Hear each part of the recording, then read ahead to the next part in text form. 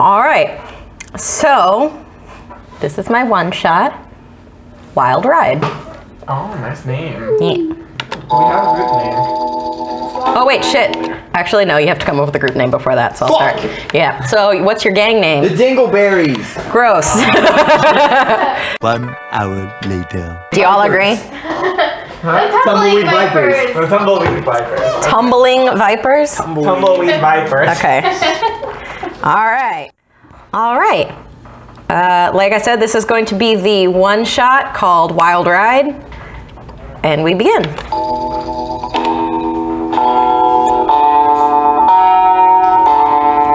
Let me lower that a little bit. Okay. No, it's Like that? yeah.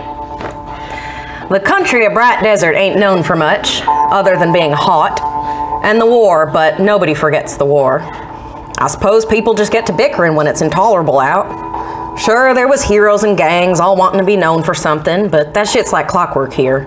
One big bad gets hauled up in prison and in sets a new one. It's kind of funny how regular it all is.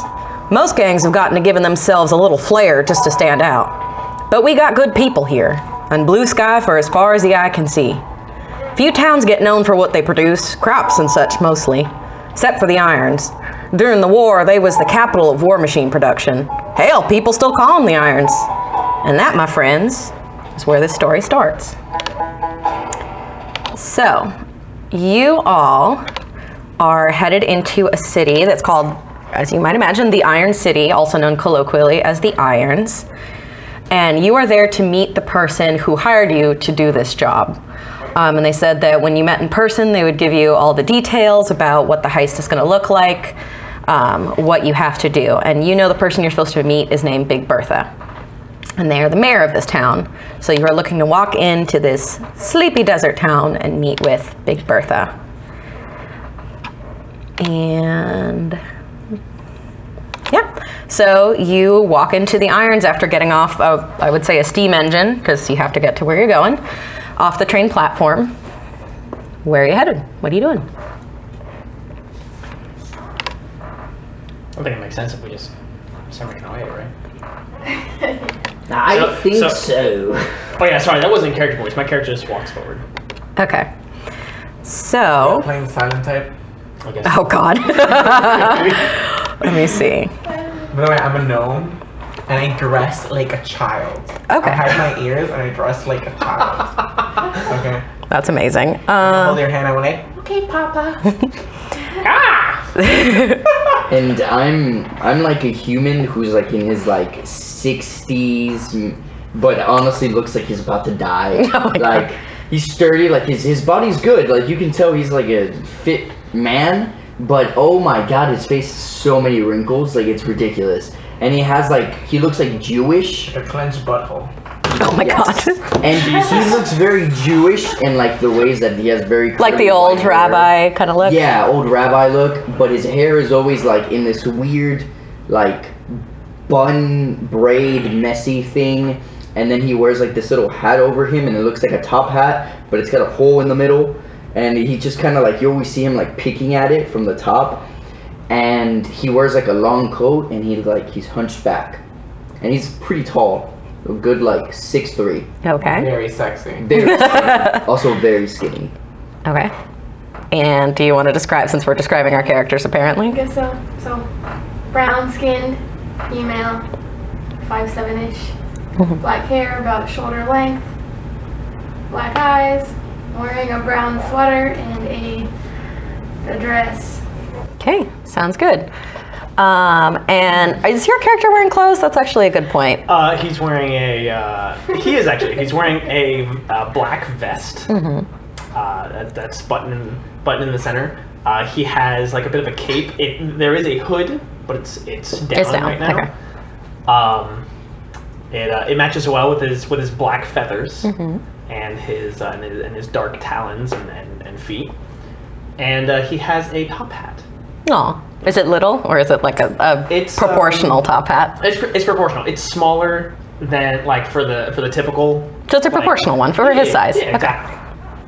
All right. What size in particular are you? He's smaller. He's not as small as you. He's not a gnome. Okay. But he's definitely smaller than, like, I would say probably dwarf height, maybe like 4'5" ish. Okay. Yeah, and then You guys I are think pretty tiny, and I'm like a giant compared to you guys. How tall And are I'm like gnomes? 2 feet? We can look that 2, up. 3? Well, I guess we'll look that Okay, up. so my character has long wavy hair, clean. He's wearing one of those Between 3 and 4 feet. little tiny Tim hats. I forget what they're called. The bonnet. Like the Not a bowl, bonnet. the bowl ones. It's like a little like what Team Rocket wears. Ah. You know what I mean? What's Team Rocket wear? I didn't It's think like that little black thing that looks. It's like a cap, but it's like squishy and it's like. Oh, like a bubble. Oh, like a newsboy hat. Yeah, like Okay. a newsboy. Okay. So that's what I'm wearing. I'm wearing a yellow child's dress shirt and overalls and little kid shoes. Okay. They're tied but kind of messily done, and you can tell they're kind of loose. And around him is a satchel that connects itself to a book. It's like a tan leather book, very thick. You would assume that it's a coloring book because he also has in his front overall shirt, he has like a crayon, a coloring pencil set. so. This isn't like any Men in Black vibes where like little Stacy is carrying a Kappa's 3 No, astrophysicist. no, like it's like he looks like if he didn't know any better, if you're not familiar with gnomes, he would look like a child. It's Okay. only when he opens his mouth and is like, big word, big word. Big Yeah, word. that it's surprising. You're like, what? So, second question. What differentiates small clothing from child's clothing? Like clothing for gnomes versus like It's kind of like cute. it's got like Like yoke it's and shit? the effect it has. So like if it's just a gnomish shirt, it might be like a business button down or something. But Yeah. for a kid, it's like birds and Oh my shit God, on it. that's Yeah. a little man. I mean, I don't know about you, but the people who I know who have like little kids and dress them up in like a business suit, it's fucking adorable. Yeah, but that's because like everybody dresses their kids for Instagram today. Yeah, that's true. But anyways, that's me on my boomer soapbox. Anyways, stepping down. So you all know that this meeting is happening a month before the heist is supposed to be pulled off.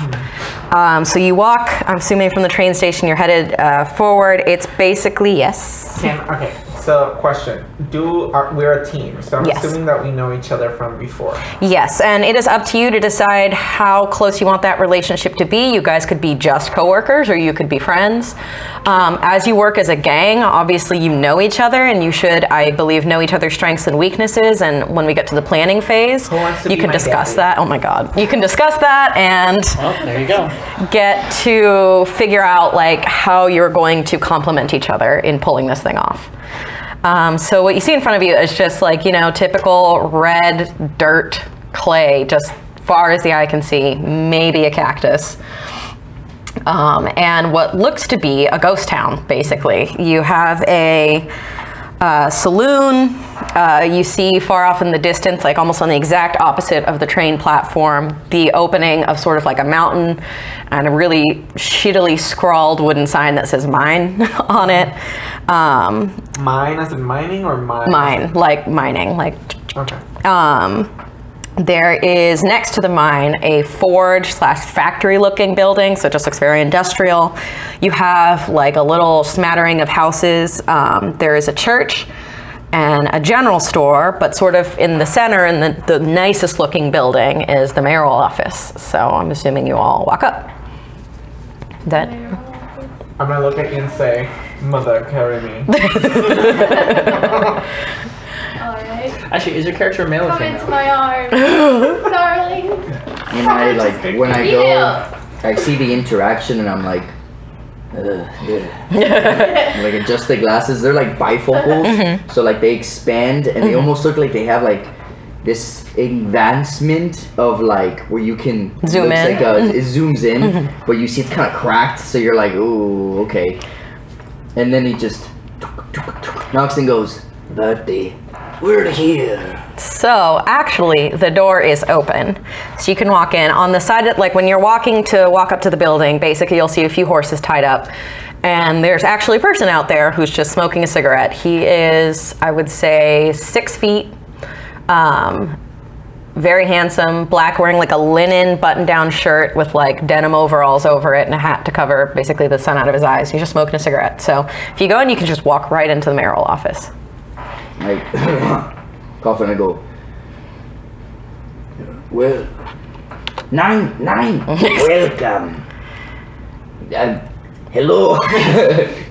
No, it's fine. You just don't fully understand the language. Yeah, it makes perfect sense. You know what? Welcome. And then he's like he's very charismatic. He's like, welcome. And then he like continues on his way. So you see that this person was about to light their cigarette again because it went out, and so he has the shitty lighter in front of this, like, you can tell hand-rolled cigarette that it's like a little crunched on the end. He gives you kind of one eyebrow up and is like, okay, just nods his head, lights the cigarette, and continues smoking. So do you guys go into the office? Yeah, I see if it's open, and if it's not open, I just kind of like knock. It is open. What you see in front of you is just a basically open room. So like the door opens and you're right already somewhere. So what you see in front of you is there's a desk. Behind the desk, there's like a couple bookshelves. They're scant. There's not really, you can tell this isn't like a learned town. It's a working class town. People probably work in the mines and make most of their money and their livelihoods with that, or with hospitality and things at the saloon. So there's books there, but it's really like for show. And if you look to your left, you'll see that there actually starts to be a line of caged bars. And so this is a multifunctional building. So you have the desk, you have a wall, a door behind the desk that you can imagine leads to like a more private office.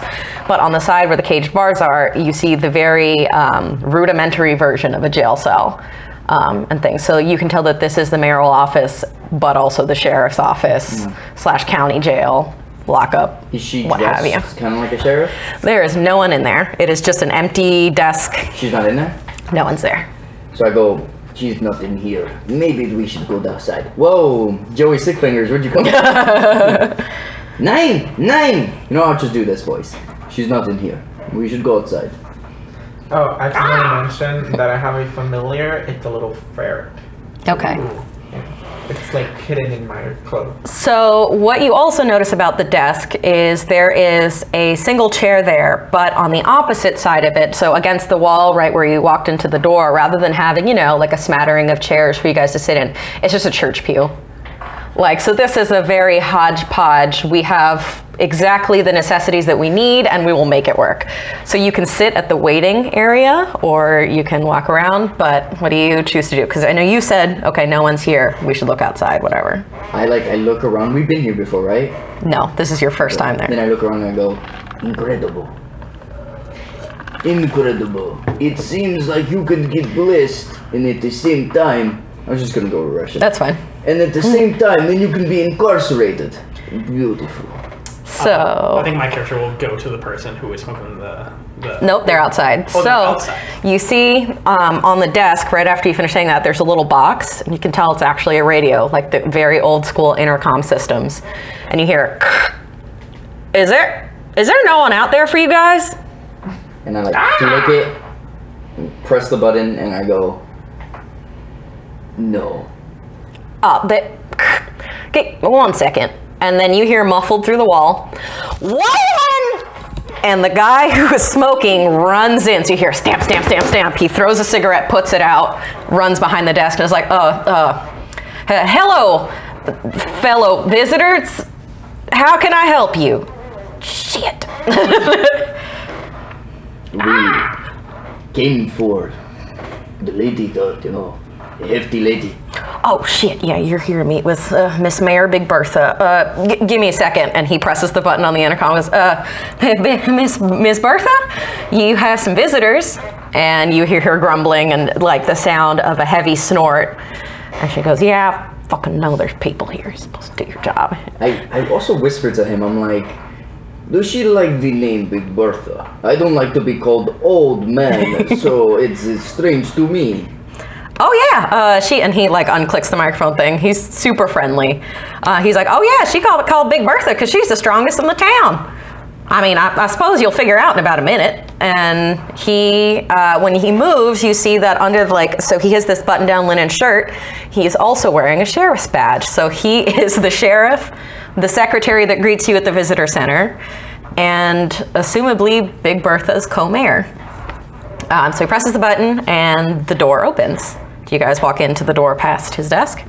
As we leave, I imagine I'm in Nim Nim's arm. I will, under my breath, kind of like, not to him, but just in general, so we all know, I'll say, scarcity breeds desperation, I suppose. And I look down and goes, yes, little friend, I agree. I wonder what happened to many, many people in town. And I say I was referring to this thing's ineptitude. Yes. I also carried like a little journal in here, and you can see that it says volume like 736. It says like volume 736, and I'm just like, oh yes. And you see it's almost full. And I just like write down scarcity of the town. Are you a chicken? Oh, yeah. So You're a giant chicken. No. No, he's Kenku. You're saying black talent. Because this was our that. favorite part of the last session. Of course it's Right. So gonna be a Kenku again. Waylon leads you into the office, opens the door for you, and you see again, rather than a few chairs, there's a church pew, but because this is the mayoral office, it has been recently upholstered. So imagine just like a poof, a second poof for you to sit on, but all of this is like nailed shabbily to a church pew where you guys can all sit. And on the opposite side, you see the same. And you see standing in the corner a 7-foot tall minotaur with a long braid down her back. She's wearing also a button down, slacks, no shoes. You can see her cloven hooves. And the sleeves are rolled up to about bicep level. And she has those, I think they're called like sleeve savers that hold them up, like the little black straps. Now, I have a question. Yes. Does she have udders or breasts? And is she wearing clothes? Yeah, she's wearing clothes. Sure. So she's trying to hide it? You know, I did not think of that. I don't think minotaurs have udders, I'm going to assume, because they're not The milking. head, but I mean, she also has cloven Hooves, yeah. Guys, we're getting real into Rule 34 territory. Yeah, I don't... That's what he does. He starts to like. I'm assuming look she just around. looks like a woman, like the cow woman. That's whatever. So, Is she wearing a skirt? no, she's wearing slacks. Okay, he's gonna like kind of like. You're gonna pick up her skirt? He's not gonna pick it up, but he's gonna. Yeah. She's standing in the corner, so what you would have to do that, just so you know, so there's a desk in between you, is walk around the desk and just start touching this person. And from the outside, he's like, from like the distance, he's like, bless you. Yeah, I'm gonna go up to you and just kind of like slap the book down. My notes! Now walk over to Picks Big it up Bertha and and go to Yeah. shake her hand. So Big Bertha hears you walk in and she turns around, she puts her hands behind her back and has kind of a stern look on her face. And she does have the big bull ring that you would, I guess, assume a minotaur has. She has like longhorn horns, like they are huge. And she has around her neck a golden chain that has a mayoral sigil on it, so you know she's the mayor of this town. She puts her hands behind her back and she turns around and looks at Wayne and she goes, "Yeah, you can take that smoke break you were so desperately trying to take earlier, Waylon, and give us and these folks some privacy, please." And Waylon sheepishly grins and walks out. I have my familiar now. I'm gonna tell it. I think we share a psychic connection. Don't quote me on this. To go stand by the door and keep an eye on Waylon. Make sure that Yeah. he's like actually like not listening. So You're a sorcerer. No, I'm not a wizard. Waylon does actually go outside and he starts rolling up a new cigarette because you saw him smash the one he made before on the ground. So he starts getting out his little papers from a sack that's on his hip, Yep. rolling the tobacco, so on. And Bertha turns around and she says, "Well, a mighty warm welcome here to the Iron City, what used to be the pride and joy of Bright Desert during the war. As you can see, things have not stayed quite so prosperous since we have made peace with the other side. That's neither here nor there. This is the mayoral office and I'm the person who contacted you. Now, I'm gonna go ahead and let you know now, nobody else, not even Waylon, who's my co-mayor, I guess, knows about this. So not a soul in this city knows you're here right now to discuss this thing, and I'd like to keep it that way because this is an honorable town. We have good folk here who with good intentions. Just things have dried up, like I said, since we won or I guess lost the war. So people moved out, cleared out of here. I got this, and she pulls out a brochure from her like breast pocket. Question: is she Yes. paying us money to do this? Yes. So I guess my character would turn to her and say, this discussion is paramount, and it's part of the package you paid for. Yes. I figured. I mean, I had heard of y'all, the Tumble Weed Vipers. Is that correct? Is that who I'm speaking to today? Damn right. I groan. I was like, All right. All right. Well, at least we got one thing squared away. Yes, I will be paying you for discretion and your particular set of skills, which we will discuss in a bit. Do you want to pause? You can like. I can hear you to the bathroom. Nah, cool. We'll pause. No worries. All right. Now, where were we? I got this, and she pulls the pamphlet out, and it says on the front, Briscoe Train Company, and there's a picture of train on the front, and the whole thing is thematically colored, like a navy color and gold trimming. Like it's really nice. And she spreads it out over the desk, and you see that it actually folds out, and it shows you the whole blueprint of the train. So, one moment. So you see that according to this diagram, there is on this train an engine car, something called a solarium, a first-class passenger car, a first-class dining car, a medical car, a working-class dining car, working-class passenger car, and a storage car, which is the caboose. So she opens it out. She's like, this here is the parallax. Now, about a month from now, this train is going to take off from Quick Plains, which is a few hours out of here, and stop in Grand Post. As you all may know, after the war, they are trying to rebrand themselves as the Golden City. I can't really tell you much about the Briscoe Train Company, as they appeared overnight. And I don't mean that in an exaggeration. I mean, a messenger boy came here dressed in the same colors, navy blue and gold, a little train conductor's hat, came and passed me this brochure, told me all the wonders of this, and I decided, out of curiosity, to set my way out to Quick Plains. The tracks were there. There was no announcement of construction. There was no years of building a railroad. And y'all know for steam engines, that's a big project. That takes years on years. Hell, we're the Irons. They would have put an order with us for the rail spikes, for the tracks, for anything. None of that happened. This thing appeared overnight. And what they are boasting is that this train runs off of pure magic. Pure uncut arcana. Excuse me, you mean technology? No, I don't, because steam engines use technology. I get that. We've built near half the trains that travel around Bright Desert, and we've built half the Warforged that were part of the war. That makes sense. That is science and following a diagram. This is a thing, a monstrosity of a train appeared overnight with tracks that are see-through, holographic. I don't know. You gotta look. Okay, if you stand in front of it and you go like 20 steps as the crow flies west, then you can kind of see it, and it's like a pinky, purpley, changes color. It's not the point. It ain't built like a regular train, it don't run like a regular train, and it's gonna kill all of us. And I've unfortunately made such thoughts clear to the messenger boy they sent here with the brochure, which is why I'm hiring you all out to do this job for me. The train is an express train. It goes straight from Quick Plains to Grand Post, and that is a 3-day journey on any other kind of train, not including stops on places like Poppy Country and, you know, those tourist traps. This trip takes 3 hours.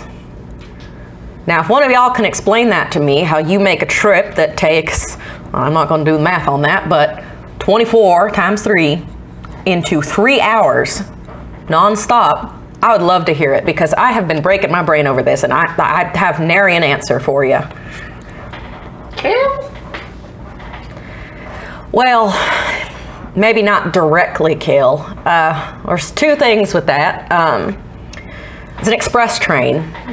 most people in Bright Desert have made their way through hospitality or producing something.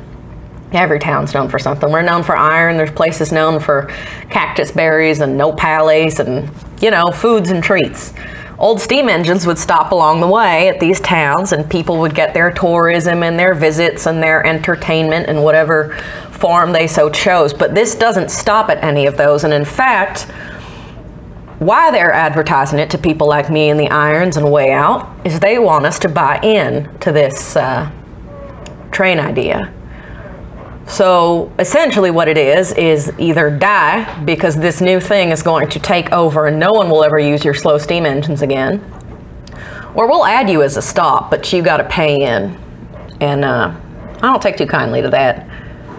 Yeah. So it's gonna kill dozens of people along that route. There's no way for them to make money, which means there's no way for them to eat. Right. Okay. Maybe the technology would be useful for me. Well, that's what I'm thinking. So what I'm going to actually have y'all do is you are going to take this inaugural trip with me. Well, not with me, because I can't be seen with your kind of folk. No offense. I have to ride on what they're essentially using as the mayoral car. They're getting all these folk from around who are potentially big bidders in to sit in that first class passenger car. Y'all can obtain tickets in whatever nefarious or non-nefarious way you see fit for either the first class passenger car or the working class car. And I want you to steal something off that train. And it's a big job. For big money? Yes. Now that money depends on how much of this product you bring back to me. So, and she points at the engine car. She goes, here is the engine car. Obviously the engine's in there. It's how the whole thing moves. They have also let us know that this is where the emergency fuel is. So they have just enough for the one trip and the trip back. Great. But they do keep an extra supply up here. Now there are supposed to be 8 vials in total. If this thing runs off pure magic, I want my goddamn hands on that. You get me those 8 vials of Arcana and I will pay you handsomely. The iron still has quite a bit left in its coffers from the war. But I need all of them. You break or lose any, your pay gets cut. You said this is in engine car. The extra supply. Yeah. Alright, good. Just taking notes. I'm a man of my word. All right. Take notes. And word. And the point of this, so you know, you will not acknowledge me. I don't know you folk that day. And you should try to get out of there as discreetly as possible. That is why I'm paying you so well. Y'all can't just come and blow up the train and then walk away. Fuel's useless in that sort of situation. And it's too hot a commodity for me to be seen even on the black market or even around town holding it. You need to get on that train and get off just like anybody else. All right? Is that doable? Most definitely. I have to ask. We can use all the help possible. So is there something we can use? Maybe, the intel is very appropriate. I enjoy it. But maybe something more. More money? More. I don't know what you're doing, Speak child. louder. Oh. I don't know what you're doing, child. Maybe more materials. Well, there I can't help you. I think you might have noticed the mayoral office is quaint. I'll give you the money we have, but I hired you because y'all are supposed to be professionals who are prepared for any situation and can get in and get out pretty smoothly. Oh, yes. I can give you all I know, all they told me in the brochure, and explain as much as I can. Oh, goddamn, I gotta tell you. Shoot, I almost forgot. Warforged are really common around here, and she starts looking at each of you. The train boasts that it is secured by Warforged, or guarded, however you want to say. And you guys would know that Warforged are basically robots. And she goes on to say, so there are 1 Warforged to each car and 2 in the storage car, because they want to protect, you know, the valuables. 1 Warforged Each per car, except for the storage car, which has 2, because they want to protect their valuables and things. And can I do a roll to see if they have any weaknesses? It can be hacked. They run by 1 central AI system, maybe. You can roll. What exactly am I doing? I think that would be history, yeah, because there's just been a war with a lot of these things around. Oh, my history is +7, so I got 18. Yeah, 18. Okay, so you know that. You're intelligent? Hey, don't judge a book by its cover, okay? I mean, I thought you were more charismatic than intelligent. Oh no, he's not charismatic at all. Wait, what are you? Well, he's a human. warlock? He's a human. Yeah, I'm a warlock. It's a warlock that can be used for healing. by intelligence, but he's not charismatic. So basically what you know is that the Warforged war, for the most part, aside from people, uses the main like artillery, ammunition, and cavalry for this past civil war that everyone keeps talking about and mentioning. They essentially function like people, so they fight in the same way. Depending on what kind they are, they can be equipped with different things. So some of them have weapons, some of them don't. A base model is just like, you can imagine an infantryman, like cannon fodder. So it's just a person, but they're made out of metal.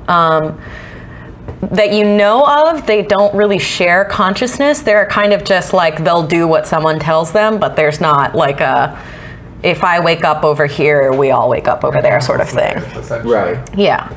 They're like TA1. Yeah. They're not automatons. They're conscious and alive, but they're essentially slaves through magic. Yeah. And there are some exceptions for that. So if you got, like in the war, if you got what was the equivalent of an officer of one of those units, then those Warforged are given a little bit more autonomy, so they can sort of have their own directives and see, okay, if my primary directive is this, to achieve that, I do X, Y. But most of them are pretty much, like you said, it's just metal slave, does exactly what you tell it to do, no more, no less. My character will look at Big Bertha and say, would you care to share with us what you're planning on doing with these vials? Make your own trade, perhaps? Well, I ain't paying you for that now, am I?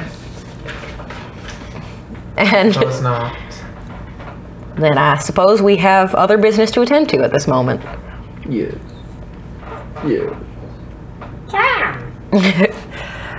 So, I can, as the DM, I guess, tell you more about the train. I can relist those. I have a list of all the cars, so I can relist that for you if you want. But what your essential duty will be now is to plan. So there are 2 ways that you can get tickets. So those of you who have robbery, forgery kits, disguise kits, that I told you to keep that in mind, you can either purchase a first-class ticket or have that kit, because they cost the same amount of money. And basically, Bertha is funding you guys. She's giving you basically half now, like whatever you need for supplies, and then when you complete the mission, depending on how many vials you return to her, she'll pay you out that much. So you can have your kit, or you can have your first class passenger ticket. You can have a working class car and your kit, but maybe not the best one, so it has a few things missing. The benefit of being on a first class car, aside from, you know, actual amenities and things, is that you can tell that this world is very class divided. So first class has basically run of the train. You can go to any car, with the exception of the engine car, anytime you like, no problem. And that's actually part of the ticket. The ticket has a seal on it, and that's what allows you to just pass through fine. If you're a working class person, you are expected to stay in the working class area. It wouldn't make sense for someone who's, quote, of lower status to be able to walk into the full class dining Let car. me ask you a question. Yes. So in this world, I imagine our characters would know a bit about these trains. Do they happen to have like vents or airways? Like, So this train is different from the others, but you would know because she has the diagram in front of her. So I can tell you the cars that have roof access, if you mean. And most of the cars have windows because it's basically like, oh, it's so beautiful, look at this scenic route. so for example, first class, does it have like, remember in Harry Potter when they get into their little booths? Am I picturing this correctly? I would say for the working class car, it's pretty open. It's just the seats are there. For the first class car, yes, it would probably be a little more enclosed, but they don't actually have the full closing door because part of this inaugural thing is not only, oh, cool, you're taking the train, but it's kind of like a who's who. So you want to see the other people who are going to be seen. So you're going there to be seen, essentially. And then the dining car is completely open because it's really just for eating and things. Is there any ventilation? Like you have in the storage car, the working class passenger car, the first class passenger car, and the solarium all have roof access. And then pretty much every other car has windows with the... Can I get another one? Yeah, I would say pretty much every car has windows, so that's not a thing that's like in short supply. With the exception really of the medical car, just because of its use, they don't want people looking in. They have essentially, so to explain the way the medical car works, if you were walking from the working class dining car to the first class dining car, you would have to pass through what appears to be a hallway with nothing really in it. That's the medical car. So the hallway is here. There's a door on the side of the wall. And if you actually walk in, then you'll see the bed with all the supplies and tables and things. And that's where the actual like medical office is.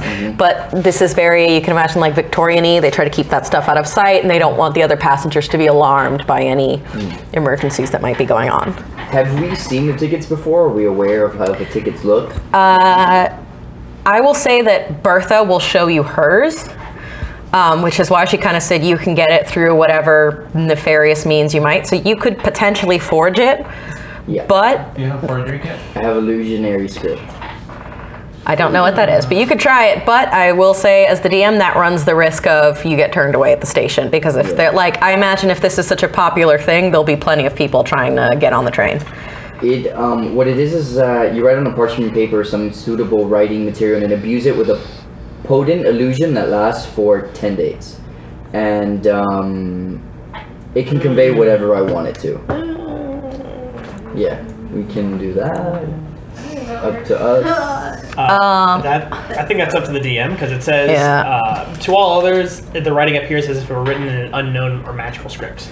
But it says, to you and any creatures you designate, when you cast a spell, the writing appears normal written in your hand and conveys whatever meaning you intend when you wrote the text. Like secret message type shit. Nah. How about this? I'll allow one ticket that way, but you all can't get on the train that way. Like you couldn't make one for everyone. You can make one for yourself. Forgery kit. So I can make one for myself and it only works for me, but it won't work for them. Yes. Okay. And actually Big Bertha puts her ticket, and it's kind of large. Like it's, I guess the size of like a greeting card. And it looks parchment. It looks really nice. There's like calligraphy on it that says, you know, to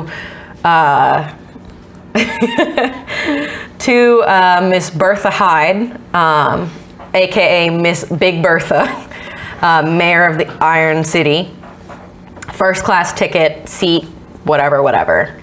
At the bottom there is a glowing sigil. It essentially looks like when you put a wax seal on something. It is gold, but actually floating above it are like gold rings. Cool. So it's fucking magical as shit, basically. And he'll like point at the ticket and rub his fingers together. Like, cost? It's expensive. This was given as a gift from Briscoe to the mayor. So to be honest, I don't rightly know. Now, for player purposes, I'm just pitting it against your kits. So it would be to get a first class ticket, you need all your money towards that first class ticket. Because it also gives you access to the first class dining car. Now, if you're getting working class, you can do working class ticket plus part of a kit. Like it wouldn't be a complete, like if a thieves tool kit has like lock picks, rope, the whatever the hooks are called, like boomerangs, you maybe not have the boomerangs. You can get the rope and the lock pick, but you can't get the hooks and stuff. So it's kind of, you're pitting it against each other. So we can pit all of our money together and get one? No. You, like, imagine if there's like $2,000, you'll split it between each other and it's 500, 500, 500. You as an individual would spend all 500 on getting a first class ticket for you. Okay, but we wouldn't have. So it's individually a decision. Also, I'll let you know for the working class card, the only way you can sort of get around that issue if you can't move around is they say, like, they made stipulations because, you know, rich people have servants. And so if you wanted to take your personal valet with you on this trip to get your luggage, whatever, you can do that. You're allowed one personal valet, but when you buy your tickets, you basically have to bind them together. So if I'm a rich person and I want to bring my butler, then Jeeves and I have a almost shared ticket. So it says one first class, one working class. And that way his ticket allows him to go to the front to suit my needs and whatever I have. Discounts? No. Rich! Butler! I don't like the but. Maybe the sir, or did you say lur? Butler! This bird, his accent is way too heavy for me. Son! Son, I don't have son.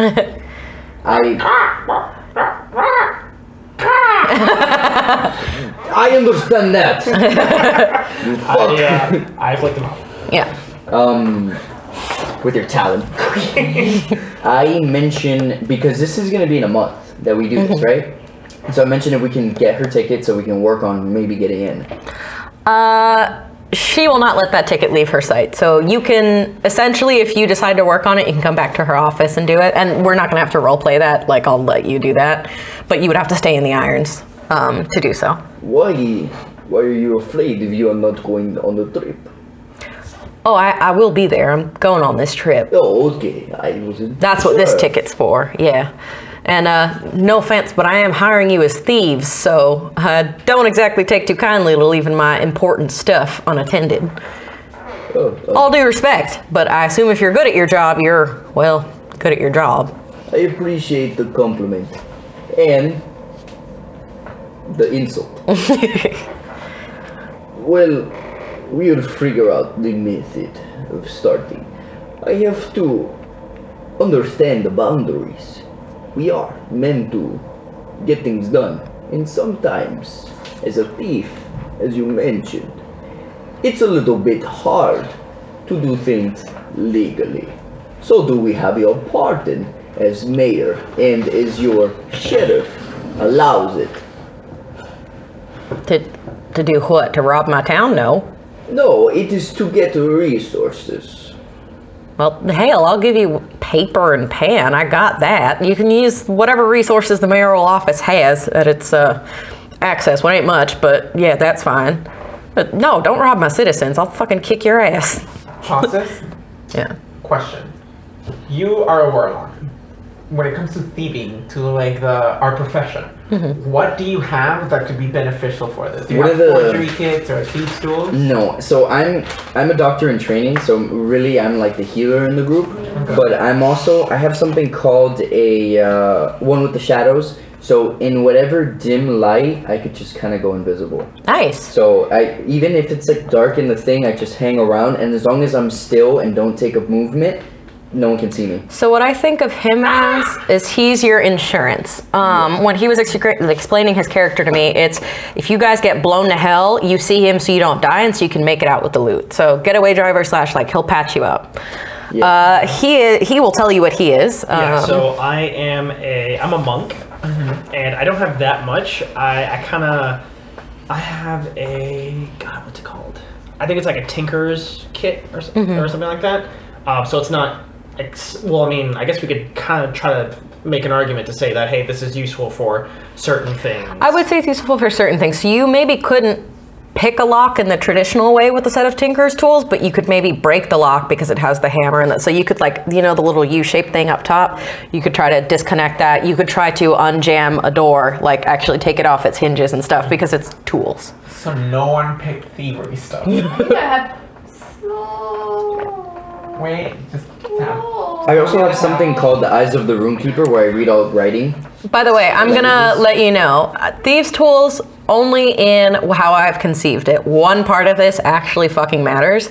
The rest is really about social rules and avoiding situations and thinking about how to make it around a situation. There's nothing that you need to, like, there's a safe and blah, blah, blah. No, like, I think in this whole thing there are 2 locked doors. That's it. Everything else is just, you can walk through. So I should have played Black Betty. Black Betty, Rambutan. Realistically, should we do we need the tools? Can we just all buy? So to my understanding, we can all afford to buy first class tickets. Yes, but then you would have none of whatever kit that is your chosen kit. Okay. So you would go in, basically, you'd have your weapons, but if there's any other stuff you need, you don't have it. So you're going high class ticket, I would say underprepared, or you're going prepared to the teeth, working class ticket.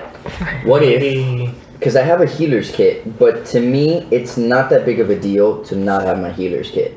So is it possible I can change my healer's kit, because I'm going to kind of do the illusionary thing for my ticket. So then I would have my money and change it. She said it's fine for mine. Oh, okay. Yeah. Do we know if there are any bathrooms on the train? Like areas of privacy on the train? The only area of privacy, as it is shown in the diagram, is the med car. Okay. No. And then, Oh, which is staffed, by the way. That's not just like an empty. so what if we, I mean, can we bring us a change of like fake fancy clothing to make somebody look like they were meant to be in the first class car? Yeah, but or you. is that strictly from the ticket? It's both. So let's put it this way. Your ticket, imagine if it's like an e-card reader or a key fob, the door will open if you have a first class ticket. If you don't, unless you're going to get the door open another way, which if you don't have thieves tools, you're literally going to remove the door and then walk in. Or maybe just quickly follow someone if you think you can just like run behind. But yeah, so there's sort of two elements to this. You have to look the part, and you have to actually have the pass that lets you get to that particular place. Okay. Do you think we could, like, if one of us were to get the ticket and call our manservants Yes, over? that is, and so that's what I meant with the personal valet thing. You can each get one buddy, basically. So what happens is, if a rich person decides, I'm in the dining car, I would like to look at my puppy Truffles, they can summon that, like, they basically ping the person, their working class ticket changes, Like what is that temporary called? access kind of thing? Access, what is it called? There's another word for it. Clearance, there we go, changes clearance, and then yeah, they can go up. So if you pair up that way, like one of you is rich, one of you is working class, that totally works. If you forge a ticket, if you buy, so there are 4 of you, you could technically pair and pair. That's true. We could do that and just still have leftover money for tools and stuff, and just have the person in the working class mule. So I think I can pass off as a child. I'm gonna say they're quite greedy, and that don't mean shit to them. So they're like, yeah, have your ticket. Like, that's nice. Like, you can buy your child a ticket, but if you don't, like, pin it to them, the door is not gonna open. Yeah, that's what I'm saying. Like, if I go first class, like, a child, like, it's very inconspicuous if the child just wanders from cart to cart. True, but realistically, you could also just dress up as an adult gnome. No, people are gonna be looking at you. Like, Yeah. Yeah. Oh, I mean, like a gnome is normal. A small child by themselves holding a massive ass book, that might be like less. You could convince me if, let's say, the person you're picking for working class is your nanny, which means they would almost always need to be next to you. But you'd have to discuss that with the train staff there. So if you can convince me, I'll let it work that way. But otherwise, yeah, an unattended child, you'd be like the flying fuck. Like, maybe we can pull like the. Here's my nanny. That might work, to be honest. okay. Yeah. So Tobin, first class, and So- I'm sorry, Nim Nim. Yes, Okay. Am I going to be a butler? Whichever way you want to swing this. Nim Nim, nanny, I working was class. thinking maybe I can see if I can take a doctor's robe and just kind of keep it on me and be like, oh, I heard that you need help, and just swing in. That would be just in case we need to get in there into the middle. So which one of you is the first class? I'm just making notes so I know. I think I can pull off for first class because I can use. I'm a doctor. Okay. I think. First off, I'm not sure how I'm relaying all this information to you, saying like, I don't know if that Just would keep work. flicking me off and I understand. Yeah, basically. I think it's safer to go with the concrete, like you have the ticket, as opposed to like try to swerve it, like, oh, you guys need a doctor in the house. Well, I was thinking, like, I hear, like, oh man, we're having a lot of trouble, and I'm like, did you need a doctor? Like, if I hear something like that, it'd be like, well, luckily for you, the doctor's here. and just kind of try to smooth my way in. Could work, but the thing is, you need the ticket to get on the train in the first place. Well, I'm saying like if we get in a situation where I'm in the train already, and then I hear something going on, like a little bit of trouble, and we need to get in there, that's a good like smooth in. Maybe I wouldn't need the robe. That's a valid point. That's up to you. Get into that area. You could always wear the robe anyway, just for the sake of like, really play the part. There you go. Yeah. So again, who's first class? I guess who's it working makes class? sense for me to be first class. Okay. Are you buying or forging? I'm forging. I'm Okay. using the illusionary thing. Yeah. Well, I already said I'll allow it. So yeah, you got it. Cool. All right, so we're good. Okay, so how are you guys going to, and I mean, if you don't want to tell me, that's fine. I mean, it would be better because then I can kind of guide you in things. How are you going to pull this off, basically? So you will start off, the way it will essentially work then is, let me Can I see a move this map over. of kind of how like the layout is? Or, We will have to draw it out because or maybe you could just tell me like. Sorry, so I had like close. In the entrance, what do we have first? So, hold on one moment. Yeah, can I, oh, here's a pen. No, I got a pen. This is going to be a very shitty drawing, so don't touch me. So, I just imagine a big long training. yeah. That's it. Big long training. There's that. There's that. I'm very interested to see your character. There's that. It's, Say that right now. but I hope it's just like So, you just pull out like behavior techniques.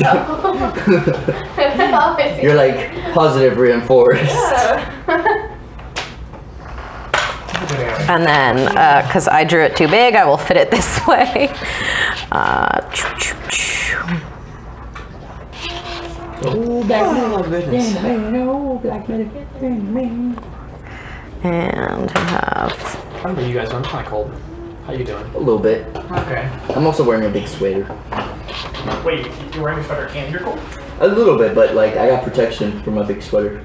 I'm gonna raise up just a little bit. Is it you that's always cold, Ian, or are you always warm? Always cold. Always cold? Oh, okay. Yeah, I'm typically always cold. All right, please excuse the shitty drawing. There you go. This perfect. And I actually might need to use that. Engine or engine? Where are Can the I get vials? This is the engine. The vials are in there. Here Yeah. or here? No, in there, in the engine car. This? The solarium. Which is... Has a roof. Roof Bless you. It entrance. has roof access. So what Big Bertha will tell you is it's such for fancy folks. There's rare plants and flowers. It's like a sunroom. It's to take your leisure. It's a medical car. Okay. Let me see it real quick so I could that's fine. right here. Actually, you can keep it. I'll write where you guys are sitting. So you said, let me see. What, dining? First class dining? Yes. First class. Okay, so first class passenger are going to be Robert O'Donnell and Tobin. And on working class car, you are going to have Nim Nim and the Kenku. Okay, I'm just writing that for my notes so I can explain how this is going to work.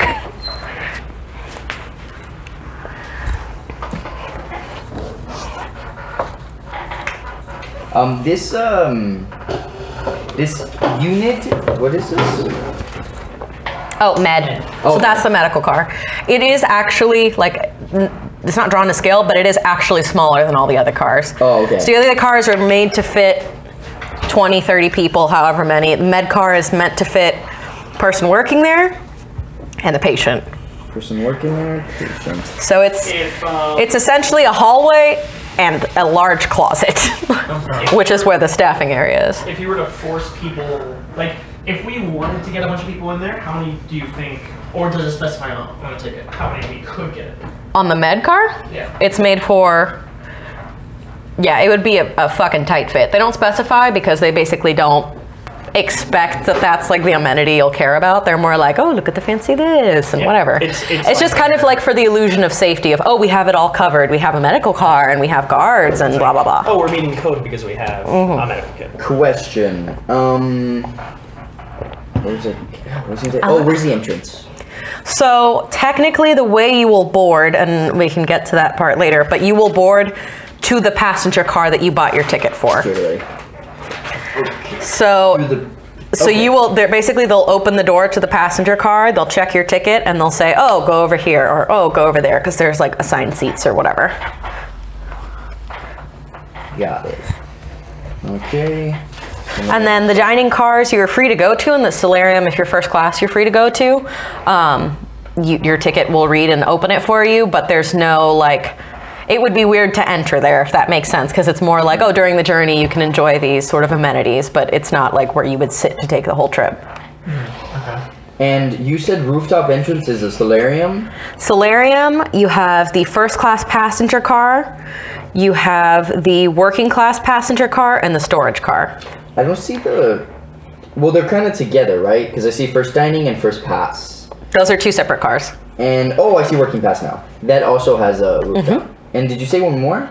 The caboose, which is the storage car. Oh, okay. Also has a rooftop. Well, good to know. So I'm gonna ask back, Bertha.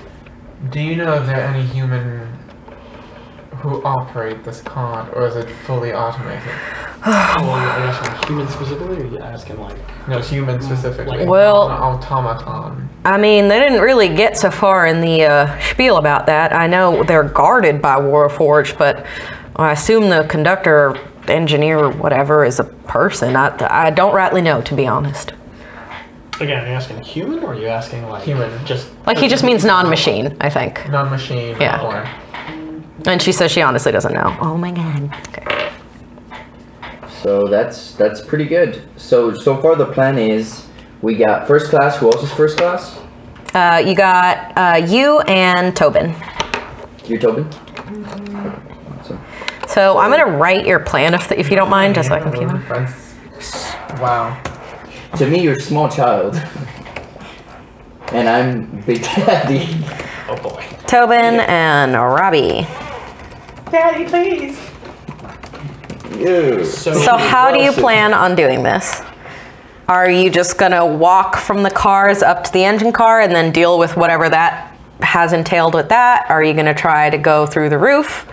I would also recommend, as the DM, always have a backup plan, because, you know, heists rarely go as they're supposed to go. So what I'm thinking is maybe we can scout the area first, kind of go around, scout the area, see what we can find, exit routes, see if we can go on the rooftop. I think the rooftop is definitely amazing.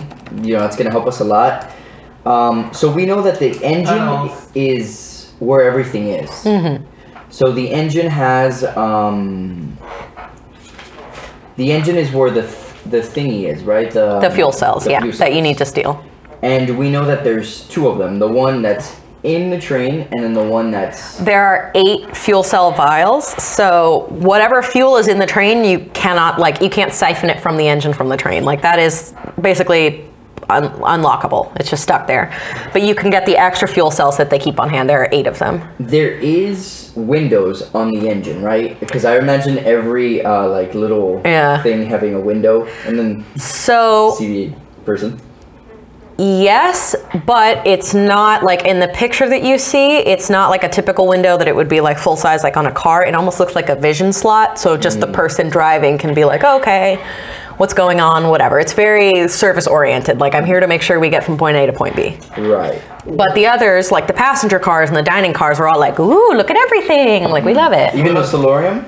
Yes, the solarium is, yeah, picture, it looks like it's pretty windowed. Got it. Yeah. And I'll remind you, there are 2 Warforged on the storage car. There are 1 Warforged on every other car, with the exception of the med car. Having none. It has none. Perfect. Because essentially, they keep the person on staff, so you might like run by them or whatever, but they don't plan on really that car being in use. So it's just kind of like it's an ancillary car, but they have it there to have it there. And it doesn't say anything about the engine room though, so oh, it doesn't say if it has a... It does not. The solarium does have Warforged. Yeah, just 1. Just 1. Let me double check that I did that right. Yeah, 1 each car, 2 in the storage car. Yep. So this isn't a bad plan. I'm in the first dining room, which doesn't have a rooftop, but the first passenger does. So at night, when everyone's asleep and there's still Warforged there. Let me interrupt. It is a 3-hour trip. Yeah. They have moved a Correct. 3-day trip to a 3-hour trip, so it is going to be daytime. Dumb. So one of us can make a commotion. Make a commotion so the Warforged, or I do have an illusion spell, so the Warforged can be like, what is that? Poo poo poo poo. And then like kind of like chase, I imagine a small child and be like, stop, you have violated the laws against government's people. And then it kind of runs after it. Your plan is to make a commotion, Then Warforged come after you. well, no, not me, because I'll do Or whoever is the commotion, and goes then after that, and it's kind of like and it could be a then- small then- child, something it won't go crazy over. It'd be like, oh, this is minor, but it's enough to distract it, and I can go on the roof. Then after I'm on the I have roof, invisibility spell, so you can do that, and one of us can distract the I'm not the Warforged. most athletic person. Neither am I. Illusion that distracts the Warforged. So do I could do that too, but I think you're the most acrobatic of all of us. What are you, a monk? Yeah. I can slap people. So I think Wing you're the slap. best to do that. And you can go from rooftop to rooftop, so then you get over here to the engine.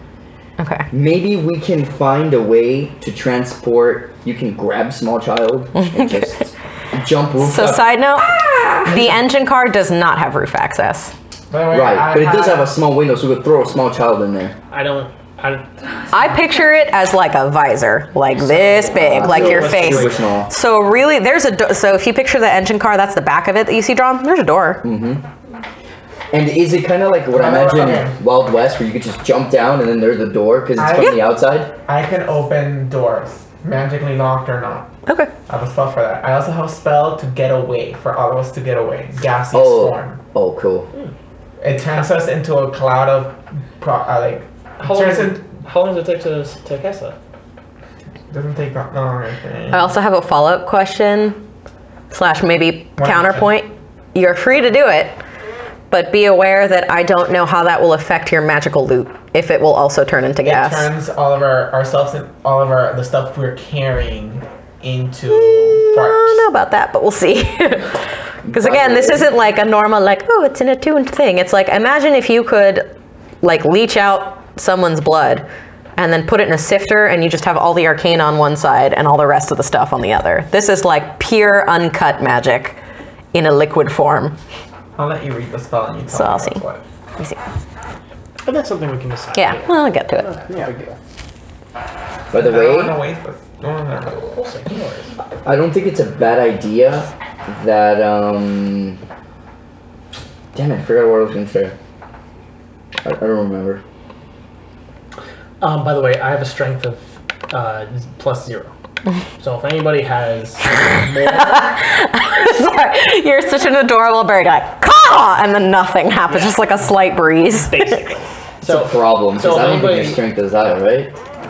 So if it's anybody the else highest has bigger strength than or greater strength than that, there you go. I'm Okay, a so how about little this? Russian man. I'm lying. I can turn one of us into Okay, You what? Sorry? you can turn one of us. Okay. one of. Yeah. I'm gonna also give you the benefit. So there are 8 cells. You can each carry up to 2, and you're fine. But like one person couldn't grab all 8 and then just be like. Oh, really? How big So are these they? are pretty big. It's not about the bigness, and you'll see that. Okay. You will see that later. I mean, I'll let you attempt to carry more than one, but I'm gonna tell you that's probably not gonna go well. Okay, so your plan, as far as I know, okay, so None of us played a charismatic or sneaky person. Charismatic, I'm highly. So Tobin and Robert are first class. The rest will be in working class. You will meet up with each other.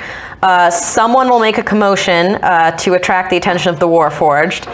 Then whoever the thief is, which I think is going to be you, is going to slip through to the roof, make it to the engine car, and open the door so you guys can walk to meet him to get all the fuel cells because he can't carry them all. So, yeah, problems right now. We can only carry vials 2 at a time per person. So there's 4 of us. It would either be trips or we all go together, we all grab the vials. Another problem, so we have Warforged. We don't know what's in here. There could be easily 2 in here. And this is all we have of space to know. Unless maybe we have a spell that we can see through walls, we can kind of like... You can do that? I have the observant feat. Sorry. I have the observant feat, which means if I see someone talking, I can read their lips and know what the fuck they're saying. But that doesn't help out with. And I can turn my familiar invisible and have it walk around and see through shit through his eyes. You reminded me. What I was gonna say earlier is that if you two go, you should leave your familiar with us. So if we know that you're freaking out and having trouble, you can, and then kind of your familiar be like, ah, ah, ah, and we go like try our best to. It's your alarm. Wait, I'll bite you in the nipple. Why not the opposite? Just send the familiar everywhere on the train to get a like. That's what I was planning on Yeah. doing the recon. Perfect. Okay, That so can really be quick, solved. your Okay. plan sounds great. I need you guys to come up with a backup plan just in case. So you're aware that if something goes south, this is what we switch to. Yes. There, what I meant by air vents, I meant like, you know how the air conditioning vents go through, like, the train have grates. That's what I meant. You know, I'm curious about this familiar plan, so I'll allow it. And all of the cars are essentially connected with the exception of the engine car. That is like so you could technically, like if you imagine it like a tube, walk through, if you had the access, from the back of the storage car all the way to the front car in the solarium. But they don't expect patrons to try and go into the engine room, so it's a separated car. And you would have to, like, again, get out. There's like a space, there's the door. Unlock the door if you had access, or if you had access From the just open. solarium. Yes, you would have to go from the solarium to the engine car. Got it. Yeah, sorry, that's why I drew that big arrow connecting them. So that's the actual order. It goes engine, solarium, I think it's first class dining, first class passenger, med, working class dining, working class passenger, storage. My only issue is how the fuck are we gonna get out? So what Bertha was telling you is that the plan is that you guys, best case scenario, let's say there's no, like the place is completely unarmed. You'd walk up, grab the fuel cell, put it in your pocket or whatever, go back to your seat, ride the rest of the ride, get off, go home. That's the smartest thing, except I can't lie, because I'm not charismatic whatsoever.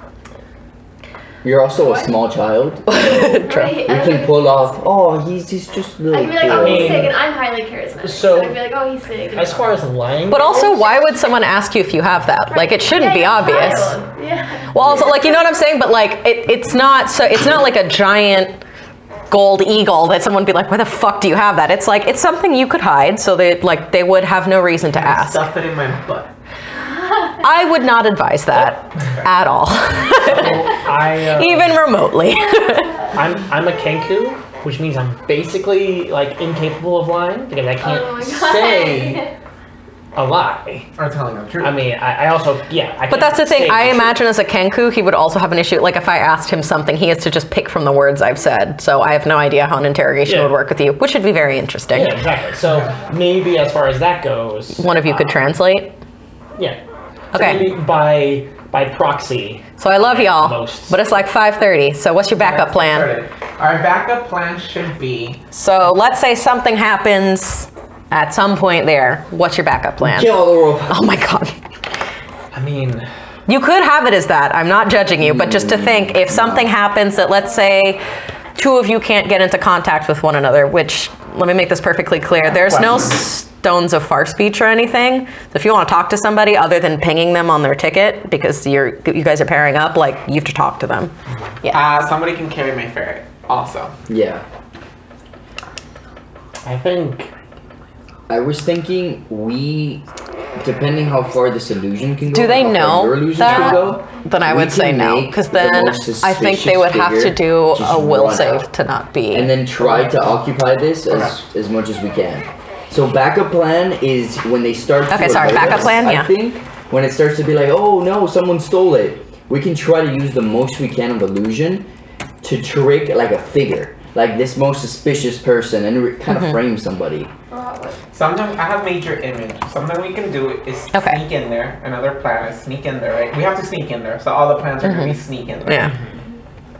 Take what we can and leave my major illusion there. That lasts Perfect. 10 minutes. That's a good one. It allows something at Okay, I'm gonna let you guys think about this real quick because I have to pee. Or what we could do is. But so far, by the way, this all sounds great. Like, I'm on board with this. Ha, on board because it's train. Cause a commotion in the engine cart. This would probably force all of the automatons to go investigate. Leave the major illusion there, representing with illusionary power cells, essentially. And while that's going on, we can just get the fuck out. The only It's issue is also a train though, so. it can't turn back. But my fear is that when they see that there's a criminal on board, they're gonna not allow anybody to leave until they search everybody. And if they search everybody, maybe Stealth is our best option, essentially. yeah. Unless we have something that we can kind of like disguise other items as. Wait, that we could. I mean, we could just leave it on the roof if we're going to use the roof access. My thing is, And cast invisibility on it. Brittany is specifically told us that there's a roof access. So I'm thinking that at some point that train is going to go through a very, very, very tight tunnel. That sounds like metagaming, sir. Sir. I'm just being strategic. I don't think it's. I mean, he's being a smart little gnome boy. Mm-hmm. Yeah. It's a valid point. But I have the spell knock, which means I can open any locked door. we could just ask Big Bertha, hey, do we happen to know if this is going through any tunnels? I have the spell magic. I have gaseous Are there form, mountains which between allows me to escape. Hey Berta! Actually, realistically, that might be the Hey best Bertha! way. Is he going through any? The thing is, I tunnels? can't take all the vials with me. No. But it is taking a slow. But it's Sorry. gaseous form on what? Hold that thought. So It's a creature I can touch. So a creature. I can cast that Specific spell creature? twice. A willing creature. I have spider climb as well, but I don't know. how That far seems like it's it could be gonna useful. take Could you attach it to your familiar and throw the familiar out the me. window? Imagine my character's so lanky, so crazy. Like a daddy long legs. Maybe something larger. You have the familiar, like you just This strap spell it is all limited. to what? So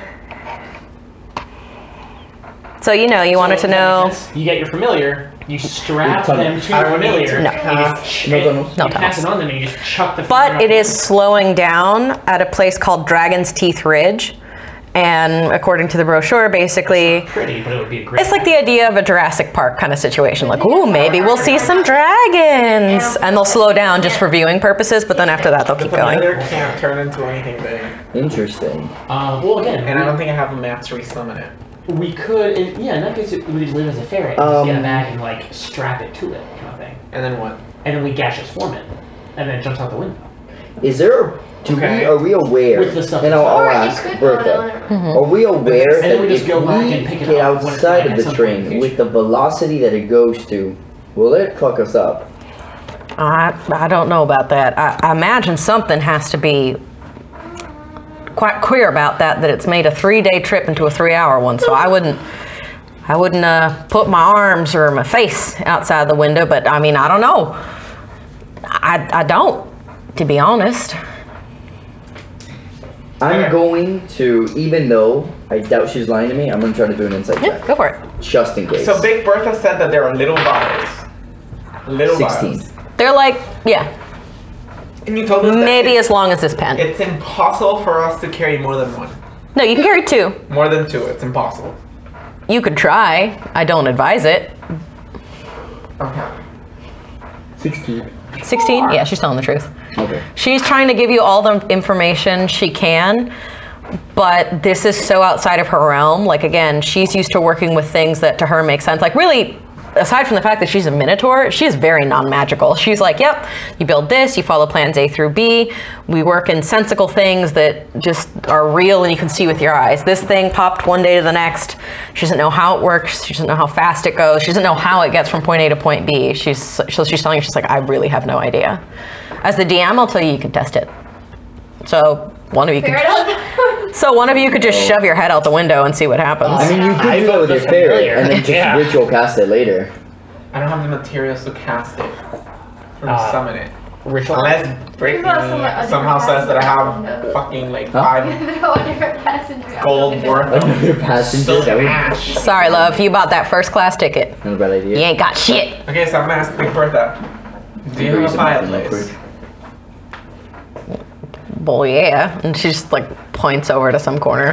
So I'm gonna go to the fireplace and I'm going to look for charcoal.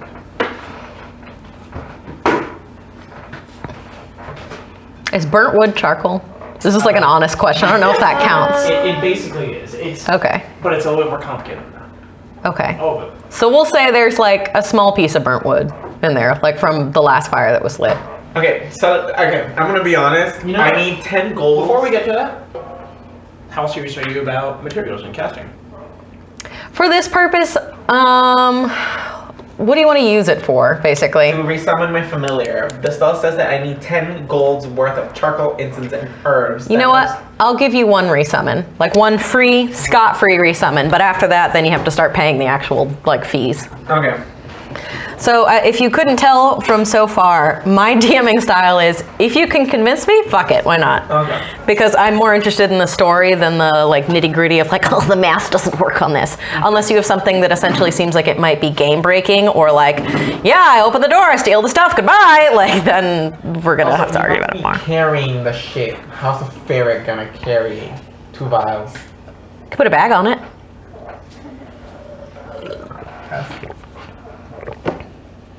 I wouldn't do it.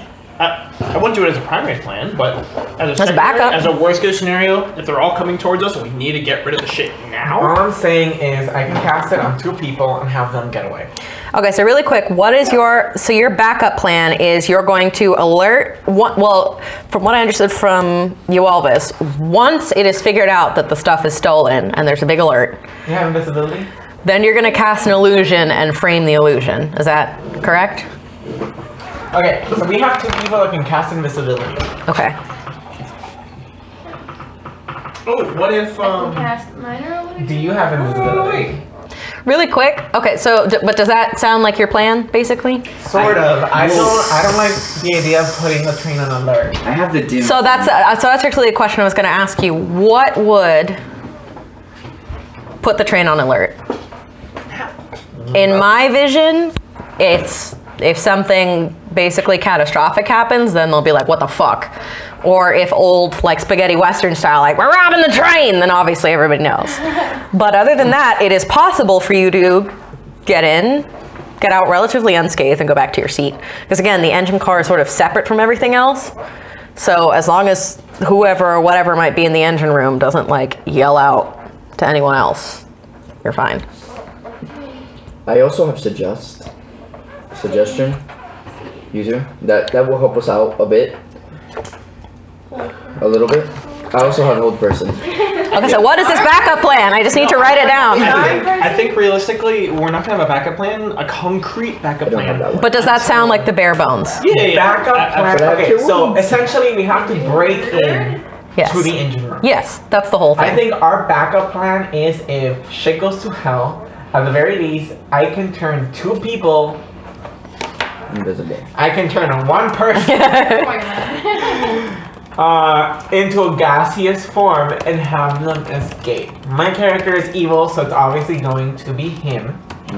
Yeah, that's fine.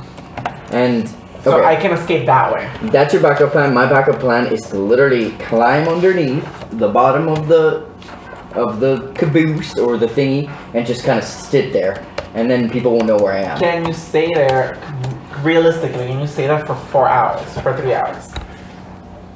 Will the spider climb? I don't know how long it lasts. Read it. I would look that up just to. It wouldn't be the full 3 hours unless you plan on literally the minute you get on the train running up to the front within 5 minutes and like whatever. Question. But if worst comes Who to else has worst, invisibility in them? Or you do? It costs an hour. Raise your Yeah. hand if your character is Oh, sorry. capable of escaping on their own. I mean, kinda. Turn invisible and then just wait. Invisibility lasts 1 hour. Yeah, I mean, we're not gonna need it for 3 hours. It's an hour. Yeah, again, you can turn invisible and go back to your seat because then somebody could just assume, I don't know, they fucking went to the bathroom or something. Or Like, they should go south, stay invisible, and then figure it out. Do we have an escape plan? Figure out. Yeah. That seems good. What I'm gonna do is, if I'm in trouble, spider climb into a dim area, literally stand there, and people won't know I'm there. okay. If worse comes to worse. I go invisible in dim areas. Okay, so let me make sure that I've given you all of the... Do you think I'm like Drax? I'm literally Drax. Okay, so there's that. My plan B is we break in, give me the 2 vials I can carry. Can I carry my ferret? Does it also have vials? Yes. You can try. And I'll give it to you. You can try anything. It just may not go successfully. By the way, if you do the perfect heist and you get all 8, you get paid the most money. But you don't lose if you only come out with 2. Like, she wants what she can get, but the more money you want, the more you want to try and bring back. I want to try to get a superior grade A, like. Yeah. Like S rank, like yeah. That's what I want. Okay, I'm just letting you know. So like, if you're worried, like, oh, we're gonna lose the game. No, you won't lose the game. You just won't get like the S rank or whatever. So worst comes to worst, y'all have an escape plan. I can gaseous form with at least 2 vials. Plan A should be get in. Ferret scouting. Ferret scouting. See which way we can get in. Get in. I can unlock the door with knock. We all go in. Deal with whatever's inside the room. I say we toss out the conductors out the train. Want that alarm anymore? Thanks, no. It's magic on the train. What I'll probably do is I'll be like, I suggest you go to the doctor and you tell him you're sick. Or I suggest you go into the storage room and you lock yourself in there because you're tired and you need to take a nap.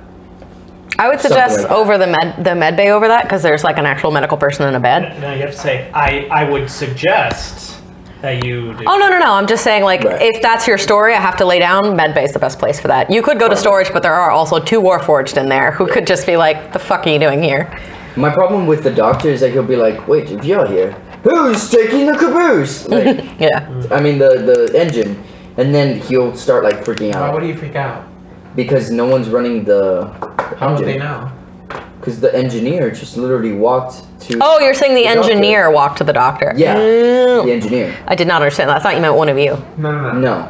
My plan A would be we all break in quietly without any alarms. If we have to make the distraction, obviously we do, but I would prefer to just do it in the quietest way possible. Go in, see what's in there. If something we can drive, just toss out the freaking conductors.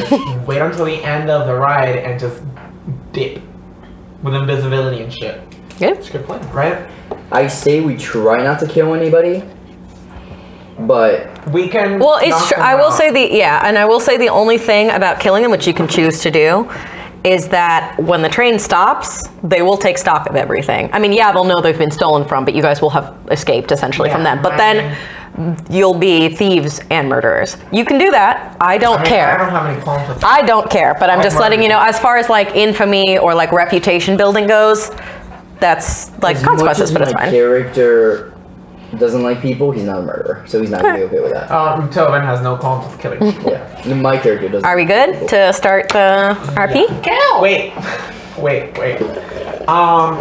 Unless they're robots, because my only with the question, machine. my only concern is we break into the engine room and we take what we need and we all have it and we go back to sit down. Let's say there's personnel within the engine room. What's stopping them from? How are we gonna deal with that? Does anybody have anything they can? Maybe suggestion. Wouldn't it be better to hold person then, and then you suggest and tell them you didn't exactly. see anything happen? We can do whole person. We can do vials are still suggestion. here, so in their mind, nothing's been gone. Do we have silence? Keep our secret. Yeah. With suggestion, keep our secret. Oh yeah. What happens if that fails? I'm a monk. Then we gotta kill him. I have no contribution. Or I do have We rope. could try to knock them out. Yeah, and then we tie him up. That totally works. I mean, for me, that works because I was literally in old westerns. You see the person with the rope with the like shitty handkerchief above them. Yeah. If the train stops and then they make inventory or like they just make sure everything's okay and then they let us out, They're gonna find out that somebody stole it. And they're gonna... I would say they would have no reason to. They would let you out first because, like, unless the train has like scorch marks on it, they'll be like, perfect, it went as planned. Everybody get out. Okay. They'll take stock after, like, you know how you do for like planes. You're like, okay, we use this much fuel. Blah blah blah blah. I don't know. We said. And if anything, I imagine the conductors are almost like, we have arrived. Like, depending on the purpose of this. Let's see what happens. Yeah. I mean, think that could be realistically- very easily done by major illusion. Either way, right. Either way, we're not gonna see what happens after we break in. After we break in, I think it's when we decide whether or not we kill, we stay and try to stay quiet, or we just dip. Try to play footsie with you and your foot was gone. I was Good like, idea. I said we let's start, go. and we know that ferret is where we start. So sounds great. All right, y'all got your plan all squared away. Does a ferret have a name? No. You just call it ferret. Oh no, that's a great name. No. Well, I say, you know, maybe I say this is the area where we want, and me and you are in the first standing and the first pass. So just go straight. I say, just go straight and not worry about this so much. If they can go this way, then perfect. Like, if they can go this way, then perfect. But if not, So whatever. you're in the cart. Yeah. You're second class. Mm-hmm. You're second class. Yep. First class? First Yep. class. First class. Got it. You two have paired as nanny and baby. Did you two pair up as well? Well, It's you and Ian. Are Me you and two Ian? paired up, or is he just? I'm a working class guy. What up? butler. Is that an That's agreement actually or? Yeah, and I'll start like kind of scuffing up my vest. No, I would say a butler looks nice. Yeah. If especially for a rich person. For butler. We should Yeah, start. I thought it was just like working class. Yeah. Okay, really quick. Let me just write that to myself. Let me take this shit off. Wait, actually, come see. I don't know if you can see the little picture. Aww. Okay, cool. Yeah. And I'm just taking notes, so if you hear me typing, there's no need to be worried. It's just like notes. Folks, guess yeah. He's dead. But I can't remember everything. Okay, so you guys arrive in the departing city of Quick Plains.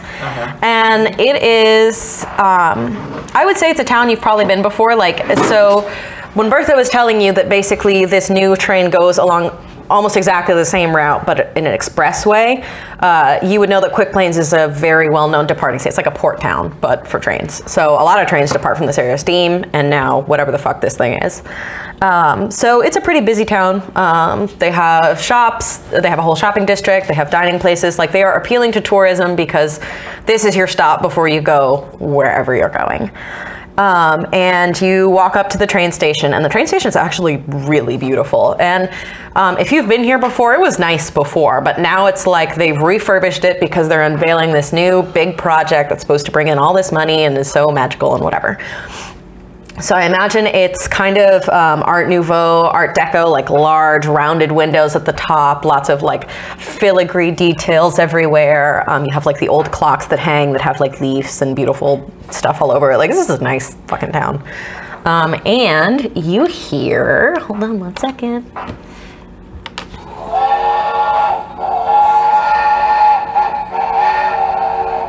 And you know that that's the call to start walking toward the train that you're going to be departing, and to get your tickets checked, your bags checked, all that good stuff. So I'm gonna hold my nanny's hand, Okay.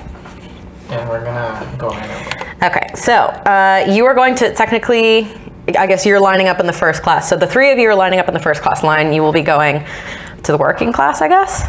You can at first, if you wanted to speak to like a representative and let him know, like, hey, pair our tickets together. Yeah. So you all four should actually be together. And I mentioned that sometimes, because I'm elderly, that's I need my butler with me at all times because I forget, I get disoriented, and I need him. That's right. So, He's my emotional support animal. so the person behind, so there's a person behind the ticket booth who looks just very bored with their job. And you say this beautiful, wonderful explanation. They just take your ticket and they get what looks to be a hole punch, and they put it right over that sigil and punch his, and then punch yours. And now they're linked. For a second, they both glow like purple, and then they go back to their normal glowing kind of floaty thing. So now your tickets are linked. They do the same for yours, because they see like, well, kid and can't have an unattended minder. So now you're sort of just in the waiting area, getting ready to board the train. And so I would say this platform is packed. Like everyone, if they're not riding this train, wants to see this train. And the train itself is beautiful, like shiny and chrome, all that good stuff. And you see, basically above everyone's head. So if you see everyone's heads are about here, with the exception obviously of Big Bertha, who's about 7 feet tall, so you can always see where she is. And there's a few other taller folk, but not much. It's pretty average to small human-sized. You see what looks to be almost like a telephone pole or a lamp post with another lamp post sticking out perpendicularly. So it could look like the top part of a gallows or like a street lamp or whatever. And you guys are just milling about, so you can talk to each other, you can do whatever, you can try to chat with passengers, look around. I'll go and hug my nanny because it's a big crowd. I have separation anxiety. Okay. So everybody, you hear like the murmur of the crowd, like, oh, look at this new train, blah, blah, blah, I'm so excited. Like all that bullshit. And while I bury my head in like that space in between her shoulder and her neck, my ferret has his head poking out of my collar and looking behind me. Okay. So I'm telepathically looking everywhere. Okay, cool. And you just see, I would say, a mix of folks. So you do see everyone, including you, I would say is in whatever your version of Sunday best is. So the working class people have picked out their least tattered threads, their best finery, which is maybe like a burlap suit or something rather than, just like your linen shirt and whatnot, because this is like a fucking big to-do. This is a big howdy doody. And you see everybody's kind of mingling, although you can definitely see there's sort of a separation between what you would consider nobility or first class and secondary class citizens. And for some of them nobility, like when I say they're dressed to the nines, it is like if I am a war person, I have the sash with all of the badges and markings that would be required for that. You see ladies with big bustles and giant feathered hats and things like that. So it's a very lively place. Oh, I actually did forget to mention, I brought all my Boy Scout badges, my baking pin, great, my suturing. Great. I wasn't. And you see like women with like. I would say that I have a teddy bear too. Okay. And you have people with like mink stoles. Like this is fancy as shit. And then all of a sudden, so. The roof is sort of this curved, I would say, normal tile, whatever roofs are made out of, dome, but across the top there is just a couple of rows of glass so that the natural light can filter through. And one of the glass windows is actually open. My spell focus is actually a crystal on a necklace. Oh, cool. So it's not a wand, it's not very conspicuous. Okay. And you see streaking in very quickly from that window is just like a yellow dash. And then you see this yellow figure sort of flying around doing figure eights, doing circles around the crowd, and everybody's like, like looking around like what the fuck is going on, blah, blah, blah. And it comes to a halt at this big sort of like stick platform you see. And you figure as soon as it lands, it's a perch. And you see, and I can't say this, Aarakocra? Aarakocra? There you go, Aarakocra. It is a bird person. He is bright yellow. He essentially looks like a canary, but he's wearing a vest that is black with pinstripes, like a very nice vest. And he has a big neckerchief, like where his throat would be. And in the neckerchief, there's a big pin through it, which at the end of it has what looks like one of those old-timey microphones. So it's the circle with the grid and the little sigils that come out of it. And he taps it, and you hear the of a mic being tapped, and he goes, hello, hello, ladies and gentlemen, gentle folk of the region. And everybody looks up. And you can tell this is a magical mic that he's sharing. He's like, hello, my name is Dio. I am your Ray Dio host for the day. I am your eyes and ears of the train of this fantastic trip, of this marvel of machinery, of this magical human wonder. And so he goes on, and everybody starts cheering, and there's music, and balloons are being released. Like, he is essentially the spokesperson for this train. And he's just going on. It's great. And he says, before we depart, I will let you know that we are going to be doing a strict ticket check with some of our clientele here, with my friend Grisham. Everybody say hi to Grisham. And you see an old man just kind of raise his hand like, that's me. Not you, you pachyderm. He like frowns at you.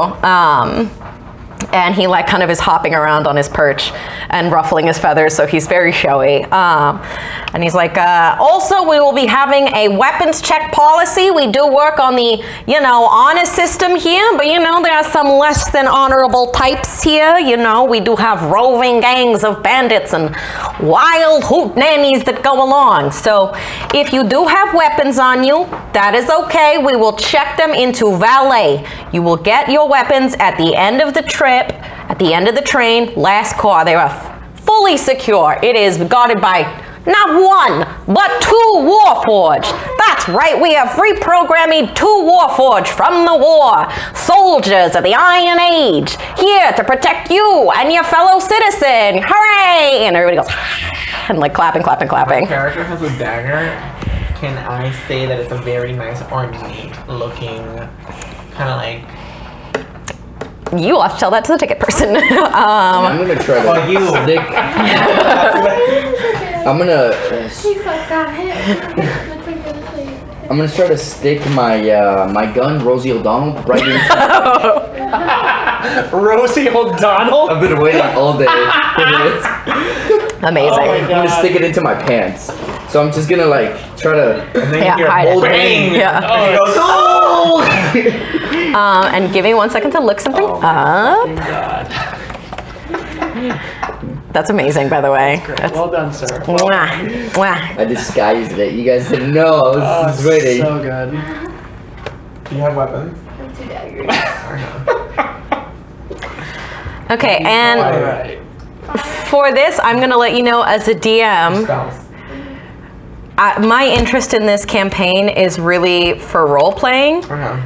So if I ask you if you have a weapon, tell me whether or not you have one, but you do that in whatever way your character would reasonably tell a security guard. So as you make your way to the front, Will they check children? oh, they check everybody, don't give a shit. So, yeah, basically that.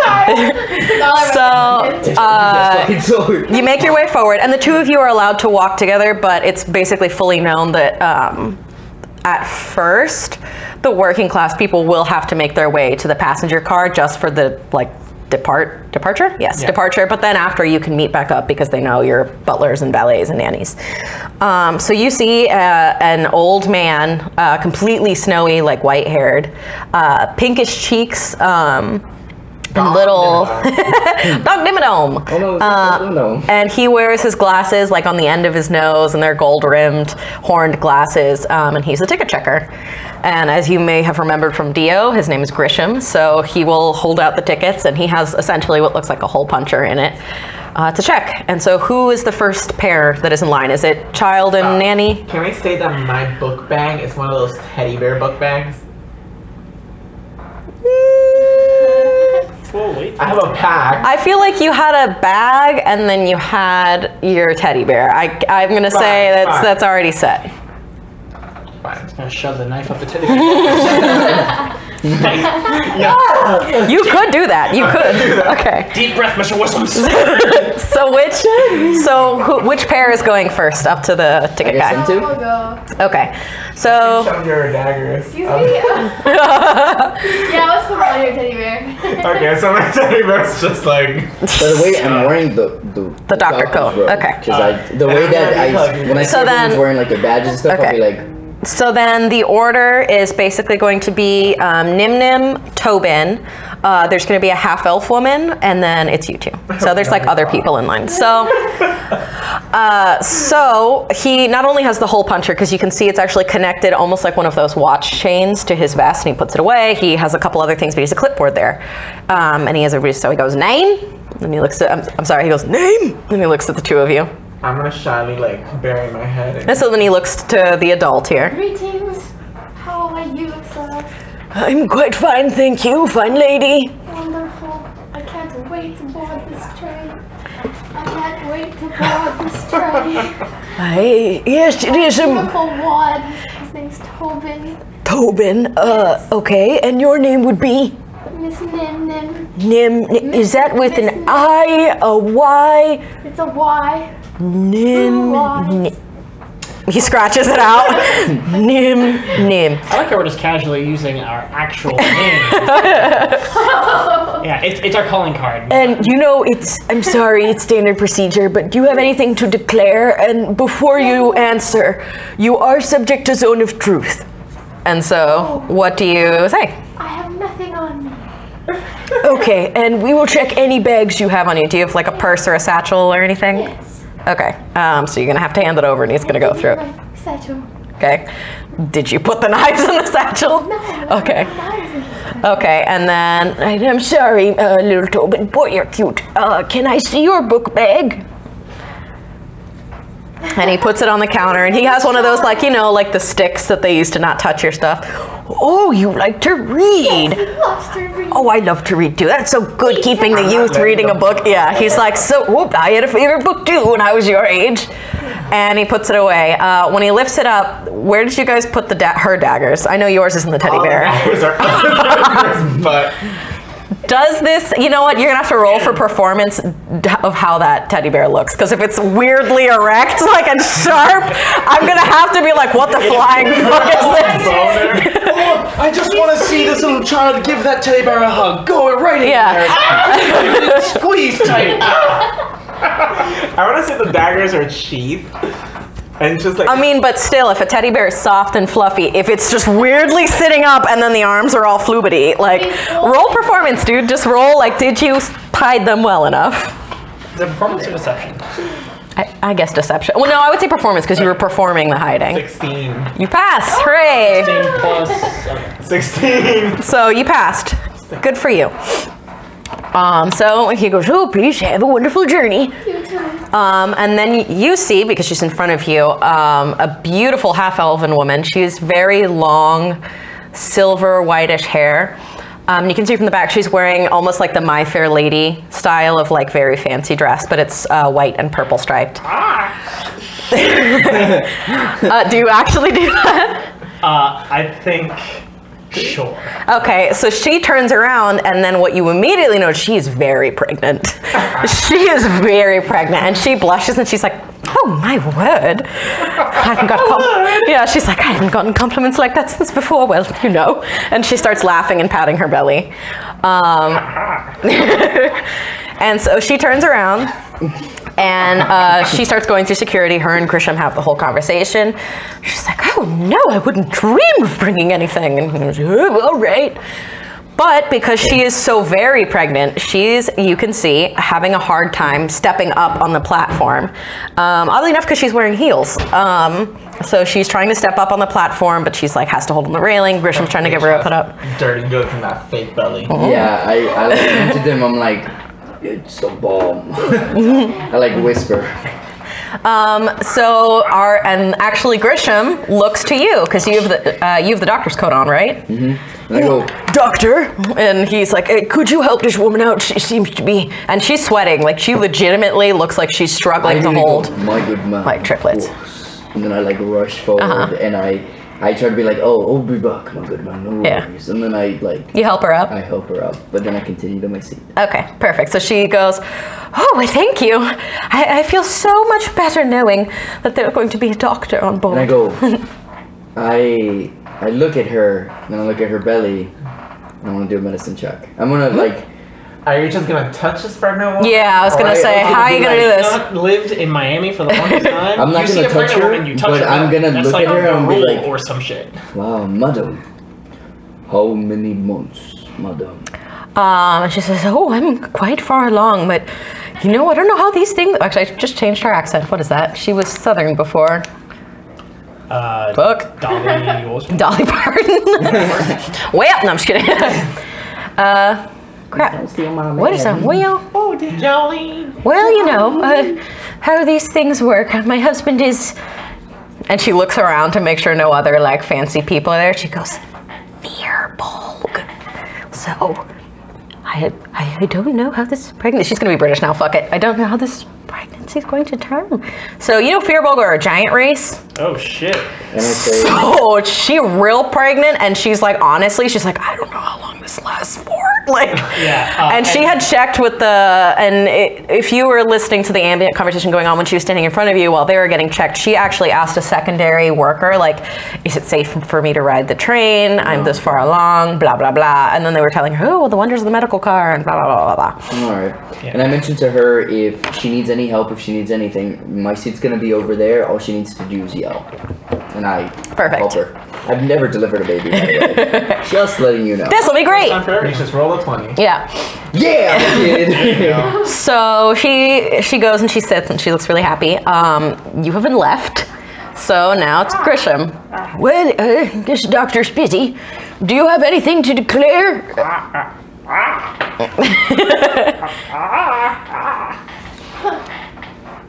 Quack.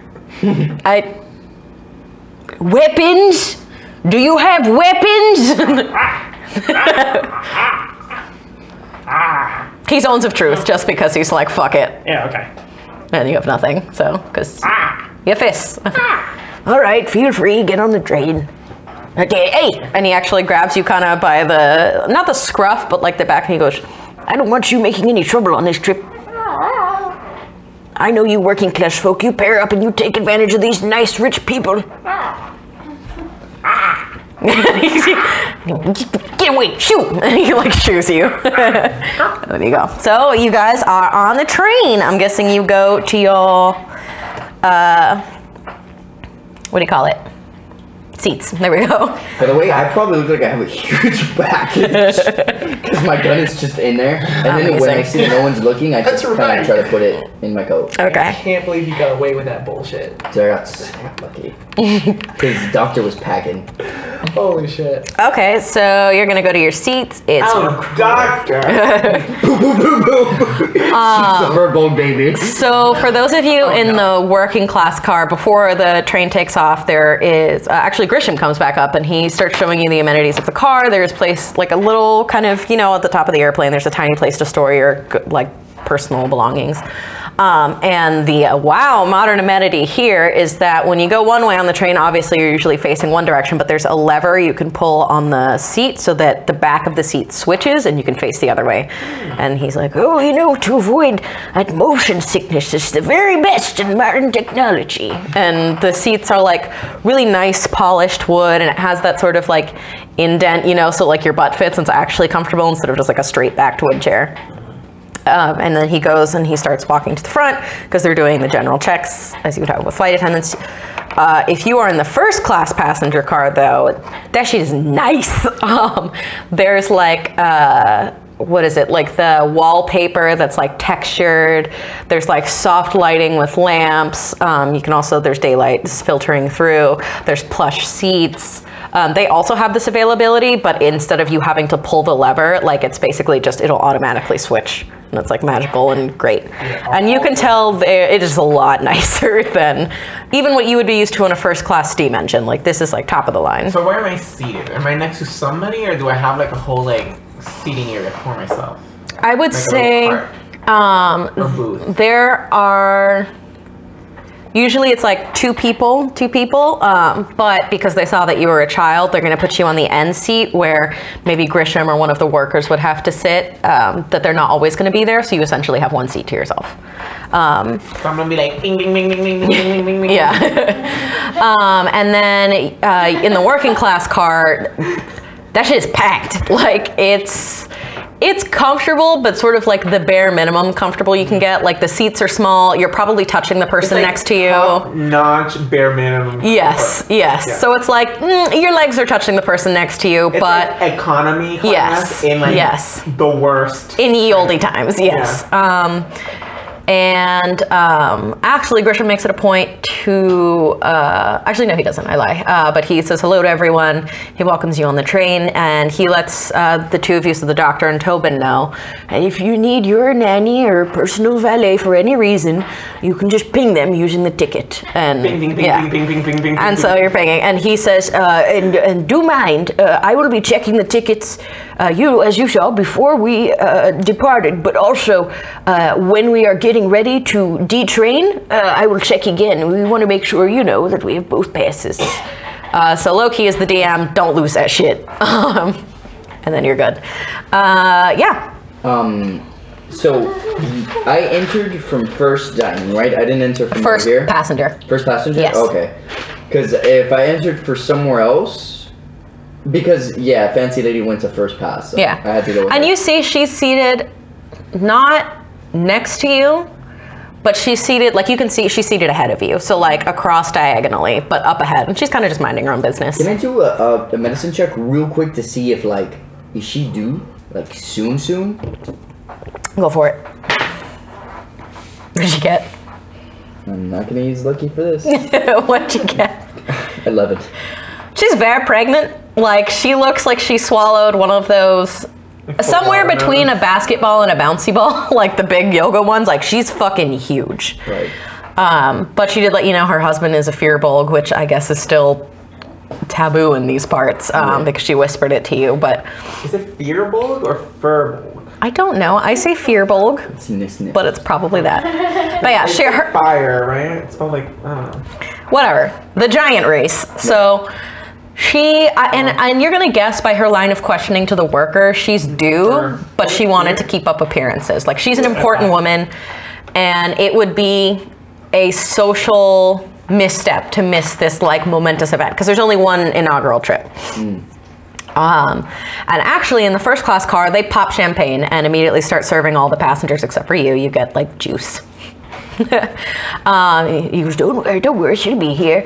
And the person passing around champagne comes from the first class dining car and is actually, you can't tell if she's a person or not. She is a very good looking woman with, I would say, brownish hair, super uppity voice. But something about her seems like just a little bit off, that you were like no, Valley. yes. So you'd be like, yeah, you're human. And so she makes her way down all of the seats, serving everyone a flute of champagne. And when she gets to you, she immediately switches for like bubbly apple juice.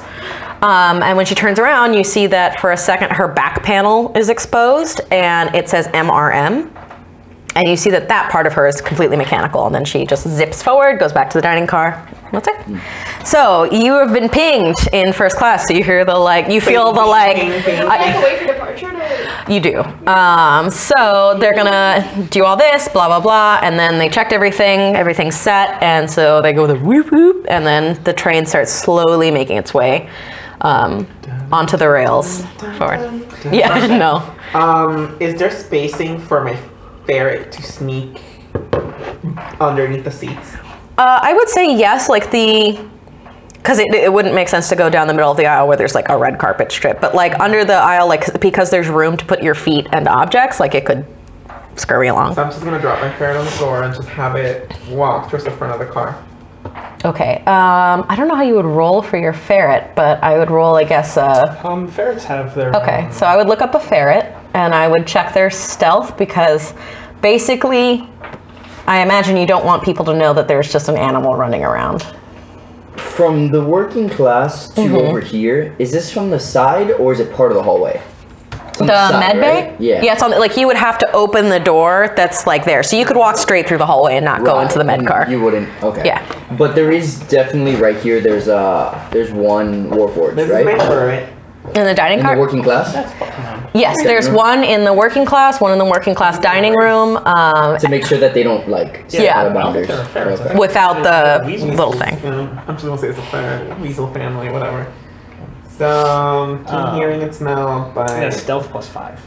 that's fine, perfect. Cool, so roll a Now, stealth. Are you gonna cast invisibility on it or anything? Or? No. He can just run around, but just, What'd you get? 2. A 2.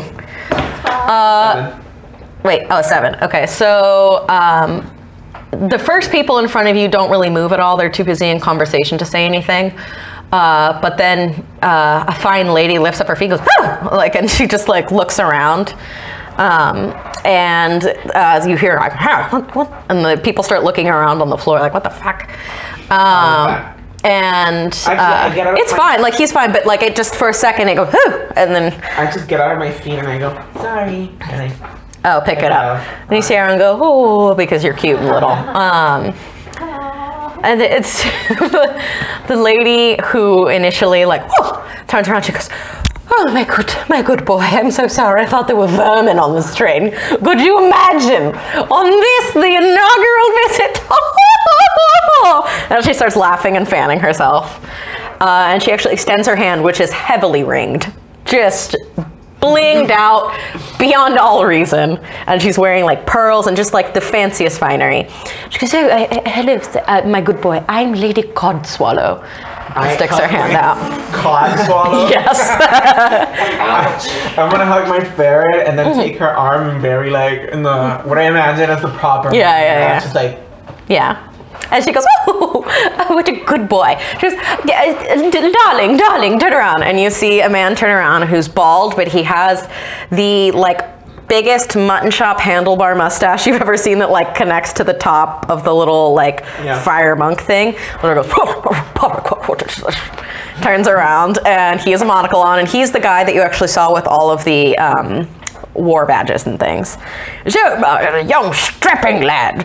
It's so good to see, people of good breeding these days." And he just really loves that, and then he just turns around and they're both just like chittering away. So yeah, you've, I guess, sort of made a friend on the train. Okay, so I'm just gonna put my ferret around my neck. And yeah, so your ferret's around your neck. And actually, he notices that if the ferret is around your neck, he goes, "Oh, you should come hunting with me someday, boy. We set our dogs against these and the foxes. It's great fun." And like he's like slapping your back harder than is necessary. And you can see that he already from the champagne has a rosy flush to his cheeks, and he's gotten a couple refills at this point, and he's just like, like, "I'm manly and trying to bond with you." I'm just gonna like shrug and be like, and he's like, nod. and then he lifts his Forget that we're recording in the That's fine. He lifts his champagne flute and goes, "Jolly good show." And other people in the car, for whatever fucking reason, which basically is that we're rich and we love drinking, also lift their glasses and are like, a toast, blah, blah, blah. And they start toasting and drinking. The equivalent of a box of apple juice. Yes. So I'm just gonna. It's like a nice cup, like a cute little cup, but it's just apple juice. Yeah. Yeah. So just, like make my way. then they keep just talking. I'm gonna have like a nice, like little shorts. Yeah, like like the goofy sailor suit that's like buttons, and then little shorts. Yeah. Like stockings. Yep, I will totally roll with that. I love that. Yeah, and so people as you pass like coo and ah at you. And actually, as you pass, there is a French woman, and you'll know this because she opens her mouth immediately, and she is like big. She has big, poofy, pink hair, and she goes, "Oh, mon petit capuche," and she pinches your cheek as you walk by, and then that's it. So you have been pinged. Are you going to ping your partner? So I'm first. Before I do that, I'm gonna go to the med portion, and I'm just gonna go see what's going on and introduce myself. I'm the dog. Okay, so there's a door, so you would have to knock. So I'm gonna. And let me see, what was this person's voice again? One moment. Theater. And you see the door open. You're very tall, right? 6'3", yeah. You're 6'3", so you see the door open, but it appears that no one is there. Do I see any patients? No. And then you hear, "Ahem!" And you look down, and there is a very short dwarven woman with red hair and freckles, and her hair is like braided back into those old like Florence Nightingale style. And I go, "Whoa!" And immediately say in Dwarven, "My fine lady." She blushes and she's like, "I'm Sister Sharon of the Acolyte of the Burning Needle. How can I help you?" I go, "I wanted to introduce myself. I am a doctor from town we were just in." Oh my god. It's really funny you said that. Dancing. Nope. No. Give me a second. Desert Quick planes, yeah. Quick Plains. I travel around helping citizens, and I am very well known for my wisdom, and I came to give you a hand. in case you needed help. She nods again, and you get by the introduction that she gave and also the way she's dressed. Whereas you are, I would say, a scientific doctor, wink, wink, nudge, nudge. She is very much of the magical healer vibe. So essentially the equivalent of a nun, and how that used to overlap a lot in like ye olde times. It was like nun nurses and stuff. And so she's an acolyte of the Burning Needle. So she has the little hat, but on the back of the hat is the beginning of like a nun's habit, and it's like white robes and everything. She says, "Oh, your services are greatly appreciated. Hopefully," and she like knocks on the door, and she's like, "Saints per service. We won't be needing any of those on this trip. I'm really just here for emergencies, which we hope, or they told me at Briscoe, will not be happening. But you know, if you have any boo-boos, come and see me." And she like kind of leads you in and shows you what is essentially a large broom closet. There's a bed for someone to lay down, but that would also have to be if God forbid there was a surgery. That's also where you have to do that. Like, it is basically as small as they can feasibly make it, but still have it function. Like one of those Japanese apartments. Yes. And you see there's cabinets with all sorts of stuff, bandages, stents, things like that, medical tools, but it's not, I wouldn't say it's like cutting edge of the line, but it's like what you would need, like more than a first aid kit, but not so much more. So it's just not like fully hospitalized or whatever. And then after she kind of gives all the information, I have a hatred for anything that's like not scientific, any healers that are not scientific, and I'm like, have a good day. And then like I walk away. It's like, but I try to hide the fact that like I resent her. Roll for it. All right. So that would be, I guess, performance or deception, whichever you want. Performance, I guess. Wow. It's a 20. Oh, so you just are like, yeah, have a good day. She's like, I'll be seeing ya. She's like, she's like, may Chandralar bless you. And she lets you know that, so her name is Sharon. And you would know that if you're an acolyte of the Burning Needle, you take, like, which is a healing god, whatever, and that's where she gets her powers from, but you take a chosen name that has to do with, like, the religion. So her name is Sharon, maybe not her given name, but definitely her chosen, and so that's what she goes by. She worships Chandralar, which is a chaotic good healer god. Manson. So there's that. And then I go back, and then when I get to my seat, I go, oh, my stomach. Oh, I need my butler. Okay, ping, ping, ping. Okay, so before you guys start making your way up, did you want to talk to any of the other passengers, or you just want to go make straight away?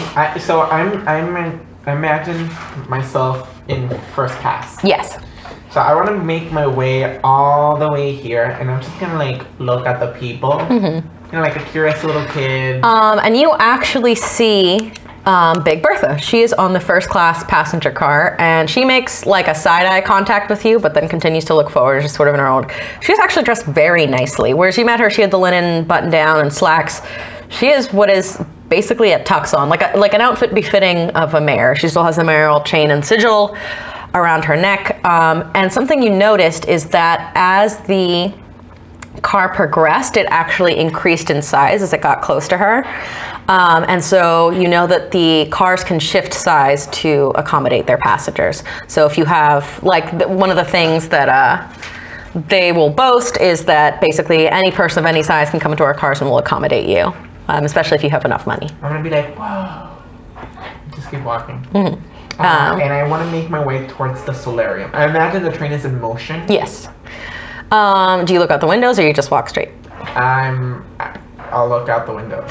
Okay. You look out the windows, and it is strange because it seems that you would be moving at a normal pace, like what would make sense for a train, but you know logically that you would have to be going a lot faster because of the length of the trip. So it's almost like, depending on the lens you view it from, you'll see something different, and that the viewpoint may be slowed down, or maybe something's up with time here, but something's weird about the fact, something's like, it's not like everything's flying by. It's like you can enjoy all the nice scenery for some reason. Since I have Arcana. Can I make an Arcana check to discern like what type of effect, what could be causing this type of effect? Like any spells that I would know. I'm not gonna say you know because this is a new technology, so just so you don't waste the check. But you do know like something's fucking fishy This is here. magic. Yeah, something's weird. And so you continue. Do you either of you in working class? Well, I don't know how you would make conversation, but do you make conversation? I'm definitely gonna listen to hear what people are saying, and if I can't like find or if I can't hear anything of importance, I'm gonna kind of pay closest attention to the Warforged and see what Okay. state they're in. Okay, so this brings a good point.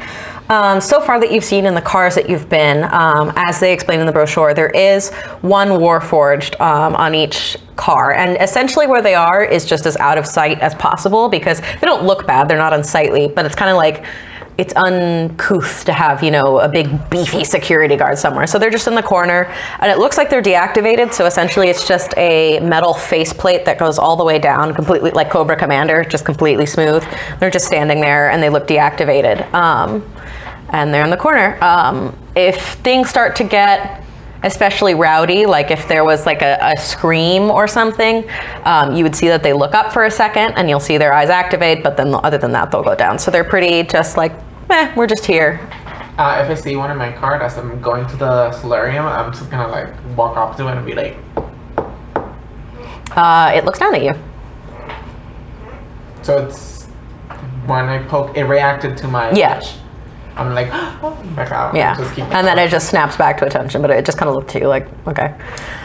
But yeah, so the Warforged are there, and then you know there's in the storage car behind you there are 2 Warforged guarding the people's stuff that got confiscated. And you saw that plenty of rich people had, for whatever reason, for a 3-hour trip, luggage and things that they wanted to haul. And really, you can tell it was just showiness, like, oh, I brought my baby grand piano and my arcane staff from blah blah blah, like just to say, look at all this shit I have.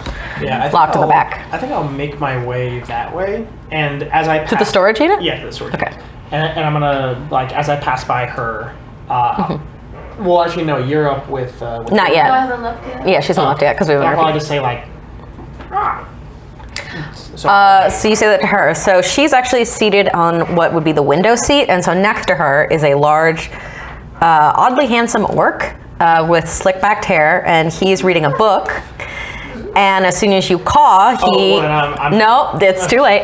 As soon as you caw, he looks up from his book and is like, hello. My name's Ford, F-J-O-R-D. Nice to meet you. Far. Is this from? Yeah. It's from a different game, yeah.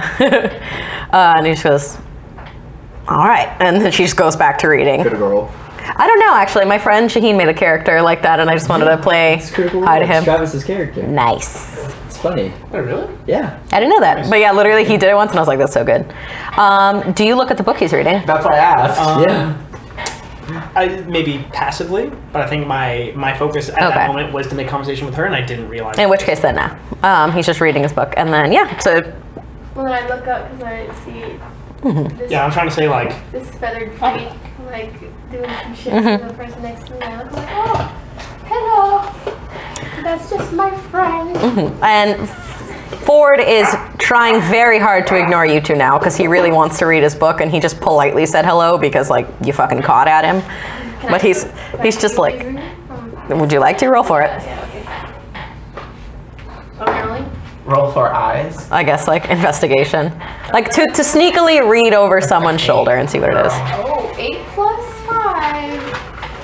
5. You can't make out all the words, but the ones you do lead you to believe that this is a highly pornographic book. 50 something. That it's just like you see the words and it's like, and his erect member, and you're like, okay. Yeah. All right. And he stands up and he kind of like adjusts his button vest and the coat that's over. Like he dressed pretty nicely, and he stands up so you can walk by. Thank you. Oh, he stands up and walks And yeah, so you make your way to the back of the car. Yeah. Like continue.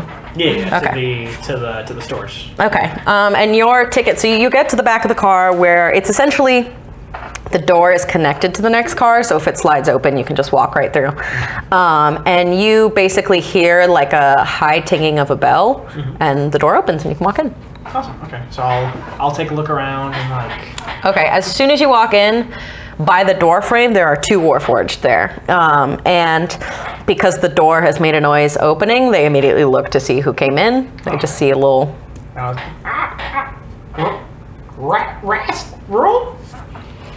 Restroom? They don't say anything. I guess I'll keep walking in. Then they move to stand in front of you.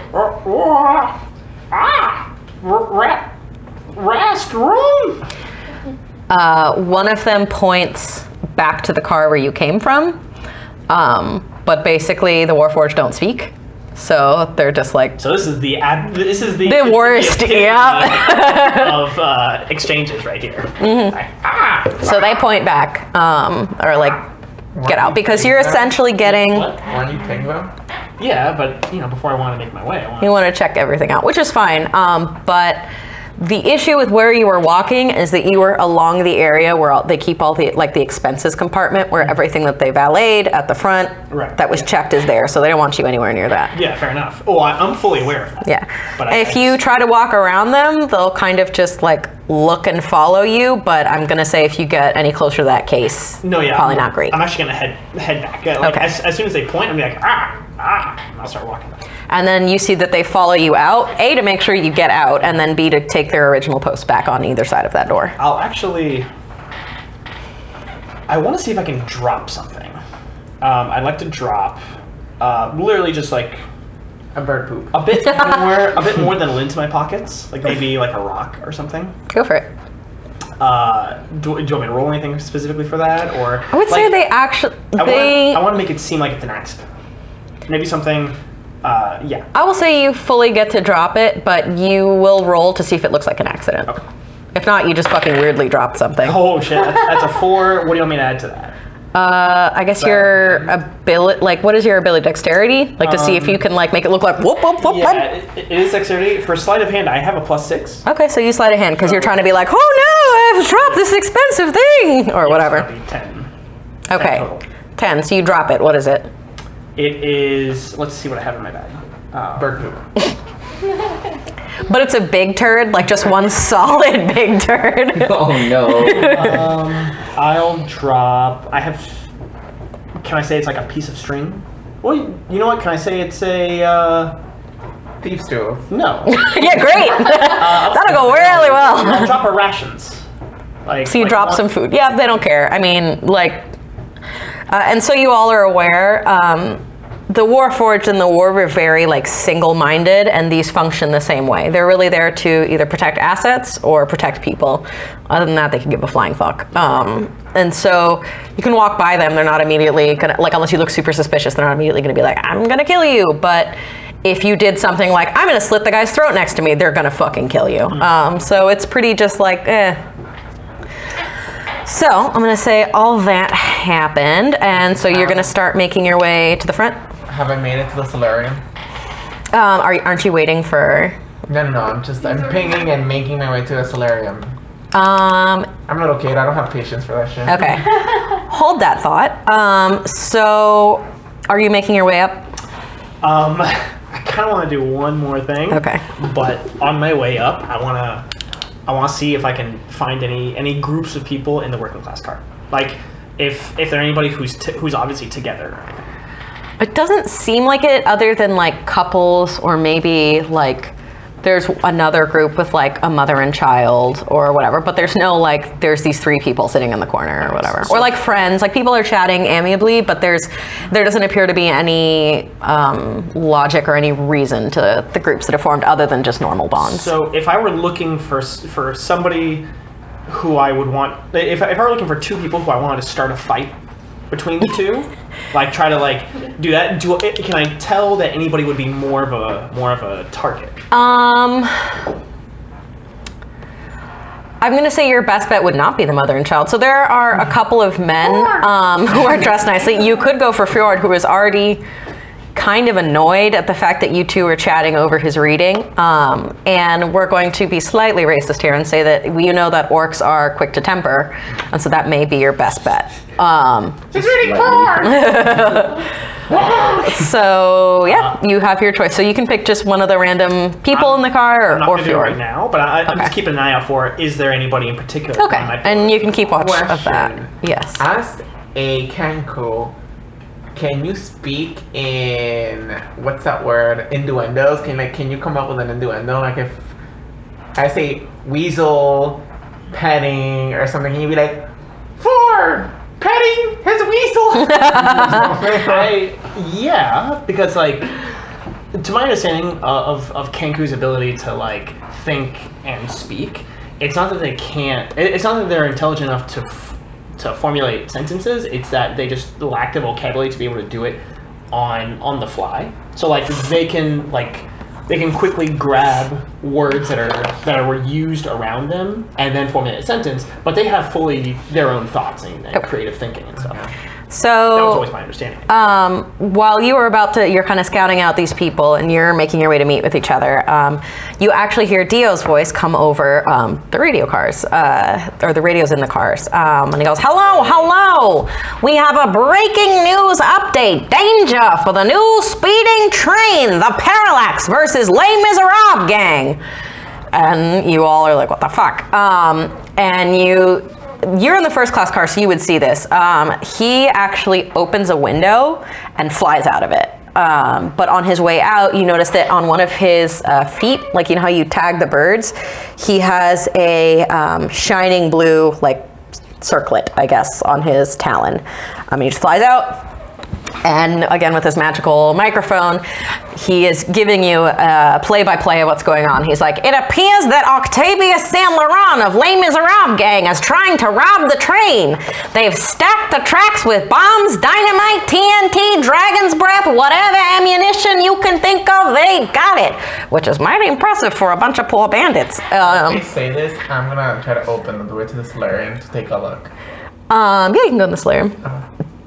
And it's just like, well, I'll get back to that. But yeah, he's describing that like there's this roving gang of people who have just in front, like basically on the tracks right directly in front of the train, there is a pile of bombs. And he starts describing each of the people. So if you're, I would say on one of the frontmost cars, like the solarium or the first class car, you can see. If you're in the working class, you have to just kind of go by his voice. So he's like, what we see here are a few men on horses. And the horses appear to have face paint. And if you look, the horses have face paint like mimes. And a few of them even have clown noses on. And atop them, you see henchmen also dressed like mimes, with the exception of one man who is seemingly a little too large for his horse. Like he's a big, beefy fucking dude. And he goes, I will fly in closer for inspection. And as he swoops down to get closer to this group of men who are on either side of the tracks, you hear, whoop! I'm so glad that was empty. Holy God. Yay. You hear, whoop! Yeah. You hear, and he goes, basically, I struck again, Octavius Saint Laurent of Les Miserables gang. You cannot escape me. Rich percent-type peoples, empty your wallets, give me your jewels, and you will remain free. Otherwise, perish in the fires. And he has his hand on a button detonator. And so the train starts kind of slowing down. And actually, if you're still in the first class car, you hear Lady Codswallow make a giant exclamation. She's like, woo! Oh my goodness! Oh my goodness! And she looks weirdly happy for this situation because she's going to be robbed. And she starts taking off all her rings that are on her like operatic gloves and her bracelets. I feel like she's like, finally some attention. So she starts slapping her husband. She goes, Dad, don't be cheap. And he unpins his sash. And she goes, and she starts looking around to the other passenger. She goes, I heard of one of these adventure trains. They fake rob you. Of course, everyone gets everything back at the end. But could you imagine being robbed by a commoner? Oh, exciting! And she starts taking like the jeweled pins out of her hair. And everyone on the car starts taking off all their jewelry. People in the working class also start shifting around to grab like coin purses and things, but obviously they're well dressed, but they're not as extravagantly dressed as everyone in the first class car. So they're getting ready to be robbed, but that's about it. Basically, Dio remarks, he goes, "Don't worry, ladies and gentlemen, do not worry. Please do not remove your precious items, valuables, gems, children, loved ones, whatever you consider important to you, keep it on hand. We have just the thing for this situation, the remedy to all your ails, the ability to show you what this train really can do." And all of a sudden the radio cuts out and it gets really quiet. Opposite Lady Codswallow, you see the Frenchwoman who pinched your cheeks. And Octavius is going on and making more of the, big bad rant in his terrible, terrible French. And he says something and her ear perks up. And she makes her way to the window. And she looks out the window and she screams like she's seen a ghost. And she throws open the window because the train is slowed down. Everything's fine. You just see the scene before you. Now you can actually up close see that this train is getting closer and closer to these people. And she yells out, "Pierre?" Octavius, you can't tell because you're so far away, but you can see he stiffens on his horse. Like he's seen a ghost also. Like he's just absolutely losing his shit. And she's like, "Pierre, is that you?" And he goes, "No, of course, I'm Octavius Saint Laurent."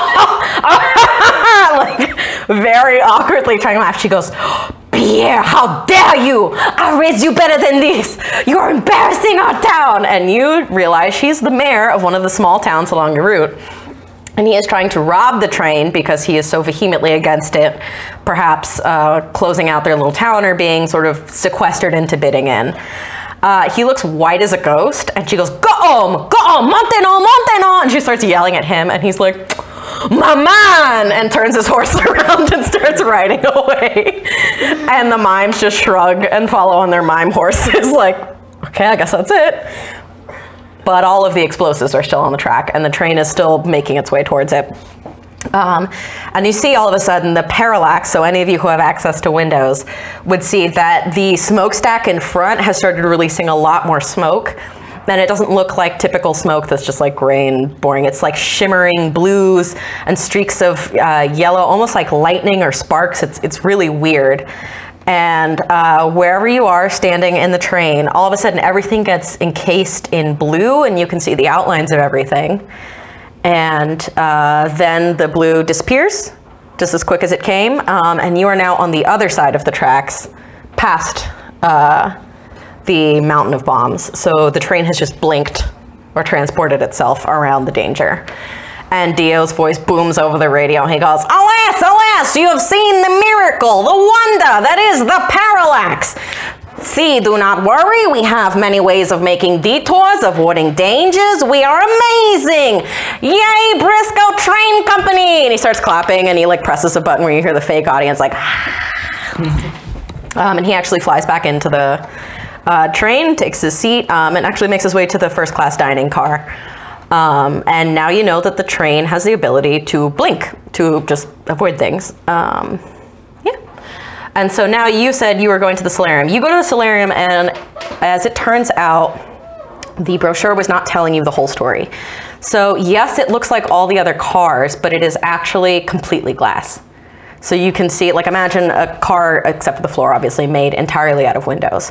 So the whole benefit there is you can see all the scenery, there are rare plants there. It's kind of like a arboretum, I think is what they're called, or like a plant museum. There you go. And so it's really just to take your wares. You can sit, and take in the sun and drink your tea or whatever, but it is completely glass. And I imagine, Nim, you are making your way up. Okay, and like I said, the doors are connected, so you just walk through, and every time you get near a door, you hear that high tinkling bell sound that lets you know that your tickets are linked, and it opens for you for your clearance. And I imagine it takes some time, but you make your way to the solarium and meet up with Tobin. Are we the only people in the solarium? No, you see there's a few other passengers who've kind of wandered around. There's a lady in a black and white dress with like a very high collar, and she has her hair pinned up, and she's actually reading the little placards about the rare flowers and going to each little exhibit. And there's like a couple of people, but it's not packed, if that makes sense. So most of the people are still either in the first class passenger car or at this point have followed Dio to the dining car. Is the solarium linked to the engine room? Like just a walkway? Yeah, so how it works is, imagine the solarium is kind of like a car dome, and so there would technically be a door to open there, and then there would be a door, like a walkway, and then a door to open to the engine room. Do I see any automaton? There is one, but he's actually towards the back of the solarium, if that makes sense. So when you first walked in, so if you go close to the door, maybe you could get away with not being seen. Okay, so And I'll actually for a second switch to you guys. What are you doing? I'm still making my way up. Okay, well, So I get a little impatient. I'm like, where is this bird? And I keep like pressing are it. you in the passenger car or the dining car? I will be in the passenger car. Okay. And I saw this whole thing play out, and I guess to him it felt so fast where he was like, man, this would be a great distraction. And before he's like, this would be a great distraction, it's over. It's And over, he's like, yeah. that's what I was thinking too. damn it. You know, he's like, damn it, that would have been a good opportunity. Mm-hmm. But then what he decides is he looks around and he's like, what's a good, he kind of observes what would be a good opportunity for distraction. He definitely sees a pregnant woman and could definitely see what he can Induce figure labor. out, induce labor with that. Pays attention to her, also pays attention to, well, I just want to do like kind of a perception check. I'm sorry, I have to retcon something because I forgot to mention it before. When Dio was announcing all this stuff, you notice as soon as he mentioned like the train is being robbed, all of the Warforged, no matter what car you were on, their eyes snapped open and they faced the direction that Dio was. Damn it. So they're like, the train is in danger, turn this way. But as soon as he said never to worry, they shut back off. There's Is like, Dio okay. nearby? Dio is in the first class dining car. I want to go there real quick, and I just want to look at Dio, see if he has any devices on him. The noticeable Whoa. thing is the microphone pin that's right there. Devices as in something that alerts the Warforged. So I will tell you as a DM, the thing is actually just a microphone. So that's the thing that seems to alert. That keeps all of the trains connected and informed and alerts the Warforged. Yeah, it's just basically by his voice. So you can deal with that in a bevy of ways. I will let you think on it. So the microphone. Yeah, I don't. So the microphone seems to just kind of like talk to it, and then there's speakers. Yes. Is it magical speakers or is it actual like speakers? How do you know that? I'm gonna say magical speakers just because I don't feel like dealing with wiring, but there are a few ways you can essentially disarm Dio, if that's what you're wanting to know. So if he doesn't have that pin, his voice doesn't carry to all the other cars, because that's essentially, you have to think of it like a walkie-talkie, like you press the on button, you're like, hey, whatever, turn it off, it doesn't work. And it's magical because he chooses when it turns on. It's not like he presses anything, he just begins to talk and it projects. But you actually see him sitting at the bar, and he calls up one of the barmaids. He goes, Miriam, get your robotic tuchus over here. Can a man get anything to drink after such a wonderful performance? My gosh, I haven't had such bad service since I was in the salt wastes. I smile. And he starts touching his throat like, I smile and I'm like, here we go, baby. Russian time, baby. Russian drinking time, baby. So, I walk over there. okay, so he asks Miriam and she comes up, she goes, hi, I'm Miriam. And he's like, yeah, I know, a whiskey, neat. She goes, Over, yeah. of course, sir. And then she just zips away to grab the neat whiskey. I walk over to him and go, my good man, what was incredible. You're so brave.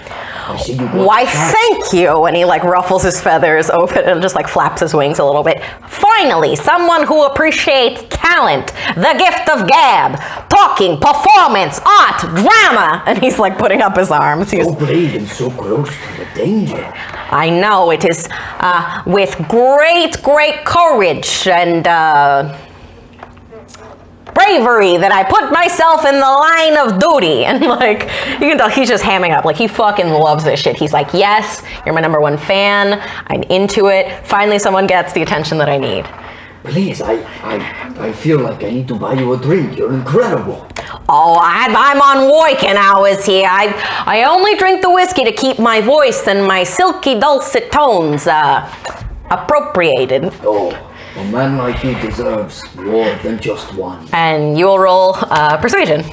And I will. And at this point, Miriam comes back. She goes, hi! And then just puts the 16.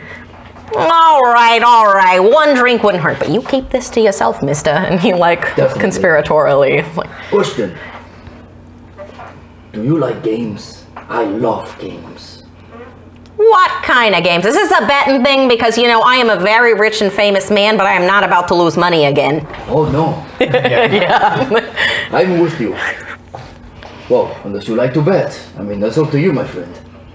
I have played my days on a wager of a certain kind. You look like the type of man that can truly make a performance. Why don't we play a little game, you know, to see who can tell the best story? And the winner, for every time they lose, they have to take a shot. Why? And he starts scratching his, like, little, not a beard, but it's like a bunch of feathers, and he goes, well, that's practically a bet I can't lose.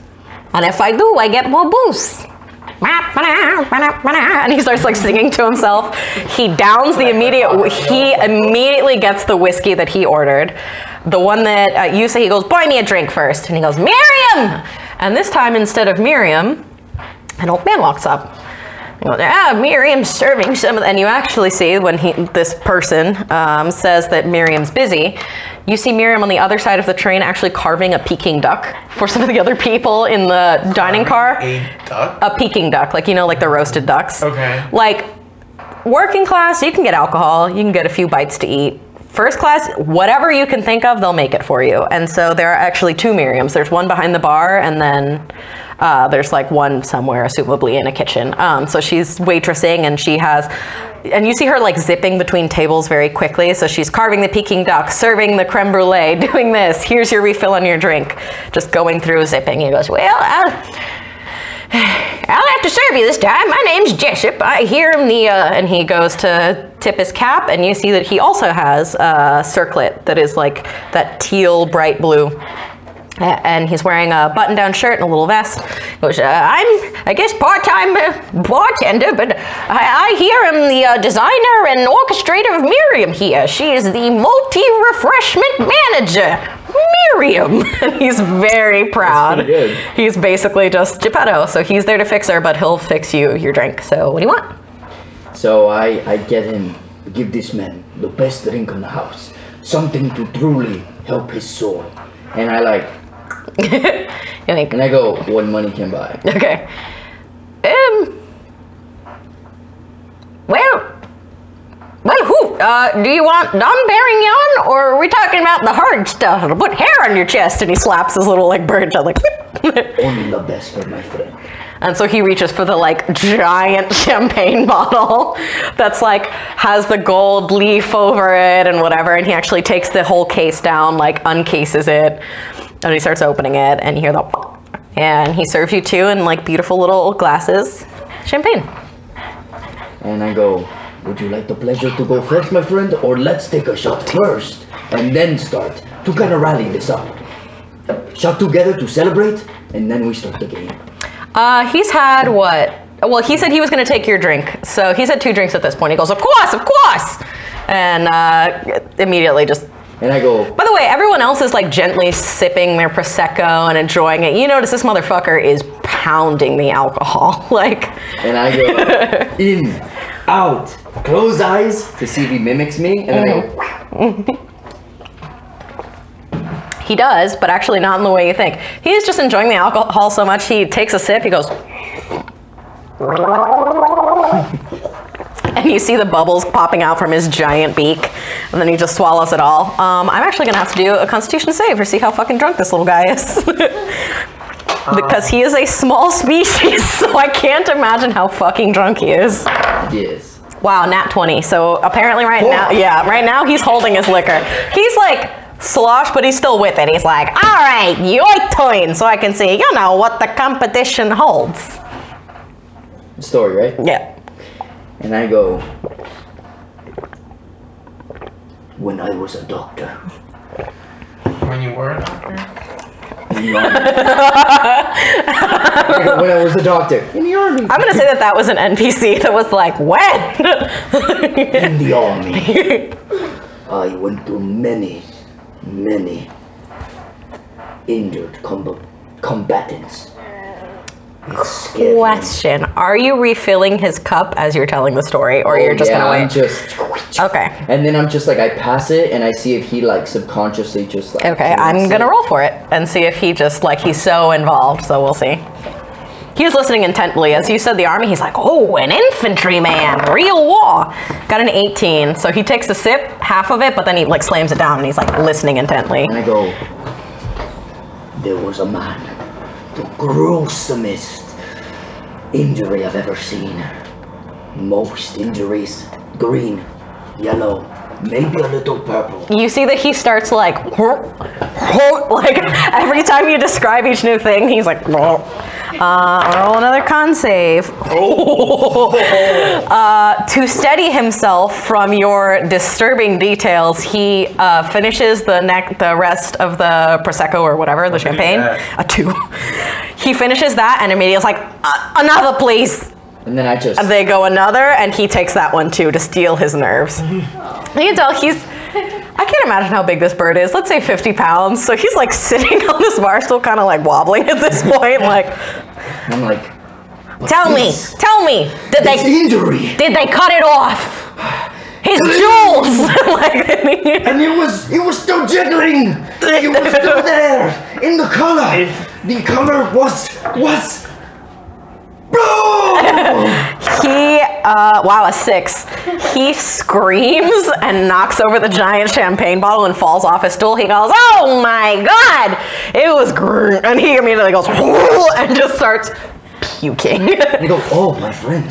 And Miriam comes and she goes, oh, sir, we have a bucket for that. And then just gives him, but because it's first class, it's like a really nice bucket with like a little, like the 2 little horses holding the like fucking like handle. I think it's like, thank you, and just throwing up. I'm like, please, I will take you to your room, sir.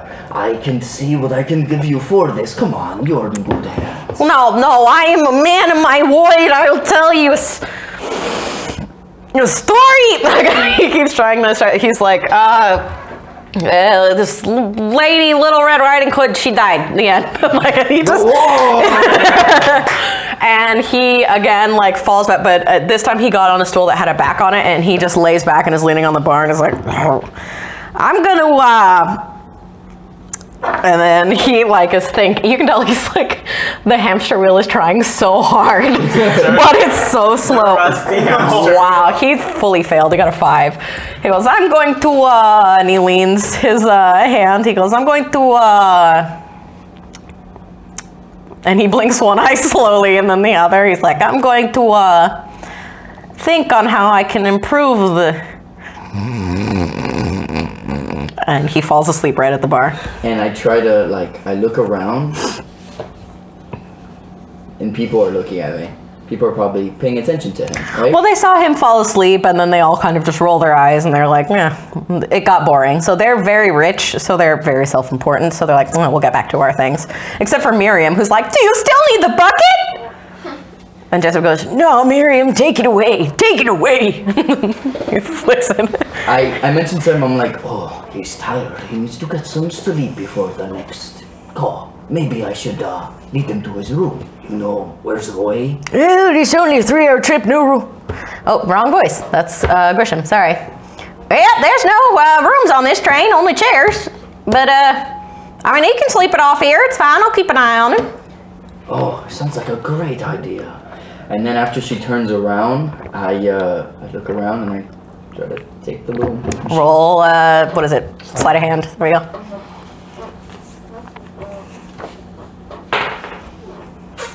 Lucky. Not good enough. Okay. And I'm gonna say Jessup did turn around. He starts cleaning glasses. Miriam is still zipping around the whole car. So how'd you do? 10. 10 total? 10 total. I have 0 sleight of hand. You know what? I'm gonna give you advantage because he's asleep, so it's not like he'd be like, whoa, like he's fucking drunk and asleep. You could have just waited until I got there. Can I use the... I will give you double advantage because he's drunk and asleep. 20! Yay! So you just very quietly, yoink, and you just pull the pin off of his kerchief. His kerchief still stays in place. Everything else, if you really weren't looking for it, you wouldn't necessarily notice it. So you have it. Okay. You've solved my deal puzzle. I immediately like, fuck. And then Do you have pockets or something? Actually, yeah. At what point do I show up?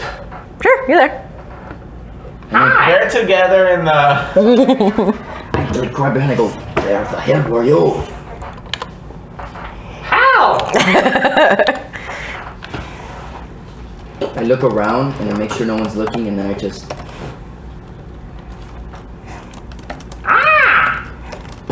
One step ahead.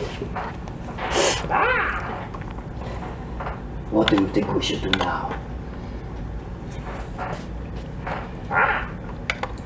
And you're in the dining class car? Yeah. So we're the one just Okay. before this, Larry. So, I guess now I move my way over to the first house. Yeah, so I shrug, I don't know. And I Okay, so you're moving back to the, okay.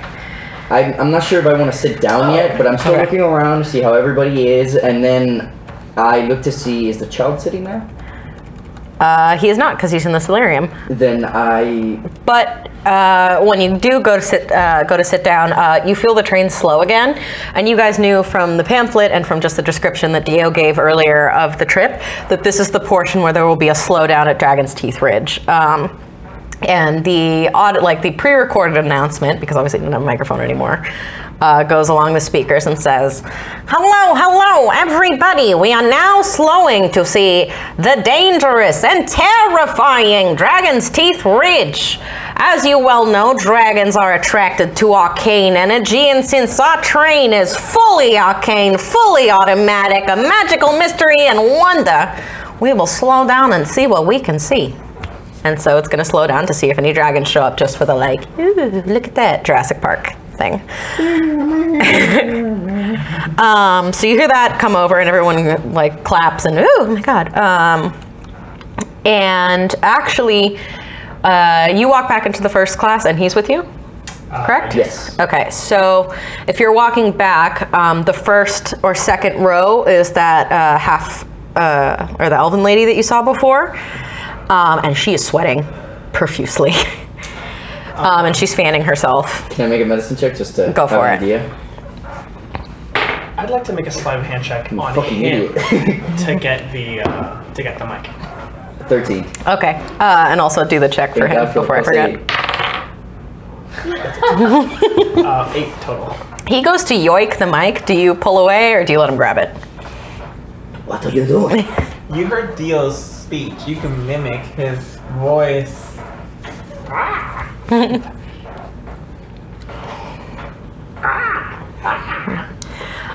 you can tell this woman is in some kind of distress with a 13. You want me to go? You want to talk? You can't even say words.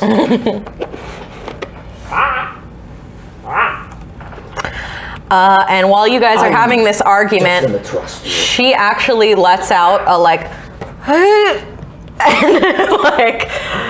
and do you look or if you just kind of keep arguing? You're gonna keep arguing. Well, I give him the mic and then I look over to her. She does not look well at all.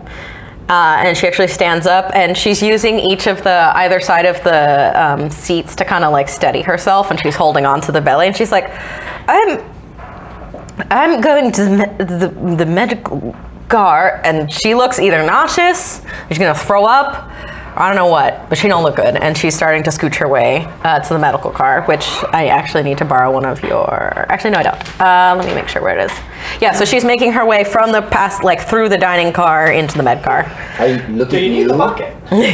I look at you and I go, and then I'm like, Madam, I'll help you. And I give you like a signal like, go. Now's a chance. I keep really fucking changing her accent, but she's gonna go, oh doctor, thank God. And like, so she puts her hand on the doctor, and she's like, grabs the pistol. oh my God.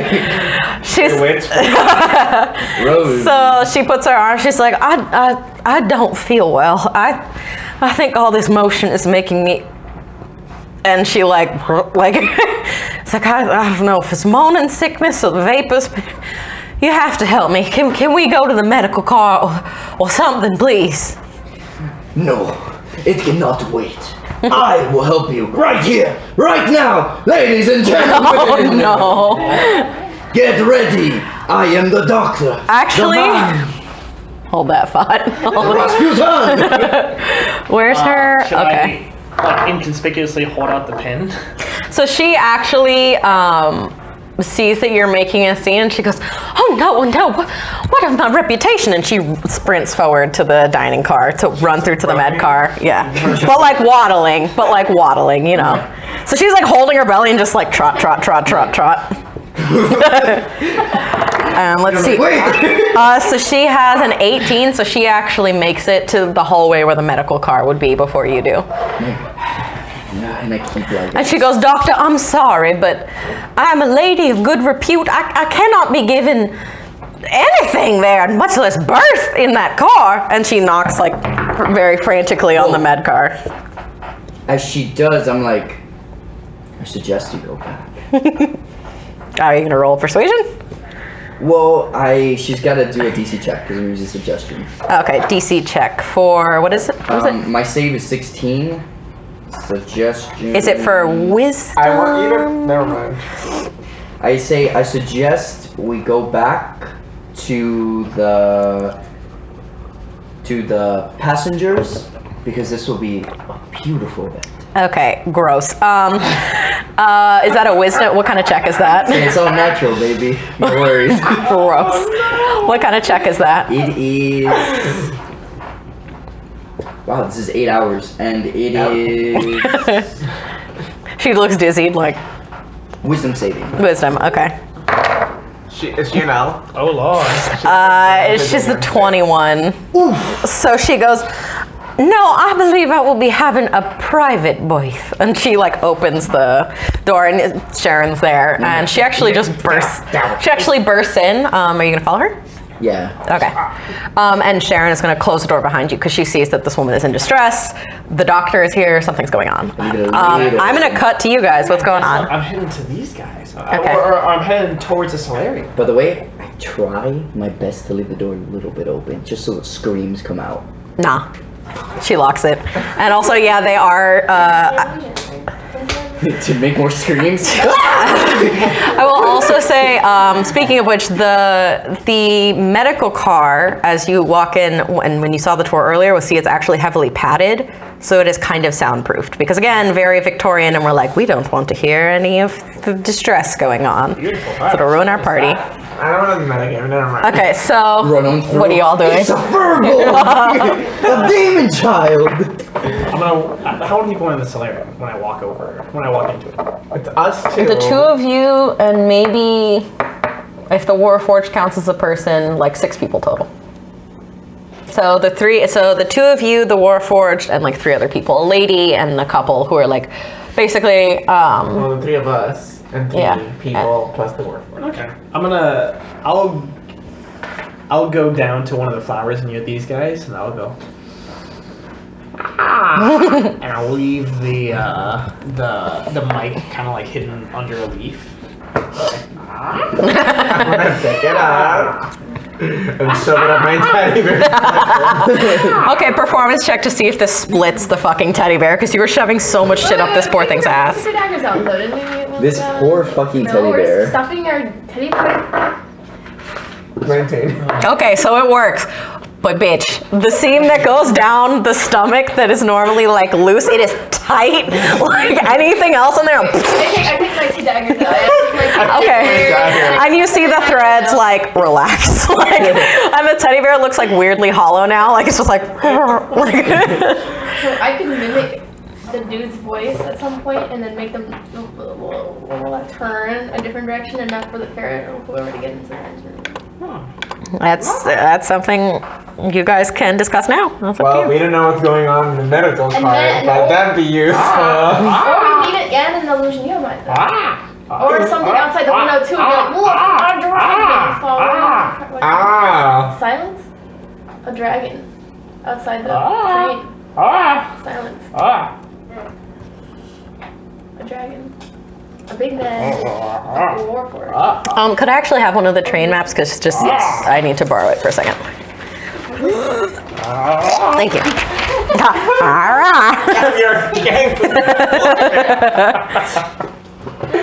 God damn it. Okay, and so you guys are chatting away.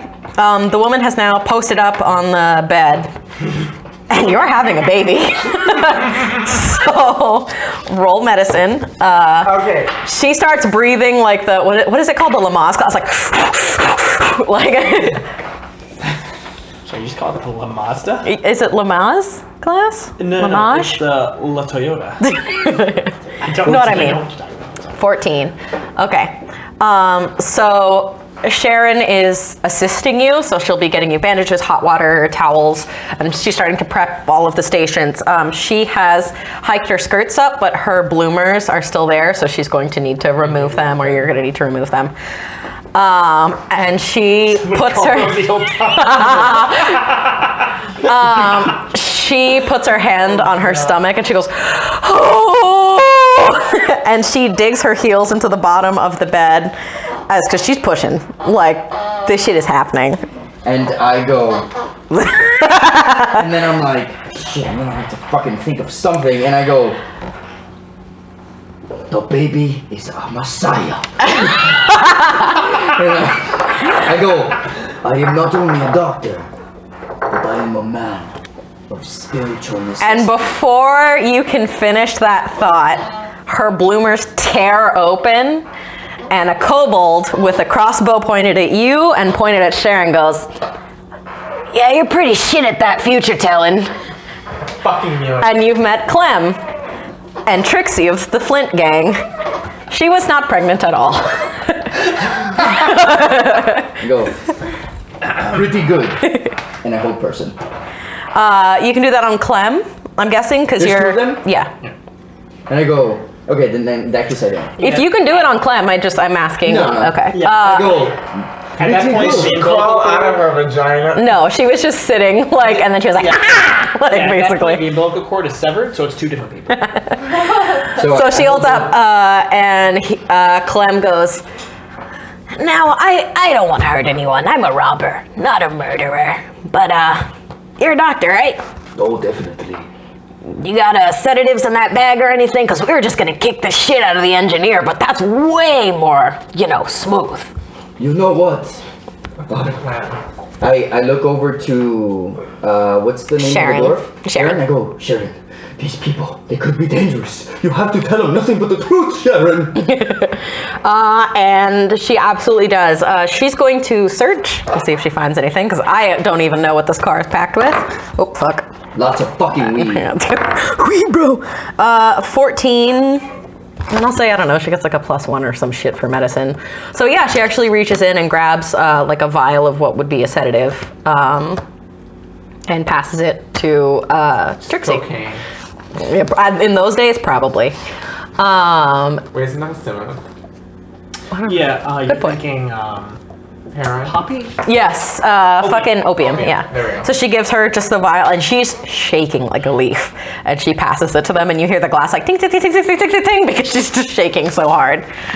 And Clem removes himself from the table and is pointing the two crossbows at you two, and says, now, this thing is soundproof, so if you just stay put, nobody dies.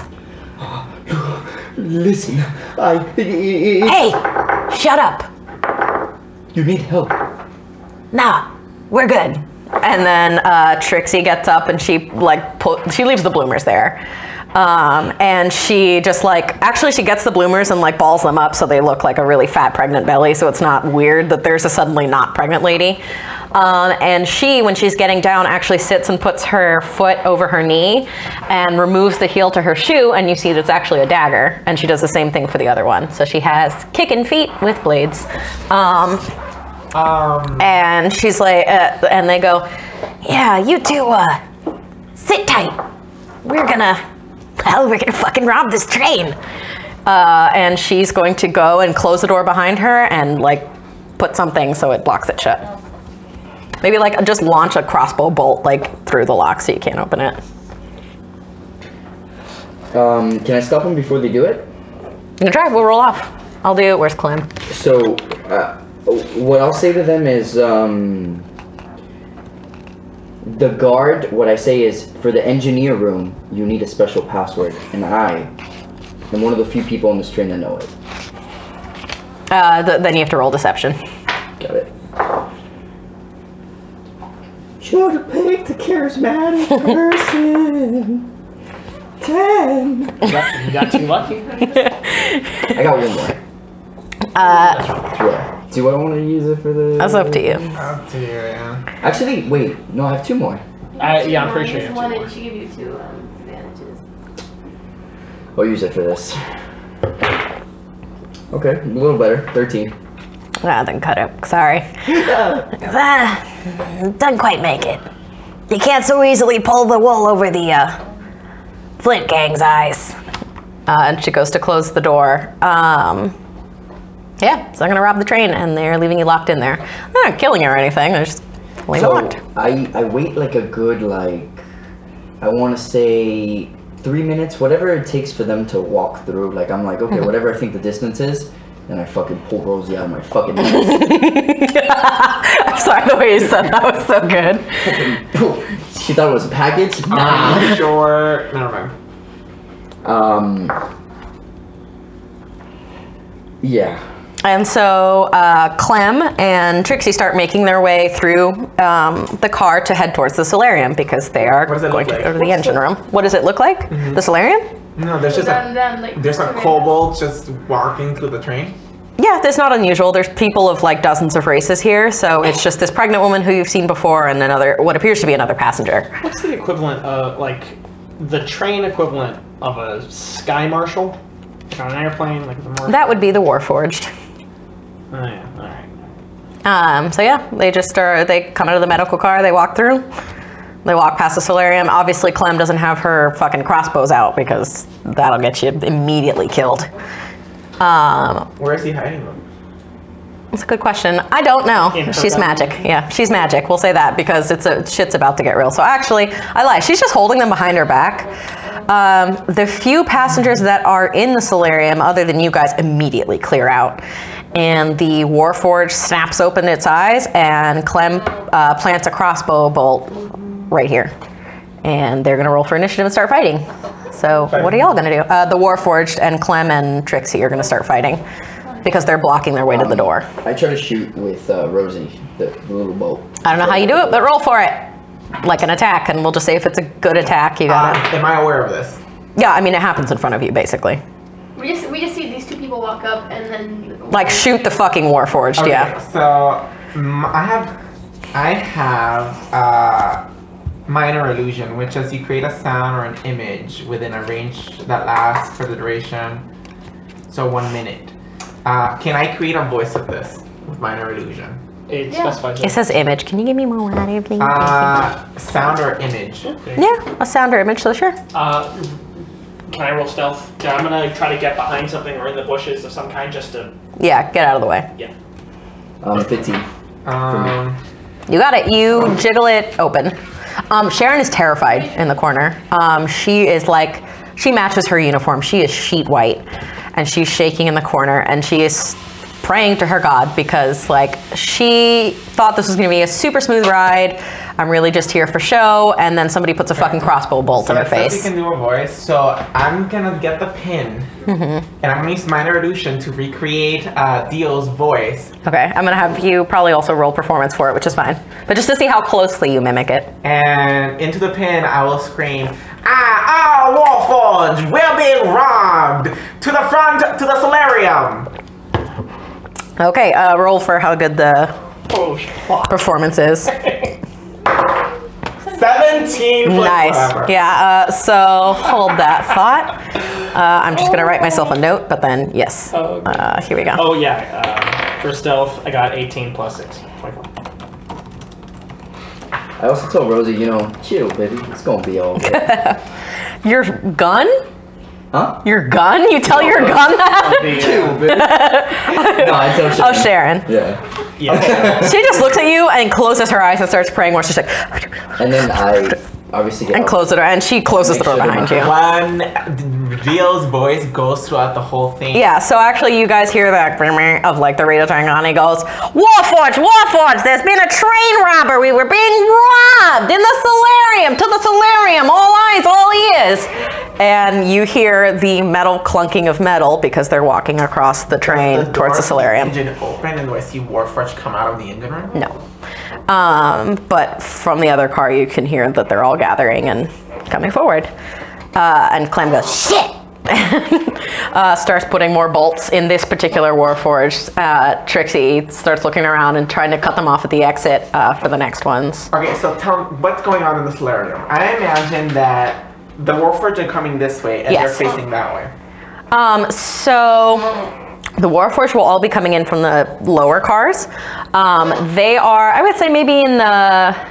They've now probably moved to about, we'll say this is a long car because the whole thing is like you can walk through and feel like you're in a garden.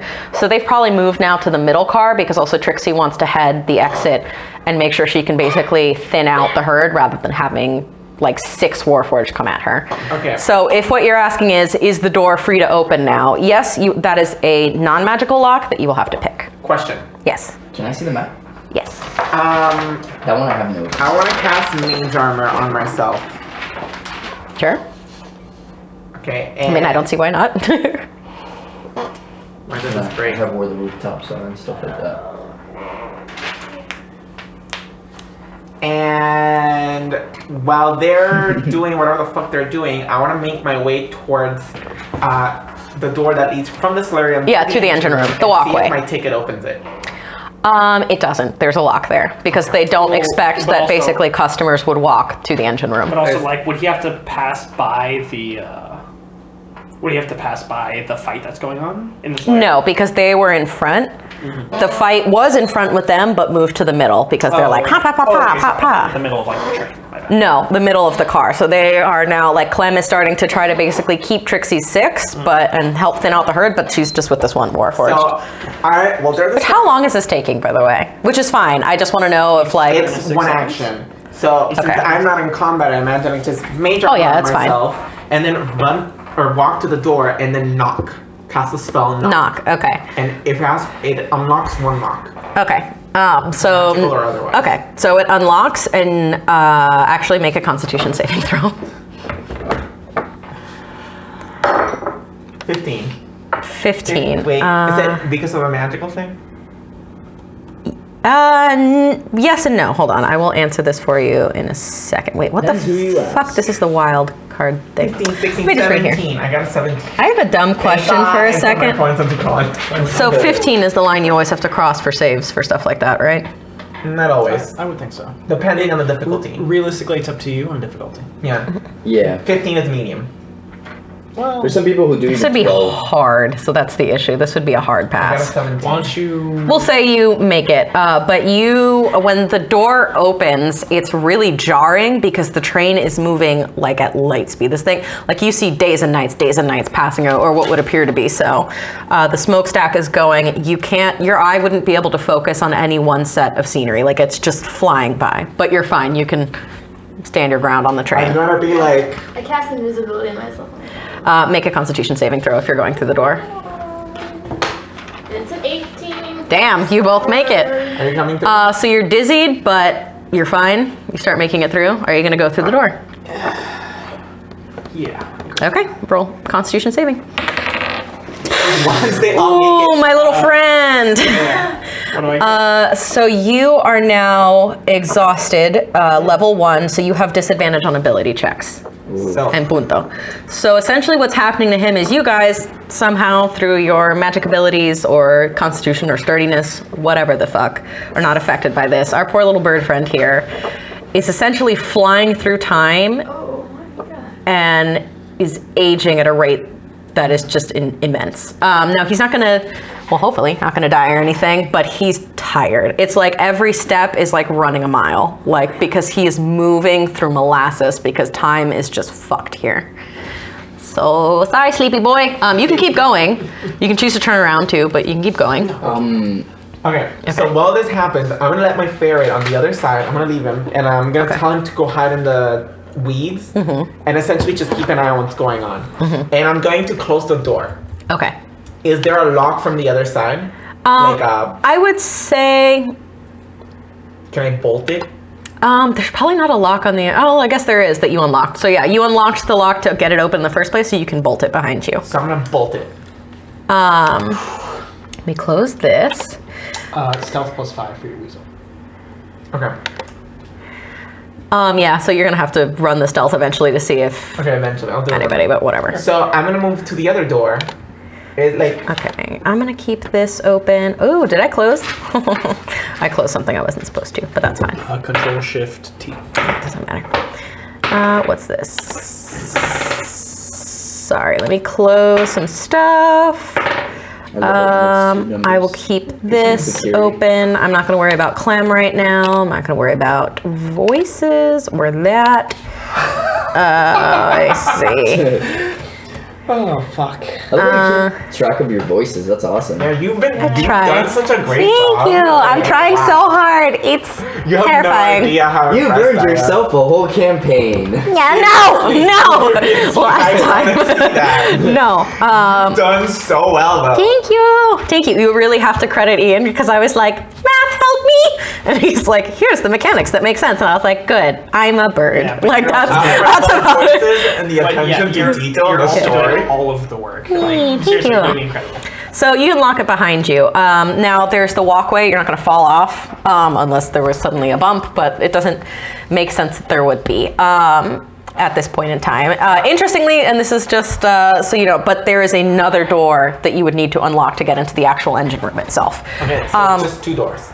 Yes, and before, for the engine room door, there is that little visor slot, so you could potentially look in. Someone could also potentially look out. I'm going to look. Why do I reach it? So actually, right as you guys are out, it is perfect timing because you guys are going to cross on the map the place that is called Snake River. Oh, great. And it's so the tracks this whole time have been like semi-transparent, visible, holographic, all that cool stuff.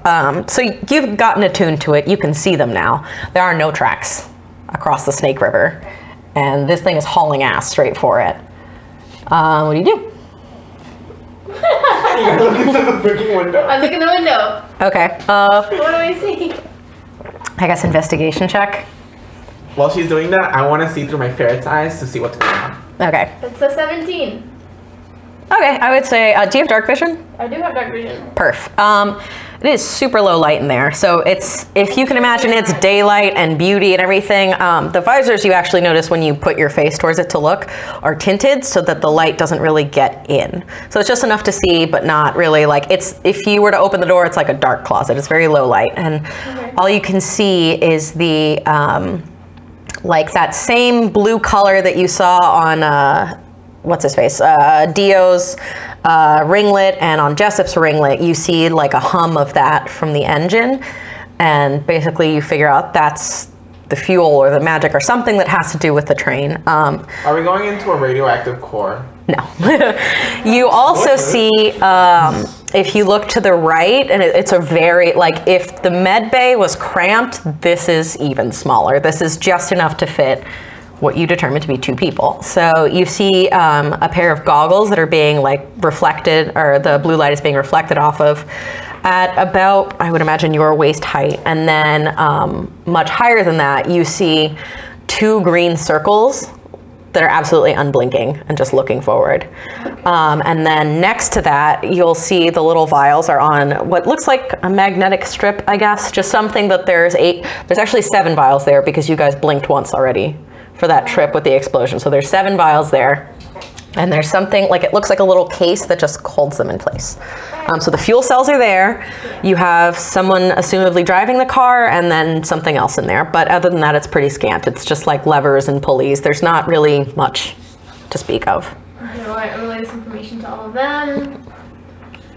Okay, so obviously we can't stay here long, so we either go in or we do this really fast. I can open the door. How long has it been actually? Because you might need to make another save. I would say it's been 2 weeks since you. For that joke, make the save. No, I'm kidding. Rosie, the time. I mean, the way that it works in combat is that each ability check for each person is 6 seconds. So in the sense of she makes a check, he makes a check, I make a check, and that's 6 seconds. I'm going to say it's been at least that long because she looked in. Yeah. So make another con save. For me? Yes. Why specifically for me? Because you're the one who didn't pass it. Actually, all of you. Make another con save. That's what I was... Sorry. Forgot about that. Oh, good. Oh, good. Oh no. Level 2. 14. Level 2. My favorite. I was saying 17, so you fail also. Roll. Is that what? Natural 1. Ooh, hello, my baby. Hello, my honey. Your speed is halved, so keep track of that. Right. Because you're fucking tired. It is like you haven't slept in a week. You now have disadvantage on ability checks, so just keep that in mind. And I'm sorry, at Nat 1, I'm actually going to bump you up to your speed is halved too, and you have disadvantage on ability checks. What are we doing, friends? So I would make haste and either open the engine room door or go back into the solarium because the longer. Are we halfway there? I would say actually, since you passed the Snake River, you're a little more than halfway there. I'd say you're like 3/4 of the way there. Like you're reaching. It's do or die. Yeah. It's do or die. So I'm gonna knock on the door. You're gonna wait, like just knock? No, just- Oh, okay. I was like, Sorry. Yeah. that is a choice. Like. Casual knocking. Hello. So. Hello. And the way the spell works is like you hear a knocking sound and the. Okay. Hold on. Let me check something real quick. You want me to read to you? Gremlins! There we go. I just needed to remember the voice. So you hear, what the hell? And the goggles, if you're still looking, would immediately snap towards the door. There was like a very intricate, beautiful lock, very magical, and you see that all of the sigils light up and all of the combinations start turning and it unlocks. And so you're you're like that for 10 minutes. okay. Yeah, it's free to be unlocked. I mean, Hold on one it's second. a magical effect that's constantly locking it. It's suppressed for 10 minutes. Okay. Can I ask an important question? Yeah. What's he doing? Yeah. What are you doing? Yeah, I was ready. I didn't want to steal. Sorry, no, that's cool. I took a bit in my little pregnancy scam. So, I guess what the character would do in the situation is, do I hear from the other room, from the solarium, like? Yeah, like there's a And I'm fucking like- fight going on. Like you hear metal clanking against metal, and scraping across it from either Clem putting bolts in them or from Trixie like kicking the shit out of them. So it's a weird kind of damage if you're close enough to see that they will get both the force of a punch but also the slashing damage of a sword. So it's just carnage. So probably what's going in my mind is my teammates are dead. They all died. But I was like, well, what do I do? So there's no one guarding the rooftop, right? Nope. So I'm like, I mean, all the workforce have been called to the solarium. Yeah. So you would definitely have to roll a like nobody just watches your ass walk up. well, I go, Because it's a fully glass car. So there's no way you're like, I can get cover unless there's maybe a particularly tall tree, but you'd have to roll for it to see if you can like shimmy up behind it and not get caught. we'll shimmy up like behind the solarium. Oh, Well- wait. Yeah. I use spider climb. Yeah, You can go for it, but you still have to roll stealth to see if nobody sees you. Because I mean, if one dude, they'll try to rip you down by your feet. Could you argue for advantage on that? Since you're like on the ceiling? Could you argue for that? But he would have to get to the ceiling. So if you can convince me, flavor text it for me. You got to convince me. So really, what I was gonna say is, ladies and gentlemen, your doctor is here. Don't worry anymore. Dr. The Who, baby season 14. was a demon baby, and I am ready to purge it of existence. Do you have your weapons out or anything? No. Yeah, they don't care. They kind of look at you for a second. They like scan you, don't see that you have anything out. They're just like, all right, and they go back to the fight. So yeah, yeah. So they're basically just like, okay, some fucking freak. Like, okay, like whatever. This is like important. This fucking guy again. Yeah, like okay. And so do you guys open the door or you leave it closed? I'm gonna close. Because you've unlocked it, but like, have you opened the engine door? You're all in the You're all in the walkway. Are you going into the engine room? I'm gonna go in the engine room. Get the shit. And I'm gonna close it behind me, not locking it. I'm just gonna close it. Okay. And in my little boy voice, I'm gonna go, there's a robbery in the solarium. Immediately when you close the door, you have dark vision, but it is dark. And you can kind of see now that you're actually inside. The goggles were being worn by the person who is the engineer / conductor hat, and they are a tinker gnome. They're just small and they're working at the engines and stuff. There's two of them? There's just one. And he goes, oh, hail. And he looks up and you see the two sort of green eyes that have not blinked. And you hear this.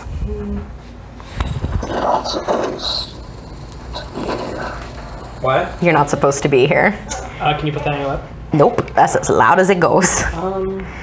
And then he looks down at Henry and he says, not supposed to be here. and then he looks back at you.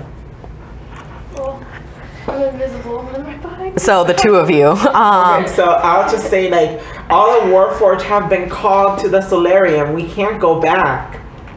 I can't go back. I'm like, you think we? So side note, you also at this point would notice that Henry has one of those same bracelets that you've noticed the train workers are wearing. And the voice, if you want to call it that, responds. I'm gonna kill you if you don't leave. Okay, so very slowly and deliberately, I'm gonna open the door again. Am I seeing a Warforged creature? Yes, but it doesn't look like the other ones. The other ones were just kind of the faceplate. This is like two green headlights and like what looks like a skull, but made out of metal, and just kind of. And he has a sword at his side, and where the other Warforged, they have like hands, like just metal hands, he has claws. So I'm gonna look at the gnome and say, can't you do something about your robot? Henry is trembling, and he just looks between you and Shrike, and the automaton yells. Okay. So I'm going to open the door very slowly, and I'm gonna lift up my Kenku's arm, put it around me, and just slowly start walking out. Maybe not that slowly. You have to walk slowly. Your speed is halved. Yeah. So is yours. We're walking out. We're walking out? Why are we walking The out? two of us are walking out. Two of us are walking out. Yeah, you guys are walking out. Leave your ferret. And actually, Oh shit! as you're walking, you actually hear the slow shuffling, like of metal coming to activation. And Henry's like, "Nah, you don't have to do this, Shrek. It's they're leaving. It's fine." And he says, Henry, stay on with this. and you hear the metal getting closer to you because he's following you out. Okay, so Go again, so I don't fucking know. I can attack. What do you want me to fucking do? I don't know. I want you to take a bio. Oh yeah, I'm gonna do that. Okay. Wait, are the both of them going, like the both? If they're both leaving, like, okay, so this no, is like the two. It's 8 vials. No, Or, no, a 7 now, 7 vials. but they're all together, The two like metal here. guys. Are they following these two or like One metal guy, and yes, Yeah, so what's if the other one doing? Oh, it's he's two just, eyes. yeah, he's just a gnome and he's cowering in the corner Oh, next to the I thought there engine. were two metal people. No, just one. Okay, so Oh, I thought there was 2. Nope, just one. No, no, it's two eyes. Ah. Yeah. Forgot. You got 2. And Strike he's giving you enough space to walk, but like, you can tell he's getting impatient and he's gonna, Well, You should get out. my way to the vials slowly, because I'm slow. And I scoop them all can you fit? Because this thing is about, I would say, is I would say maybe a that's little wider than this table. So if you have a full-bodied person here, could you? You know, I think the best way to put that is that it would be either Acrobatics. Yeah, to either like athletics, squeeze around this or guy. You could make an argument for sleight of hand. No, I would say acrobatics because you have to like morph your body to not touch this thing. By the way, when I come out, do I see them? Like, coming out? No, we're gonna be in Well, they have the door open, correct? No, the door to the solarium is locked behind us. Yes, but you have the door to the engine room open, yes? I left it open. It Okay. wasn't behind me. I'm just like, So where are you on the solarium now? So I guess, like, when I'm coming out, I see them coming out? You would see them walking out, And but only 2 of you want me them. to do con You save? have a thing to roll it in right there. Actually, yeah, I'm sorry. When you got on top, you should have absolutely made a con save. as we go back into the solarium, I'm gonna turn to Strike and What was point at the. that. Let me do the last one. Okay. Okay. 17. Okay, you're good. You just feel like dizzied, and it's weird spider climbing on this because A, it's a moving thing, and B, it's a moving really fast thing. And I'm actually gonna make you make another con save if you're trying to climb down to talk to them. Like if you're staying on top, that's like sort of one level, but shifting that motion, I would say, is another thing. So my end goal is that I'm gonna spider climb to that little visor area, and then in that visor area, I'm gonna try my best. Well, first You would I'm gonna have communicate to them. Okay, you would have to do 2 things for that to work. So those are the only 2 cars that aren't connected. So either you would need to climb down and then look, or you would need to make the jump. So So I guess I'll pick your poison. talk to them first, and I'll be like, "What's happening, child of Actually, God?" you asked what's happening. Oh, if you ask what's happening, you instead of them answering, you hear a voice behind them ask.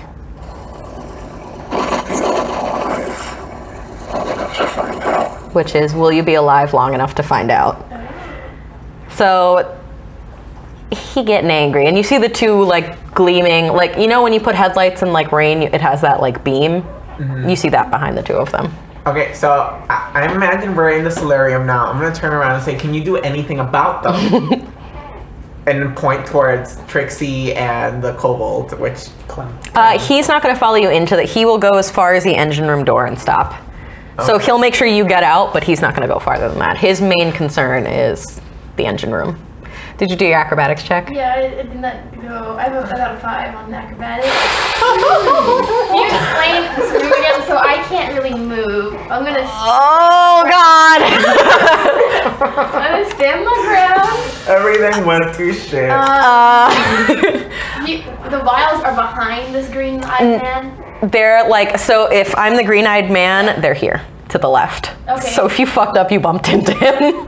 Okay. So roll Did he initiative. step out? Well, but nobody. He didn't step out because he looking at like these two, right? he's looking at those 2, but like if you feel someone bump into you, you're gonna be like, what the Well, I have fuck? mage hand, so I could like mage hand from above his head, behind. Not above. because No, 'cause this as soon was as you cast the Mage reason- Hand, you lose invisibility. Yeah, and also the issue is you bumped into him because you failed something. It's not like Oh my you God. purposely did. All right, So roll initiative, and I'm gonna say that he is. We all roll initiative. It's Yeah, 4. the 2 of you roll initiative as well. So Well, yeah. I gotta pee. Okay, So I guess afterwards, when I see them, you know, so hold on, initiative. I lost so many spells eating shit with We have subtle paper. Ian with 4. Is that what you said you got? Who got 4? I have a 4. Got a natural 1.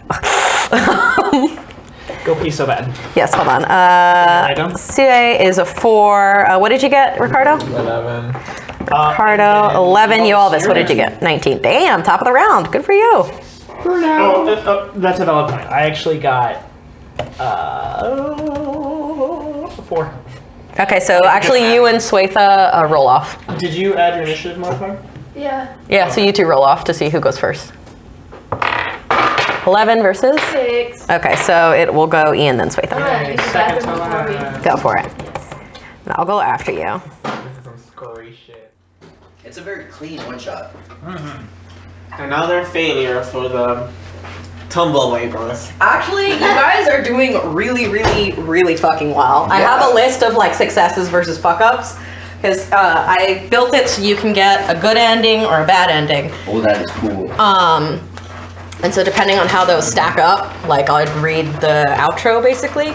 But yeah, you guys are doing really well. Like literally the only fuck up, which actually counts on both a fuck up and a success, is that you alerted all the Warforged to the Solarium, because you'll now have to deal with that to get back to your seats. But they could all be dead. Who knows? Still. Yeah. Now, and you also know that Trixie and Clem are somewhere, and they also want the fuel, so. If we're being honest, they could be dead. We don't know how strong they are. I mean, I was keeping an eye on the fair with them. This has been pretty quick, but okay, so I'm gonna say, where is this? Hold on one second.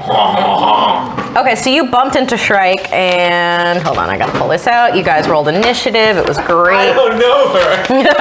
Who is she? What? You come from? I'm gonna say he actually gets an attack of opportunity because just like reacting, he doesn't even actually like look at anything in particular. Avoiding the fuel cells though, he gets his claw and he strikes the side of Does he the. go first or I go He does first? have reaction. Oh, cool. But his Whoa, reaction does he is go not first or do I go first? Hold on, two targets and then. Oh, well, that's actually worse for you guys, so I'm just gonna attack the wall. So he attacks the wall. He's first?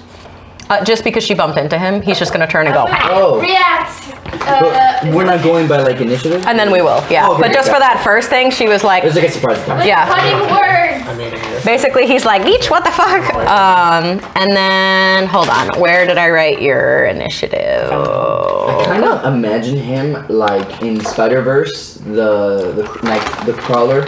A little bit like that. Like the claws are like that. Like I imagine something like that. And That then, shit is anxiety filled. Now- scene actually, in the Spider-Verse, when he's being chased by the crawler, and it's like question. turns out to be his own. How anxiety inducing do you want this fight to be? Because I could do something or I could not do something. I want you to bring it on. Okay. Give me your best Brittany. So actually, when he claws at the wall, I'm gonna say he misses you, thankfully, so I'll give you that. But he actually clips one of the fuel cells and slices it open. So now there are 6, and you guys, for whatever money. And now we're gonna do But some. nothing happens when you play. There goes our S rank. That's what I'm rolling. I'm sorry. Actually, wait, I need, 2d10. I don't need this. Yeah, I just need Now we gotta 1d10. play the game. We got a perfect run. Oh, you're right. Great. Yeah, but thank you. We are completionists. Well, we're A 0 is a 10? Getting an S plus. Aww. Oh shit! Great. Now we're gonna have to play again. Reset the game. Just Flip a coin, one of you. Flip a coin. Yeah, because I'm gonna decide who this affects and Even or odd? even. I got on. I'm sorry. So he slices open they basically look like the little sand time turners, and that's what's holding the fuel. And he slices one open, and the teal glowing liquid starts oozing out. And you, because you're closest, and also Henry, but Henry's not a fighter, he's just cowering in the corner, lose a bonus action for the rest of the combat. So instead of doing bonus action, you just get one full action. She's a spellcaster. Oh, you're a spellcaster? You will. I don't know what you are, so that's why I asked. Hard. You're you're technically a spellcaster. Okay, so in which case, take that back. Sorry, I thought you were a fighty. You lose the ability to cast 1 spell a day. Punto. So if you normally had like 5 spell slots, you now got 4. And those don't refill. And so You're so fucked. now you found my magic game mechanic. Does that affect me too? How close are you to her? I don't know, because she was... No, because they're in the engine room, so I would say just them. Except for Shrike, because whatever. He loses a bonus action, but he's just there to kill you. I want to try something so risky. Go for it, fuck it. Side note, so just so you know, basically, I think you can logic together that this shit is pure arcana. There's no predicting what the fuck happens when one of those fuel cells opens. So there you go. So you were supposed to just grab them, put them away, blah. Okay. But if you spill them, then something happens. I'm gonna do something. Okay. This is either do or die. So it will either work Or we'll all die. Okay. Do you understand? I'm gonna take off the satchel of my book. I am going to run past Shriek all the way to the engine room. And what was the little gnome's name? Oh, Henry. I'm gonna say, Henry, catch my book! I'm gonna say you're gonna incur an attack of opportunity by Shrike, because you can't pass him, so... I mean, I can, because he's tall and I'm small. I can occupy the space. Roll for it. I'm not gonna just say you can fucking walk past this guy. Yeah, I would probably say as acrobatics, right? Yeah, that's true. Or dexterity. I got a 6. It doesn't matter anymore. I tossed the book. Okay, so you do that, and you hear... He starts laughing. And he pulls out his claws, and he just fucking lays into you. The book goes flying. I did not make a con thing for Henry or any stats, so I'm just gonna roll a straight 20 to see if he catches it. We'll say 15 is like some stranger's fucking yelling at you and is like, catch, and you're like, woo! Like, so. 16, he just fucking catches it. He just catches it. And so he goes, what the heck? Grabs it, what happens? Actually, I mean, what happens to Tobin? So, Tobin screams because this thing is just torn into his flesh, like in his back. Like basically, I think Shrike just like reached between his legs and clawed up. Okay. So he's fucked. Yeah, and he screams and he starts wailing because he's in very much pain and he is bleeding Does he like severely. fall off the train? I want to know what He happened. rolls into the engine, like basically just before Henry. So like if he threw it, he went clap, caught his back, and he just fell forward. So he's kind of like in between Shrike's legs, in the engine car in front of Henry, who has just caught this book. And Tobin, I assume, is just weeping because ouch. Okay. I don't know. I don't know what happens to Clance.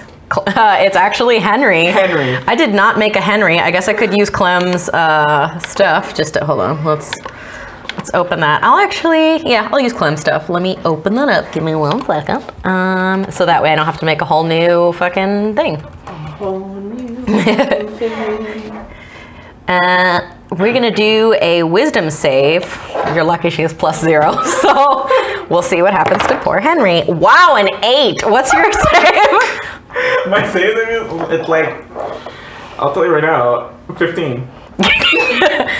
So suddenly, I imagine you hear Tobin's voice coming out of Henry, and he says, voice. "Oh yeah, so go for it." So I'm just going to wrap the satchel around Henry. Henry wraps the satchel of the book around him, walks up to the door, and closes it. So Shrike is standing in the doorway, so that ain't gonna fly. Okay, so I guess Henry will say, "What do I do?" But guys, what does he do? No, like I'm talking to Shrike. What do I do? Do I close the door? Are you gonna handle this? He actually just doesn't answer. He's still just looking at you guys, waiting for you to like walk the fuck away and making sure that the other one is like bleeding to death. He does not give a flying fuck about Henry, so I'm gonna reach for the... I imagine he's going to turn his head and just say... No what? No. No Just, what? no. No, don't close the door. No, don't touch it. No, he sees you reaching for it and he says no. Okay. So, we good now? Yeah, we can start Ready? fighting now. We ready? Yep. So now it starts with Yovis. Hopefully I remember how to do a fight. Am I in combat? If you reach for it again, yeah, you will be. I'm gonna say right now he's just like the fuck Henry, but no. So I have a question. We know each other. Mm-hmm. Do we know that? You knew Tobin. Can I make a perception check to see that, you know, there's a freaking satchel on this kid? Like, something's up. I mean, is it? I mean, I guess that's a lot to assume. Alright, then what I'm gonna do is, I'm gonna hold person on Henry? Shrike. Oh, Shrike. Are you down where everyone else is? Yeah. In which case, make the con save when you slide down. Ouchie. 3. You already had disadvantages, right? Mm. No. Okay, so your first one is disadvantage on ability checks. So just a heads up on that. So you're gonna cast Hold Person on Henry. What kind of save is that? Or that's just like a it happens? That's wisdom saving throws? Person. I think. I believe it's wisdom, yeah. I'm gonna go with wisdom. Yeah, wisdom saving. Yeah, he rolled a 9, Yes. so he's just Plus. no +0. Oh, okay. I'm using just Clem's thing because I'm not gonna make another one real quick. For Shrike. Oh, I'm sorry. Yeah. Sorry, I thought you were doing on a Henry.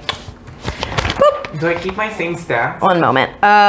He actually got a 10. So, yeah, you hold him. You can see that he is vibrating with energy. Like, if you are holding a person, he is fighting tooth and nail to be unheld. Yeah. How long does that last?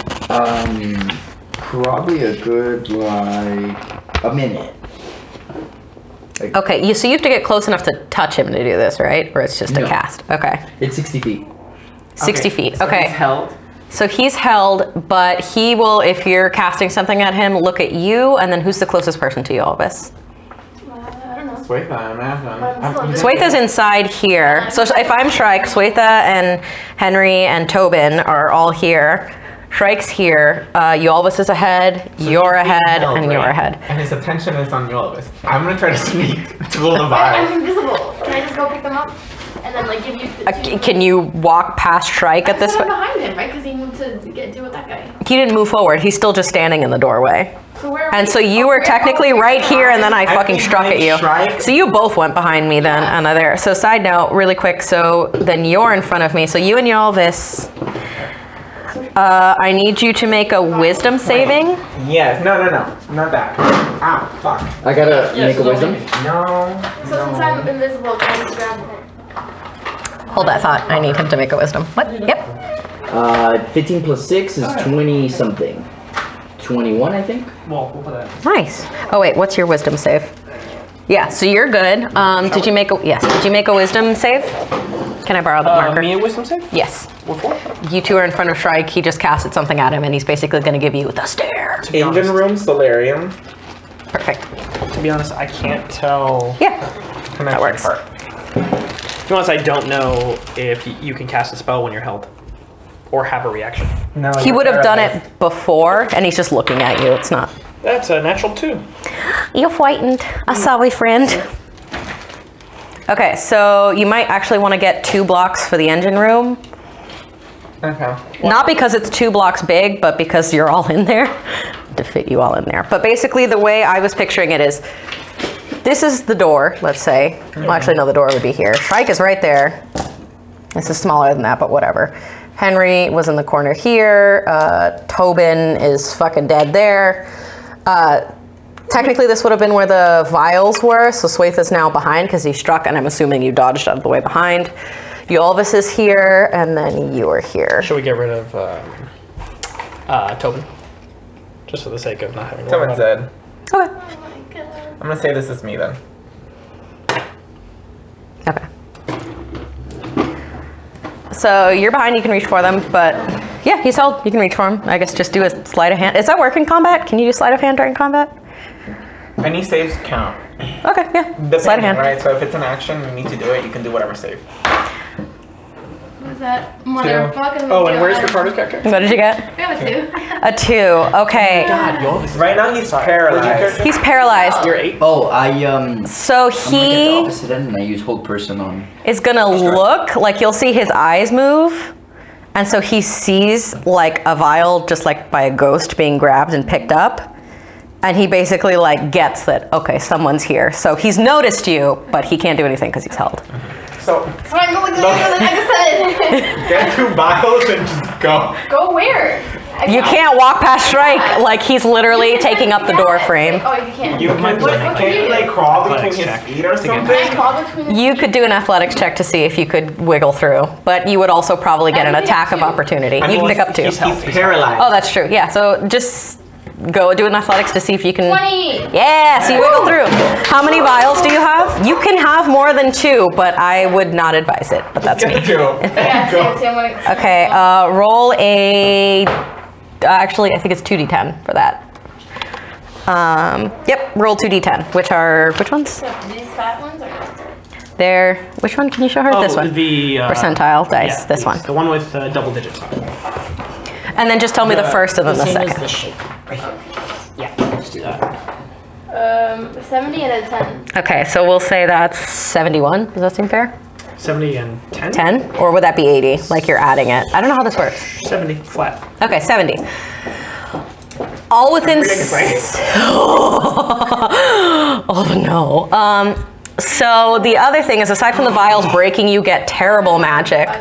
When the vials are out of containment, they emit just like surges of wild magic. So since you rolled a 70, it says all within 60 feet saves versus wisdom 15 or drops whatever they hold. So do a wisdom save to see if you drop what you're holding. And actually all of you, I mean, you're holding a spell book. Fuck. I wrapped it around my shoulder. You Nice. rolled 2 nat 20s back to back. Nice. Nice. Jesus, I have it. I'm gonna say that this counts because like you're just putting it on. So roll a wisdom save to I see don't if you have drop the anything in my hand, book. but I don't think I'm in the So distance. it's 60 feet. It's a natural 1. You drop the book. Damn it. So Henry drops the book and goes, it just starts looking around and he looks very panic stricken. Deal with that later. Well, see you You're tomorrow. holding anything? I rolled a 4, so I dropped my pride. Okay. What did you roll? He's not I don't holding have anything. anything in my hand. Okay. So yeah, that's it. Okay. I don't use Rosie. So I make it under him, That right? could have been just horrible. Yeah, so you make it under him and you can start, you're not out of combat though because you're still within range of him. How long does hold person last? Minute. 1 A minute. Okay, so But That's he, it. now it's Ricardo's turn. I don't So have a turn. boy, I think yes, you do because you're the thing. I'm an inanimate object. You're an inanimate object, but can you exert your will to be picked up? I assume that's what you did in the first place. I know. I'm like, it's a cursed item. You have to pick it up and touch it. So then I would say you had to convince someone, like, it's like the lamp, like touch it. So do whatever against Henry to see if he picks it back up. Or Tobin, actually. each one of your turns, you can make another wisdom saving throw to Oh, break out. okay. That's Okay, so- my turn hasn't happened. Yeah, it was just so you know. Tobin had stats. I want to see that the book contributed the mental stats. Mm-hmm. Okay? I got a 13. Do I add something to it? If it's the mental stats, sure. But what- Because this is basically like persuasion, like pick me up. Okay, so it's gonna be charisma. Those 2 vials I had are broken. No, you made it out with them. It's just that he noticed you was the bad news. Okay. Do I add charisma or intelligence? Invisibly. I would say charisma because you're trying to convince somebody, like, hey, pick me up. It's plus 0. It's just 13. 13. Does he roll against me or no? Who are you trying to convince? Henry. Floor or Henry? Henry, I don't have stats for. Tobin is. Tobin That's just true. got gutted, eviscerated. I mean, he's alive, No, but she got a 19. He didn't pick it up. But you can continue, by the way, so during your role in combat, you can continue to do this if you wish to get back in the game, if that makes sense. Because I imagine, again, it's a fucking cursed item. It's obviously gonna. Okay, so my sweet little Kenku, what are you doing? This I'm a person is feared. held. You're a feared. I'm a feared. I'm in the other room. So you ran into the solarium. Well, no, because we started this initiative roll in the solarium. I was already in. No, we started in the hallway, in the runway. Oh, this is the runway? Yes. So whenever we're in here, do we have to do Constitution? Yes. What creature? Is it a creature? I'm gonna do it a little longer so you don't fucking die. It's a living thing, but it's. But you're feared, so you're so. Wait, Good luck, is the guys. automaton a creature? No. Oh no, you don't know? They haven't seen what you look like. No, I'm just gonna go. Okay. So you're afeared. You have to try and run away, but I'm just gonna go. the solarium door is locked. So Is this how long the runway is? But We'll it's say, only bolted, sure. though. Wait, It's I'm gonna not run all the bolted. way to the. It is locked. But it's not, they locked the solarium behind them. But it's a bolt, right? So maybe it's You can unlock it, but he's Okay, freaking so- the fuck out. Yeah. So we'll. I mean, I'm gonna run out, and I'm gonna run into the solarium, and I'm just gonna try to hide in the bushes. I follow, but Do I still have my fairy? Technically, the spell was cast by the book. If it's concentrate, I think It's no. not. Once you summon, you keep it forever. But was it bound to me or was it bound to the book? I'm gonna say you needed physical brain power to keep that spell up. Okay. So I'm gonna say the ferret just went. But you get a resummon. Remember, I give you one free resummon. So if you can use your magical bookie powers to be like, pick up the book. If the ferret can pick up the book, I'm fucking all for it because it's Okay, ridiculous and I love it. Summon the fairy Yeah. from the book. But the thing is, like, the summoning requires Yeah. So you. hands Can't. to cast. I can't do shit. Sorry. You can convince someone to pick you up though. Okay, I wanted to run and go So hide, you run and go hide. and I rolled a 14, and I used one lucky to get. Yeah. So you run and go hide. Okay. How's the solarium looking? How's the fight with those guys? There's blood everywhere. Some of the glass windows are broken, so I would also question the structural integrity of the roof of the solarium for as long as this continues. So like it's not. Let me sit down properly. So it's not fully broken, but there are more and more cracking and breaking that you think if the Warforged are not careful enough, they will bring this thing down. And so it'll just be an empty, like the grates up and then the floor going instead of a full room. Trixie is the only person left. Clem, an hour. Be taking action. or what is left of Clem, is like beaten beyond all reason. And so since you're hiding from your vantage point, I imagine through like a monstera leaf, so there's a hole so you can see. These Warforged, unlike Shrike, don't use weapons. They're literally just punching and kicking, which is horrible because being beaten to death is terrible. With metal fish. Yeah. So Trixie is amongst, so she is able to dodge a lot of the shit, but now at this point, I would say it was a hard fight. Maybe there are 4 Warforged left against 1 Trixie. Have they been able to defeat any of them? Yeah, because there were originally, what was it, 7? 7. Yeah. So they killed 3 of them, but it cost them a Clem. And Trixie's kind of, at this point, you can tell she's bloodied. She's just kind of trying to dodge everything You know what? and just stay alive as long as she can. Fuck it. I'm gonna go for the big guy. You're gonna go for Shrike? Yeah, pick me up. Okay. Pick me up! Let me see, what is here? Let me see, because I know I have resistances to stuff. I didn't add that, but that is ultimately up to you. It says advantage on magic saving throws, so he's just like, Pick me up. I'll roll for it, but he's pretty much like, no. My DC is 15. Yay! And I roll again because I have advantage. Wow, I got the exact same thing. What did you get? Hold on, it would be wisdom, right? Yeah. Alright. Oh, you said it's 15? That's wisdom for sure. Yeah. So. Oh, so plus 5, because plus 1 plus 4? No, it's just this. Yeah, so 15. 15 to 15. I don't know if that goes to the winner or the loser. I'll just say Shrike's like, nah, I'm good. Yeah. Because he's pretty much like, I'm gonna fucking kill you. So, yeah, so now it is Swatha's turn. So you followed him out, okay. I'm staying invisible and I'm just. And you're hiding. Okay, so you can see that there's like a bunch of bullshit going on. It is, I'm making So- my way there. because the 2 of you can see what's going on in the room, I'm going to let you know that probably if you don't intervene, Trixie will probably die, and the Warforged will start making their way towards your friends. So whether or not you give a shit about Trixie is your own business, but they will immediately go toward the engine car because that's where the goods are, which means you guys are fucked if they all head that way. So I don't know if you want to intervene. I don't know if you want to try something else, but think on that while you guys are hiding. Cool. So now you guys are in the solarium. 1 minute, right? How many turns is that? 1 minute is 10 turns. Oh, and now it's Shrike's turn. I didn't roll for him. He's paralyzed. Right. I'm gonna put him at the bottom. That way it's just whatever. Fuck. Okay, so He can try to break out of the paralysis. Yeah, but I can try to break out of it. oh, Yeah, he it has gets to that be, once per turn. 15 though. It's wisdom? Well, no, 16? Yeah, 16. 16 wisdom saving throw. You have advantage. Pick me Wow. up inside. 10 plus 4, 14. So no, he's still held. And the vibrating that you saw before was maybe just a bit shaking, and you can actually hear like the sound of like screws rattling. Like he is trying to break out of this with everything that he has in him, and he just looks angrier and angrier. If that's possible on a robot's face. So now it goes back to your turn. Are you still on the walkway? take the fucking vial and go. Yeah, that's... You're still on the walkway? Yeah. Make a con save. 13. 13. I said it was 15, so now your speed is halved. So you're at level 2 exhaustion. You're a book, so I don't know if exhaustion happens. There's no way I can make it over there and back, right? Like, what do you in mean? that turn? Like, go through him, grab the vials, and come back. How much with was half You, my speed. I will. 30. So 15. You have 15. So you have 15 movement speed. So I will say you could roll like sleight of hand to reach through him. I know he's held, but just to see if you can actually reach the vial and grab it.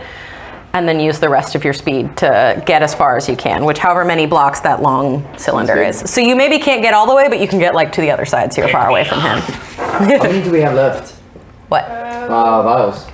Hold on. So there are. 3. I did 2. Hold on one second. So there were 7, and then 1 broke. there was 7, and then 1 broke. So now there's 6. And I she took 2 though. Oh, there are 4, sorry. So there are 4. So there are 4 vials left. So there's 4 left? Oh, actually, well, when it's your turn, I'll do it. Okay. Yep. So roll sleight of hand to see if you can grab it, because he's held, so he can't fight you. I'm gonna use Mage Hand. Ooh. Yeah. What's your Can you action? read me the spell for that? Because I don't remember what it is. I know you had incorporeal hand, blah, blah, blah, 30 It feet. just can't be anything heavy. And More than 30 5 feet, pounds. Yeah, 30 I wouldn't feet. say it's more than 5 pounds. Yeah, Yeah. go for it. Burn a spell slot. How many can you pick up with Mage Hand? It's just 1 hand. It's not a spell slot because it's a cantrip, so... Nice. Yay! Because freaking, I just so you realized can- warlocks freaking suck with spell slots. So you can cast it 30 feet away, which it is, grab it, bring it back to you, and then send it to grab it again. Yeah. So, Did you do it? yeah. Okay. I'm going to say you see the little hand, however you want it to be viewed. It looks wrinkly. It's a wrinkly hand, much like yours. But the closer it gets to the vials, it starts shifting in and out. Like it's not as stable. So if you imagine just a perfect hologram floating over, the closer it gets to the vials, it's like less stable. So you can grab it. Magnet on computer screen. You can grab it. And I'll let you to grab. How many are you going to try to grab? 1 or 2? Might break. I'm trying to. Want to try 2? Okay. I'm a heavy hitter, baby. Roll a d20 and just tell me if you get odd or even. Can you pick me up? Even. Even. Okay, cool. You pick both up. Like the hand shakes, but you can see it's like wobbling its way over. And then now, please roll 2d 10. Nah. 4-0. 4-0. So I would say that's 40. Does that make sense? Yes. Okay, so 40. Gravity reverses in a 30-degree radius till the start of next turn. In a 30-foot radius? Or 30-foot radius. You're right. Sorry. I'm outside, so I was at work. Yes. Oh, if you're outside, you just go the maximum amount of gravity, which is like 60 feet. So I die. I'm gonna actually say that for the safety of the persons who work on the train, there is some sort of like invisible net, so you don't fucking fall completely off, but you will essentially be on the ceiling. Okay. So you just go whoop, which actually make a dex saving throw for your mage hand to see if you can hold on to both of them without dropping it. My turn? 1 second. Okay, 17. 17. Yep. You don't drop both. Yay! Good job. Okay. First strike, pick me up. Okay. So let me check his thing. We were 12 plus 4, 16. Nope. What did you Dang. tell the kid? What kid? He's dead. Tobin is done. The other Tobin one. died before we even started. The BB. conductor. Yeah, but we still have to handle. I guess you have to. Do you have to roll to be unafeared? Oh, why didn't you? Oh, it's just the No, conductor. I just wanted to eliminate. it's over. Oh, okay. So I'm actually gonna How see. many rounds have passed? I mean, we're good on rounds. I think but- we've done one full round of combat, technically. Yeah, I'm scared about just the Somebody has to keep these track of things whole coming out. So what I'm gonna do is I'm gonna run up to what's her face? Trixie? Yeah. I'm gonna run up to Trixie, Twixie. and I'm gonna say, well, I'm leaving stealth. Mm-hmm. And I'm gonna So say, you're coming out of cover. Yeah, but I'm gonna say as soon as I come out of cover, close door, and I'm gonna tackle Trixie. What? I'm gonna tackle Trixie. So there's a fight going on with her and all the Warforged. I'm gonna tackle her with the intention of being like, oh, we took down this evil person. I like I'm this. the I like hero. this. Sorry, I just wanted to understand where you're going for. Yeah, let's see if they buy it. And there's a good chance they do because they ain't smart. Do you want me to roll anything? No, I'm just gonna roll intelligence to see if they're like, oh, okay. Sure. Because she's in pretty bad shape. A 13 minus 4 is a 9. Do you want me to roll deception or anything like that? Oh no. No, I would say my regular is 15, so I'll say, nope, they failed it. They're like, so they look at you a little suspiciously, but then they see like this lady's about to fucking croak. And so they actually start walking, like shuffling out to their respective cars. Okay. Good job. So they start shuffling back to their respective cars. So they're still there, they're still alive, who knows what their health is, blah, blah, blah. Except for the dead ones, obviously. And when you knocked over Trixie, she was like, what the fuck? Like, and she's just like bleeding out of her mouth, like, Fuck. Fuck. she laughs, like she legitimately, she's like, I think I don't have very much strength, but I'm gonna try to pick her up and put her in the bushes so she can like try to stealth a little bit. do a strength because you have to pick up this. She's basically dead weight at this point. 2. I'm not gonna roll any better than that. You put her on her side from her back, but that's it. The Like, recovery position. yeah, so she's on her side. CPR. Yeah, of course. So she's on her side. I better know CPR. Yeah, so the Warforged are now out of combat. They're just like, all right. I imagine passengers are getting slightly alarmed as they see bloodied Warforged making their way back to their respective positions, but hey, Oh, can I like shout out to? it was Ian's turn. Sure. It is now Swatha's. Dio! Tobin has the pin. Tobin has the Tobin pin. Oh, I Dead body. thought you had the I pen. thought you gave it to me though. I took it back. Actually, Tobin's lying on the floor dying Yeah, now, so you're gonna have to get the pin from him. On him. He has the pin. Yeah. Does Henry have a pin of his own? No. I mean, I was gonna say like, oh, just make it seem natural, but whatever. I mean, if we all leave, that's hilarious. Yeah. So yeah, so you can do with that what you like. It is now your turn. And I'm the closest to him, but I'm also 60 feet I up. want to go into Can you- make my way back to the. No, you're at the roof. Oh yeah. So working close, Can okay. Can he see Tobin from?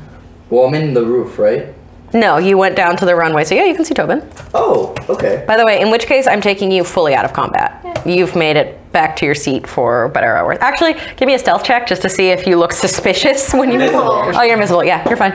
You just make it back to your You seat. just suddenly reappear in your seat. Oh, no, I'm just gonna stay invisible in the working. I mean, realistically, you could like go to the bathroom, blip into existence, and then walk out. So Probably. you're good. You're good with your two things. Although I lie, I will keep your turn just for the wild magic thing. So if you want to roll 2d10. Magic, he farts. What was Okay. that? 19 plus. No, it's the 2d10. Oh, mine no. Here we go. 30 and a 0. So I will say that's just 30 flat. Mm-hmm. Got a lot. Let me go up. That is the caster's hand. The Caster's hands become covered in sticky goop. So you're sticky. You just came out of the bathroom. That's nasty. Dear madam, it's only a 3-hour trip. Please. That's nasty. But you're good. So yeah, you just sit at your seat. And now, let me see whose turn it is. So we just had Switha, and now it's Strike's turn. So he's going to try to get out of hold person, which is wisdom. Fail. Wow, he fucking fails. Yeah. Advantage on Oh, that's right. On wisdom saving throws. Fail.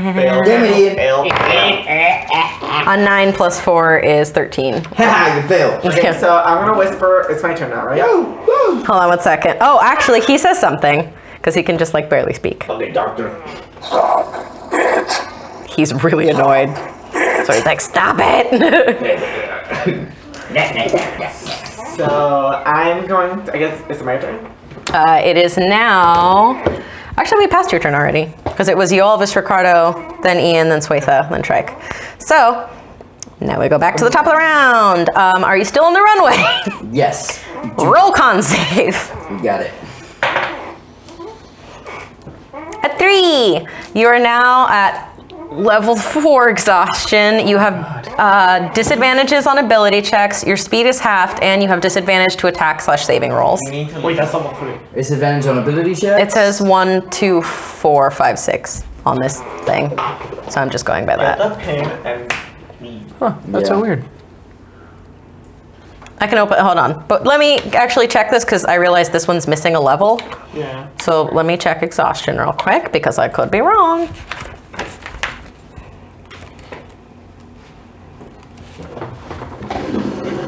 No, not YouTube.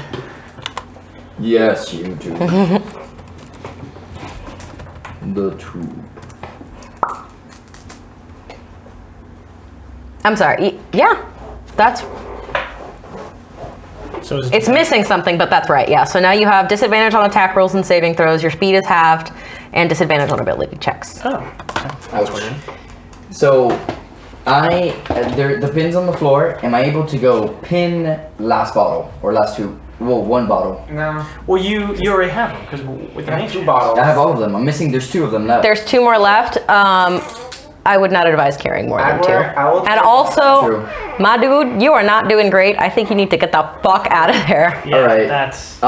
Which, by the way, I'm gonna basically say instead of taking a short rest, just as soon as you're out of that runway or not off the train, all those effects go away. So it's like a reset. Then I want to do a tricky thing. Yes. Thing if it's possible. Tricky thing. Go for I it. don't know if you'll allow me to do it. Let me hear it. I kind of wanted to do like book to. Well, strike is kind of like this. My book has a little strap. All you have to do is button on. Okay, so yeah, strap, just kind of like. Here's the thing: if you touch that book, you're gonna have to roll a save to see if it possesses you. Mage hand, yeah. I'm gonna say you cast Mage Hand during your turn to bring the vials to you, and then it disappears. So if you want to recast it, I mean, that's it's fine. a cantrip. It's a cantrip. You can recast it, but just like I wouldn't say it was the same one. So it's just, and then you can get Yeah, another that's one. fine. Yeah, and so it's possible to kind of, and then grab the pin, or just be either the pin or the book. The only concern I have, okay, so the way I picture the magic working in this world, it's like, especially for Mage Hand, you are with your mind directing your will to say, pick this up, blah, blah, blah. And so if that's a connection to your will and this thing is evil and it's like, pick me up, that's like, it's gonna immediately, you'll have to make the save. If you wanna make the save, that's fine. There's nothing right, you could be Tobin for like 5 seconds. I have disadvantages on Tobin? saves, so I'm not gonna do that. So Okay. I'm just gonna grab the pin and Tobin was I'm gonna haul ass. The book. The book. I'm just gonna grab Okay, pin, haul so you ass. grab the pin, haul ass. Cool, so you are run whatever speed you can. Your speed is halved, so whatever speed, Yeah, 15? right? Yep. 5, 10, 15. Where are you? Not out yet. Okay. Okay, so your turn, and then now that means it's the book's turn. Before I finish, because this doesn't have to do with anything, is that dim lighting? In the engine room, yes. In the walking car, no. It's just like daytime. Okay. Alright. So I'm going to say to Henry, pick me up. Okay. Pick me up inside. Pick me up. Da, da, da. He has an 8 flat. Okay, so he picks me up. I guess so, yeah. He's gonna strap me closely.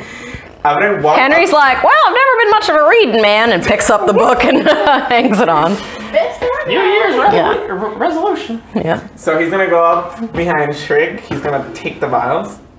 Okay, yeah, there are 2 vials left. Okay. I'm gonna take them.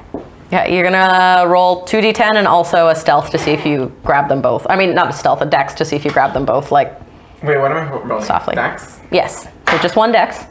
5. Nope. Oh. 1 does. I'll give you that you keep 1. I'll hold that thought. We'll do the wild magic first because that's not as bad. So 2d10. Yeah. I got 2 right here. Wait, so you dropped. Wait, fuck. Hold on. I need a pen. Good. I'm not using these 5. So you have. Wait. 31. Hold on a second. So you grabbed. Swetha has 2.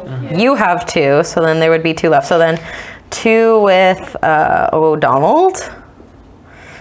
And now there is 1, which means there are 5 left because no one broke with Ricardo or with the book. So there's only 1 left. You're holding it now. So you now have 5 total. There's 2 with Swetha, 2 with Yalvis, 1 with you, because you just dropped 1. So you said what did you get, 31, you said? 31, fuck. Transported to the astral plane until the end of next turn. So you just... Okay, so I'm in the astral plane. Until the end of your next turn. The Is one that- with heaven, with the gods. If I remember correctly, let me check. Because if it's the one where Blink takes you, I would just... I don't think it is, to be honest. Also, Blink takes you to whatever plane you want, I think. Question. No, it's I think it's only the plane of ethereal. Regular mode, the real plane, I think. Yeah. asshole mode. Show me the picture. Yeah. I don't know which Roll one on is. it. Okay, even is an asshole. 13, you're good. I'm in the astral plane? Yeah, and because I rolled that way, the vial goes with you. That's fine. I was gonna make you leave it there and have to fucking go back. I'm gonna put it in my pocket. Okay. So I have the vial. Yeah, you have Put the it in my one. pocket, and I'm gonna cast invisibility on myself in the astral plane. Go for it. But technically, the wild magic still has to take effect, so if you could roll 1d10 for me, that would be great. The one with 1d10 or 2d10? No, just 1d10, because this is 6. 6. Can you roll a d4 for me? Oh, shit. Which one? 2. I'm so sorry. Oh my god. Seriously? So you drop the vial before you, so there's a couple things that happen very quickly. Who can see you? Just so. I'm in the astral plane. No, before that, because this happens like 1, 2, astral plane. I guess. So you all of us can see. My back is kind of faced. Okay, so whatever. If anyone or a bird is watching for some reason, you see Henry picks up the book, goes to the 2 vials, drops 1. The first thing that happens is it smashes on the floor, the liquid flies everywhere. And he gets a weird look on his face, and then he immediately blips to the astral plane. What happened was the wild magic basically Well, before we get to that- overwhelmed your brain, Oh, God. and you have now forgotten the events of the last 2 hours. Oh, my So, So, how far into this train ride are we? Who did it affect? You, Henry just or the you. book? that's a good question. I'm gonna say since you're controlling Henry, it's the book. Okay. So as the book, I would feel the difference in body.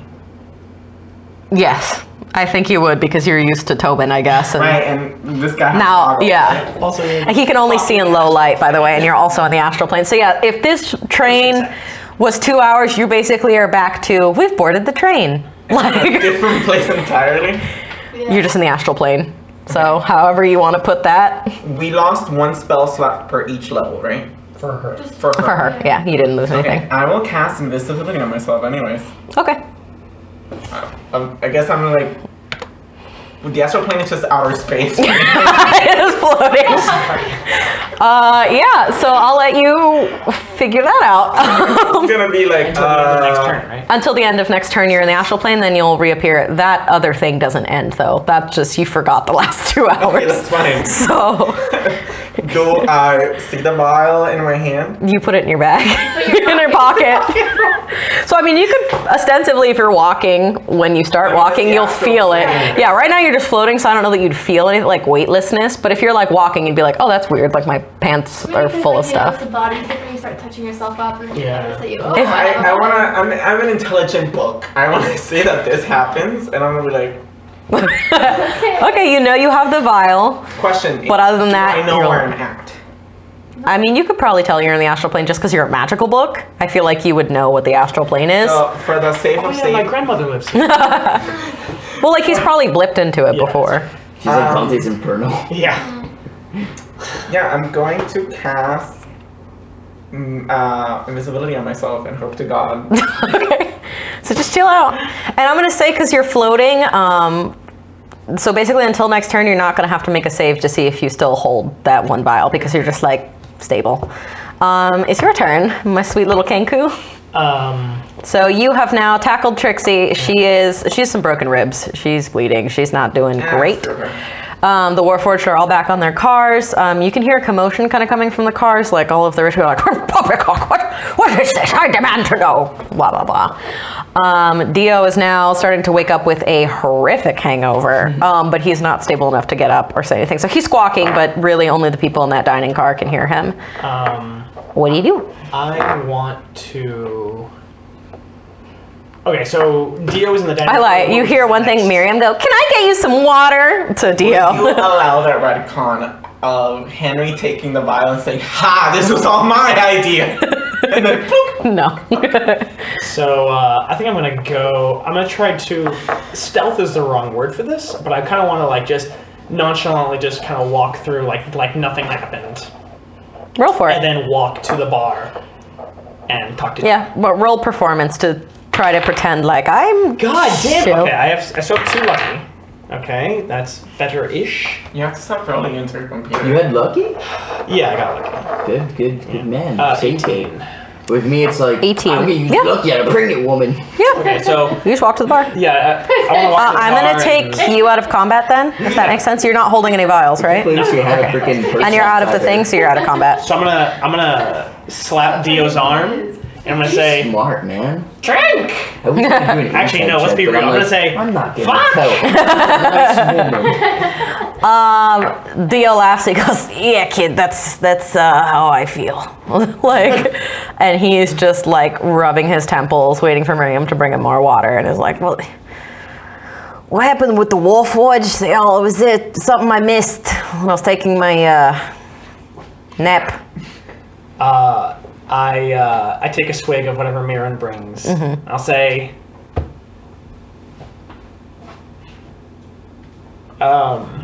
"Why?" Yeah, they're Warforged. God, you're really a talker. And he actually gets up off his seat and starts to walk to the Warforged to see, like, if what's going on with them. Now some of the really nice, like, hoity-toity rich people are looking around like, what's swears? Because you're just yelling out fuck. Their sensibilities are offended. But he just starts inspecting the Warforged, and he's gonna soon make his way to the solarium, so. You're still in the. Yeah. Are you in the? No, I'm like, Yeah. Okay. Yeah, crawling. Okay, Oh, gotcha. now you're fine though, because you're in the solarium. All those effects go away. oh, You're good. awesome. Yeah. Figured I can't make it like brutal death time for you guys, so yeah, you're good. You can now walk. For what it's No worth, more Baywatch. It's supposed to be like at the end of a long rest, you get that back or something. I know, but you wouldn't get a long rest until like the campaign is over, and I'm Actually, I like, think it's at the end of a long rest. You get You go back Yeah, one that's point. true. It's one level. yeah, we're gonna not do that. 'cause- Action is really. yeah, I'm not doing this because I don't want to kill y'all. Okay. Okay, so that was Ian's turn. So Swatha, make a roll 2d10 actually, because you're still holding the things. 70 and a 6. Caster's clothes become uncomfortably tight. So you're sitting there with your sticky hands next to porn book, and then all of a sudden you're like one of the first buttons of the top row of your sweater pops off, and everything becomes very like form-fitting. And Ford for a second looks over and is like, and just turns back to his book. Yeah, we're just. And that's it for you. So now it is. And what time is it on our journey? I would say, so you guys have all the vials. You have, 6, right? 5. You have 5 because 1 broke when Ricardo grabbed it. Oh. There was 8 or 7? There was 8. They used 1 when Octavia showed up to blip the first time, so then there were 7, and then it started going down like that. I will say there is 45 minutes to half an hour left in your journey. Yeah. So we'll say that. So we did that, and now it's Shrike's turn to see if he... Oh, wait, how long is Hold Person? Would be the third minute. So, I mean, needs like 7 more turns. Oh, okay. Yeah. He's going to see if he can... I'm breaking free with Soren! I will say 5 more. 14 plus 4 is 18. He's free! My beautiful baby boy! Invisible for an hour, so. One moment. The pin. Yeah, you do. Jinx. He finally lets out what he's been meaning to say because he saw you all left one by one. And he immediately starts like running towards the solarium. So he makes it in. Who's in the solarium? I guess I was. Well, you are still making your way downtown. Well, I think she told me I was already in Yeah, you're right. So you're in the solarium? Where? Did you try to hide? Did you just walk in? Dim lighting, No, baby. it's not dim lighting in there. That's only in the engine room. Use it! Did you hide? Did you do anything? I don't remember you saying anything about hiding, but I'm trying to give you the benefit of the doubt. Okay. Do I want to do A or B? What is the I A? have the pin. Do I want to use the pin and be like, Warforge, we have a crazy robot? Or do I want to say, or do I want to do option B? Hey buddy, it's not worth a fight. See you later.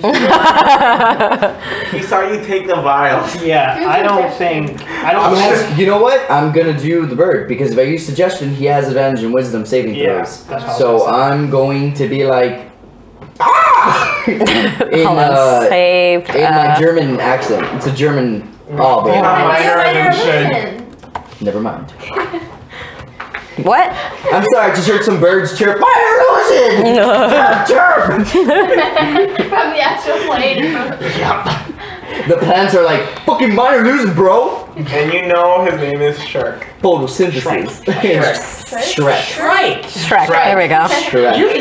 Get open my swamp. I'm not good at names, I'm a book.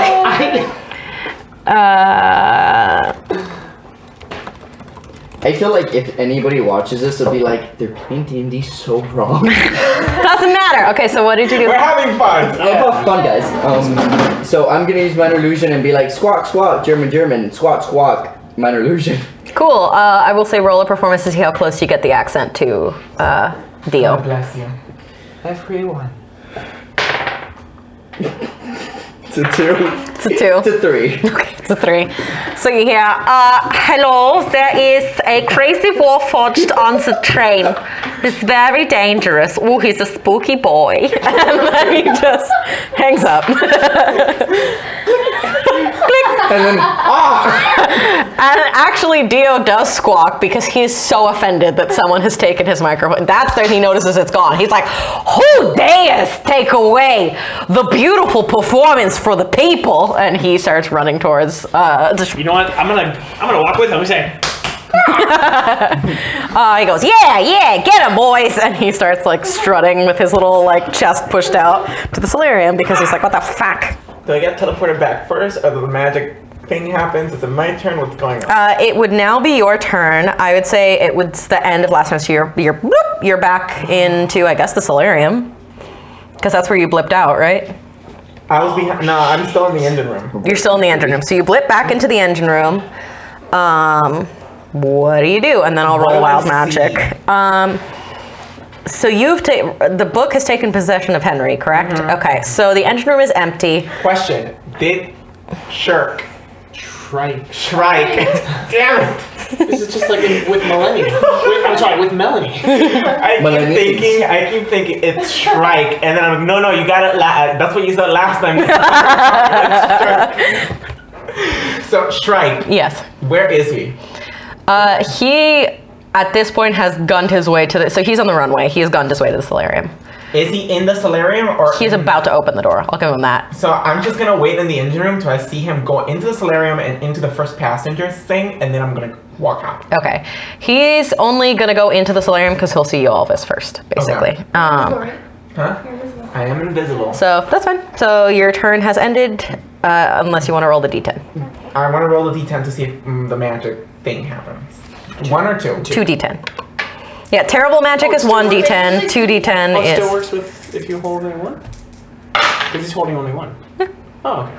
So Because it's out of containment. 26. It's just basically anytime the vials are out of containment, they're gonna just like emit low frequency magic. You gain 100 pounds. Your move speed is halved for 1 minute. Oh my god. Just get real fat real quick, but no one can see this. So, I shouldn't see it. so Henry was wearing like the conductor's overalls. One button goes boo, and you hear it bouncing around the solarium. It like cracks through a window and flies out. And your movement speed is half for that 1 all that minute. happens? That's it. Shrike's just Okay. like, what? Then I want to use my movement to walk into the solarium. Okay. So you can walk in the solarium. You're quite fat and slow. Just so you know. 100 pounds guy. Could you imagine Shrek? But the thing is, he's a gnome. So 100 pounds for a gnome is like severe. Shriek is probably like, I'm gonna fucking kill you. What the fuck? You can't see me. Yeah. Well, you can see the craterous footprints. Swatha, please roll 2d10 for wild magic. Surge. Please save us. 55. 55. 55. All automotons die. God, that's not good. What do you look like from the neck up? So if you explain what you look like. So brown skin, I remember that. So you look like yourself. Okay. Your hair all falls out. Just suddenly. It will grow back within 24 hours. So you're just sitting next to Ford, chilling out. Your clothes have suddenly gotten tighter. Your hands are kind of glistening with a sticky substance. I can just picture Ford like, she wanted it bad. He inserted and then just There we go. the book. And yeah, he looks over and you've just suddenly gone bald. Well, I have a disguise kit and there's a wig in there. So I mean, Shit, is it a Tuesday? Let me get my wig. I have cancer. he goes, He knows. yeah, he looks at you, he goes, ma'am, are you okay? No. My leg fell apart. Let me get my straight one. And he's like, okay, and then he goes back to his book. All right, that's a fucking weird one. Fucking great. Wild magic is the best. It's Shrike. He's free. He see you. Oh, shit. Where are you? I'm in the corner like, hey buddy. That's unfortunate. Unfortunate soul. I'm in like the corner closest to like the room, the other room. I'm like, So he's gonna walk straight. Like, so if this is the door, the entrance to the passenger car, you're like here. He's gonna walk straight for you because he pissed. I get it. I'm so sorry. There's nothing. I'm like looking. Suggestion? Hold on. I have like Nobody no has- spells back. I mean, I do have one more, and I can try suggestion. So I before he probably will. attacks, he actually looks at you, and hopefully you can understand it this time, and says, Your mother would weep if she saw what I did to you. No idea. There will be nothing left for her to cry for. your mother would weep if she saw what I did to you, but there will be nothing left for her to cry for. And he's gonna roll to attack you with his claw.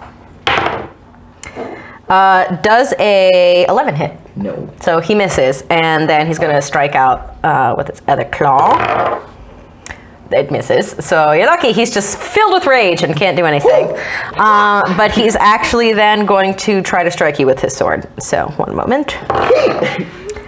19 plus 8. That hit, right? Definitely. Okay. Can I have I think 3? you can save us. You're gonna kill the shit out of me. I'm just gonna. Can I get 1 more d6, please? What's the point of having a heal? The red. A healing warlock if you only have 2 spell slots?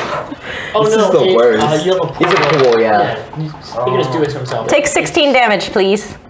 16. Okay. Yep. Got it. And it's slashing, so I don't know if that means you bleed or something, but... No, it's just like in the event armor. And his turn has ended, so now it's actually your turn. Whose turn? Yolvis. What you do? What you gonna do with all that junk? All that junk inside your trunk? You're gonna roll... Wait, do you have... I'm gonna get him drunk. Yep, you gotta roll Wild Magic. Got it. Oh, wait. So 2d10. 2d10? Wild Magic, robots in disguise.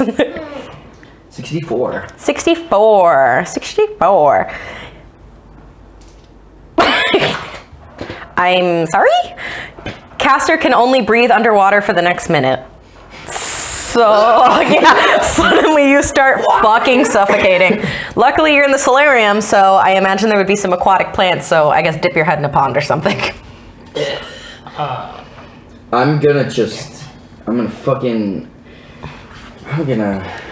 I can. So also you can use your movement speed to run and dip your head in the pond. I'm going to hold my breath, and I'm just gonna Okay. try to run out. But it's for the next minute. Like, that doesn't go away if you're not in the solarium. Like, you still need... I'm gonna run out and try to go to the bar and just go.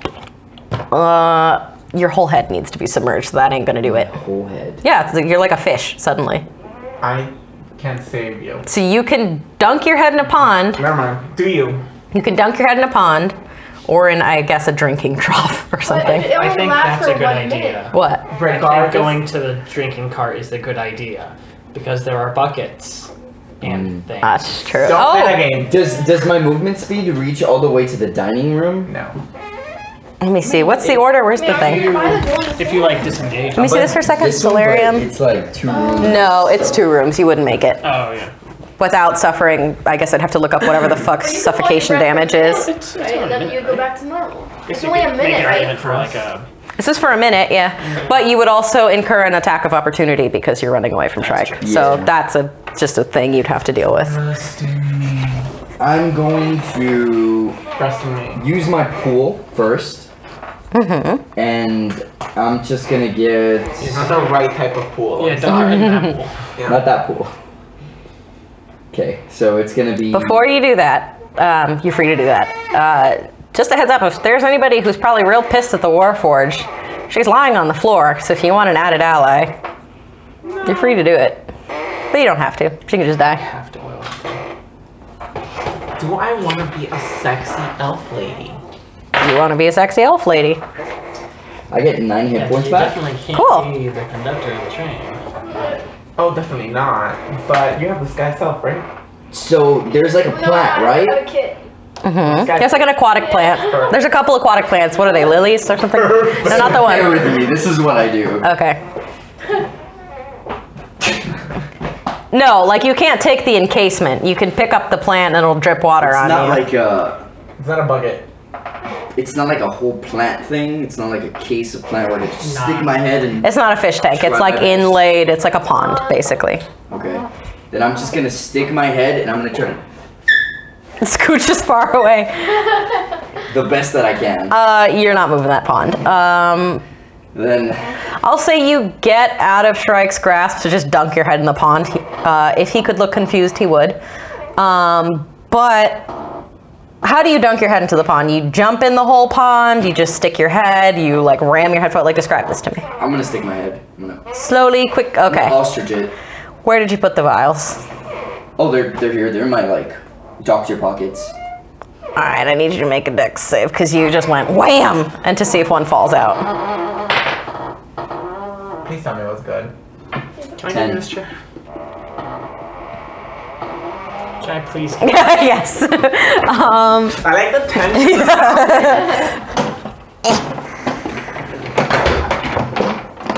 Fuck that chair. Because this makes for much better audio. I'm so sorry you dropped one. But it just drops into the pond beside you. So it doesn't break. It just, whoop.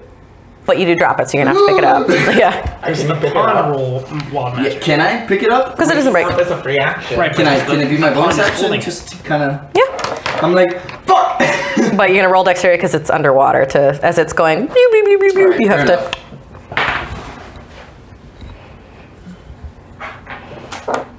6. You miss it, but it's not breaking or anything. It's just sinking. So I imagine I'm in the solarium. I believe you are, yes. Did I see the vial fall? Were you watching this whole exchange? Where were you, actually? Because I know you imagine I you just made it reappeared. here. Okay. I'm invisible. Oh, you're in the passenger. That's the passenger car. Oh, sorry. I reappeared here and made my way here. So you're behind Shrike. Shrike, and if you go all the way to the opposite corner towards the passenger car, that's where Shrike and the Shrike doctor is in are. one of the corners. Yes, with the Where the doctor. fuck is your Elvis? In the corner with Shrike. He's the doctor. So I'm going to go to the doctor. You will be right next to Shrike if that I'm happens. invisible. Okay. So I'm gonna waddle. I mean, am I still fat? Not anymore, right? It was a just minute, round. yeah, so I don't know. With a minute or A 1 minute round? is This is a minute, so it's a couple Okay. rounds. So, waddle. Can you? How far is your movement speed? I have 25 movements. It's now halved because that was part of your super enormous snow. what is 17. We'll say, it's what is it, 24? So 12? yeah. I'll give you 13. Okay, so I want to say that I'm here. You can optimistically round to 15. Okay, so 10. No, wait. 5, 10, 15. I don't know. And that's it. 15 is as far as you go. I'll give you that. So where are you? So not at the corner. Well, Not quite at the corner. You can see them. If you want to use do you have action surge or anything? No, I'm gonna. Okay, so your turn has ended. Swetha, please. Swetha, please roll 2d10. Okay. There's really only one of these that will really fuck Do us I over. roll one? Oh, you're still holding them, aren't I'm you? holding one. You're holding one. Yep.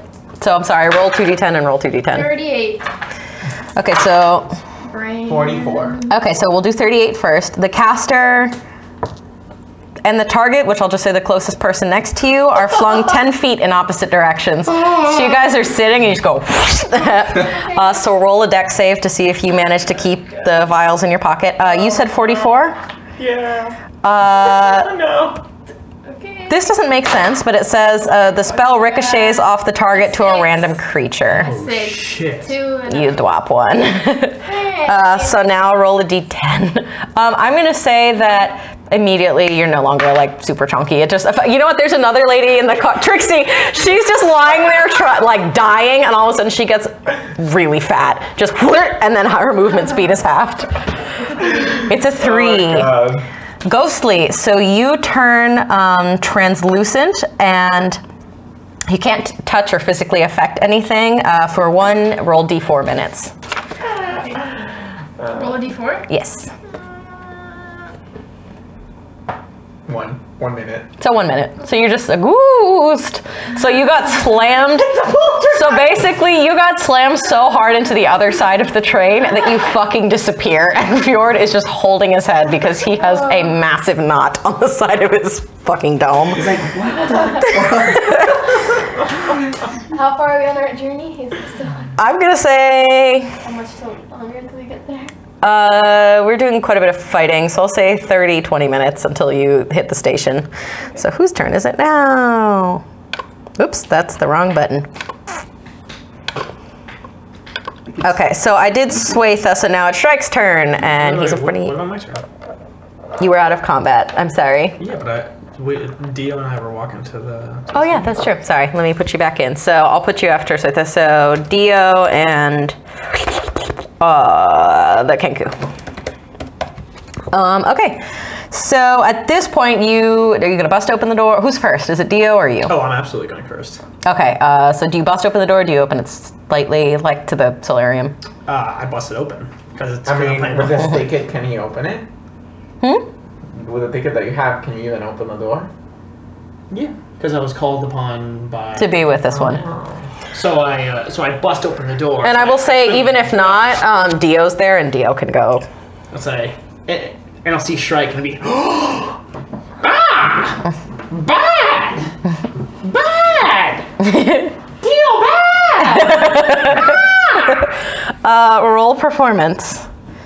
I have nothing, so I'll just do a flat roll for Dio to see if he falls for it. Fucking cocked! 7! Why do you roll it there? Because I have nowhere else to roll it. Yeah, either way, he rolled a 14. So he's like, nah, kid. He looks mighty scary, but Shrike's on our side. He's there to protect us, Caw, and all that. Innocent! Oh, this guy? And he just looks at the guy with your fucking head in the pond. Remember the beer? The shot.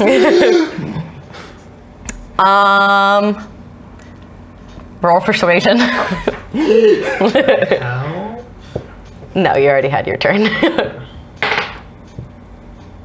Oh wait, I have lucky. That's too You late. can't use it on other people. What did you roll? Because I actually rolled lucky like terribly. myself. Fuck. I rolled a 4. You know, I'll let us both re-roll it since we both just utterly failed. I mean, narrative Okay. purpose is, come on. But how would we both fail that is the thing. Like, I do and don't believe him. Highest. Oh, I guess so I win.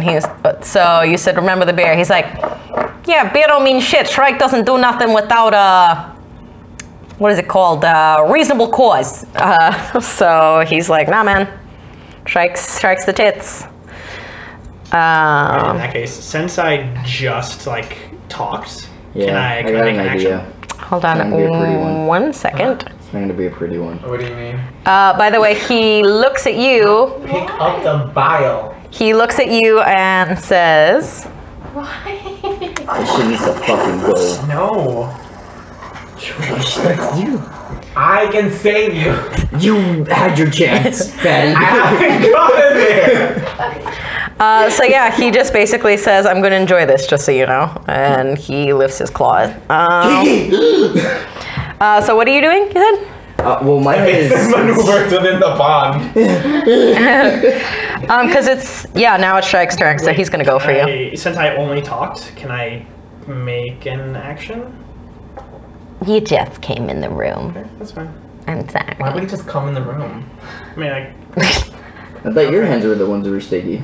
Yeah, I'm going to say you trying to convince takes up the action because you're like trying to make an argument. So Shrike goes to attack you with his claws. You have the 16 plus 8. For me? Yeah. Yep. 2d. It's a Rudy. 2d6 plus 4. 26 right now.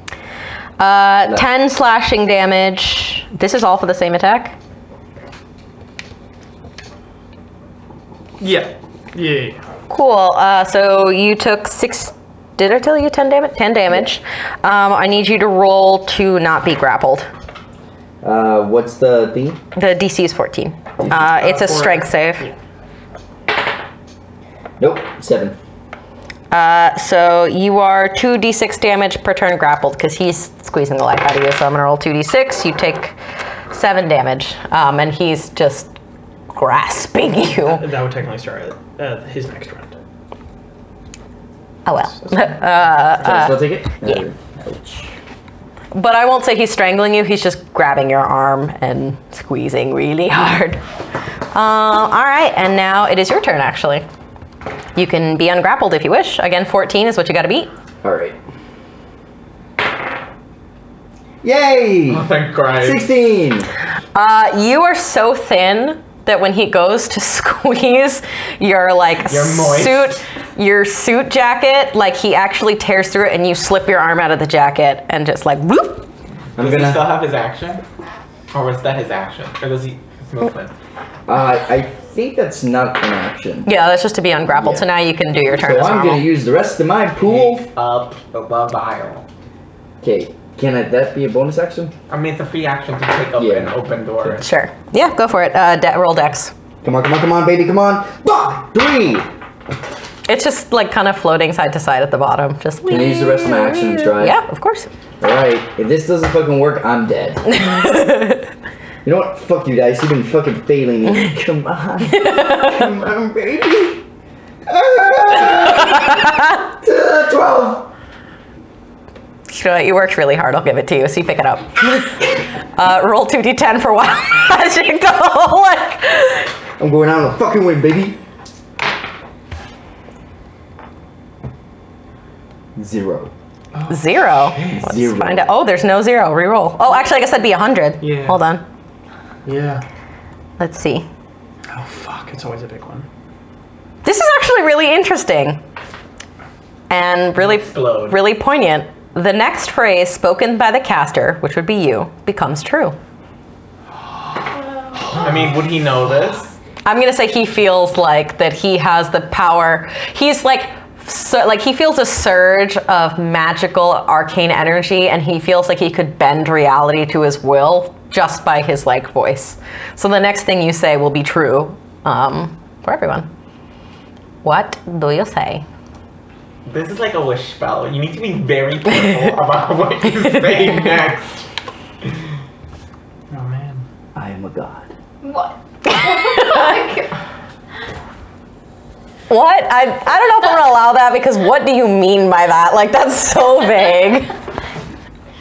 Okay, I won't do that. If you can make it specific enough so I can understand what you're like, tell me what you're trying to do here, and I'll see if I can make it work. I was pretty much gonna make myself a god, godlike powers, and then just it's kind of like I wish for more wishes. No. But all right, I'm not gonna pull that. Okay. Rule 1, kid. Don't wish for more wishes. Yeah, you feel okay. So you think that, and then you feel your brain kind of like no. Like just. Robin Williams, what do you think? Do you think this is game version? Yeah. I guess I'm gonna go for the obvious. Which is? I'll let you think through. Like, if you say it, I'm not gonna be like, oh, that's it. I was gonna say, Shriek turns into ashes. Yeah. His name is a Shriek, though. But Shrike, yeah, I know what you meant. Someone at home. Well, this is a great TV show. I love being Shriek. Ah! One moment.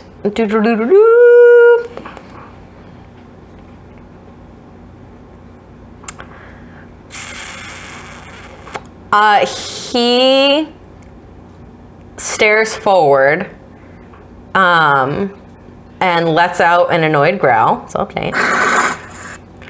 And clearly something's wrong with him. And then you start to see screws loosen and fall apart, and then just like glitter into ashes. And he says, Damn it.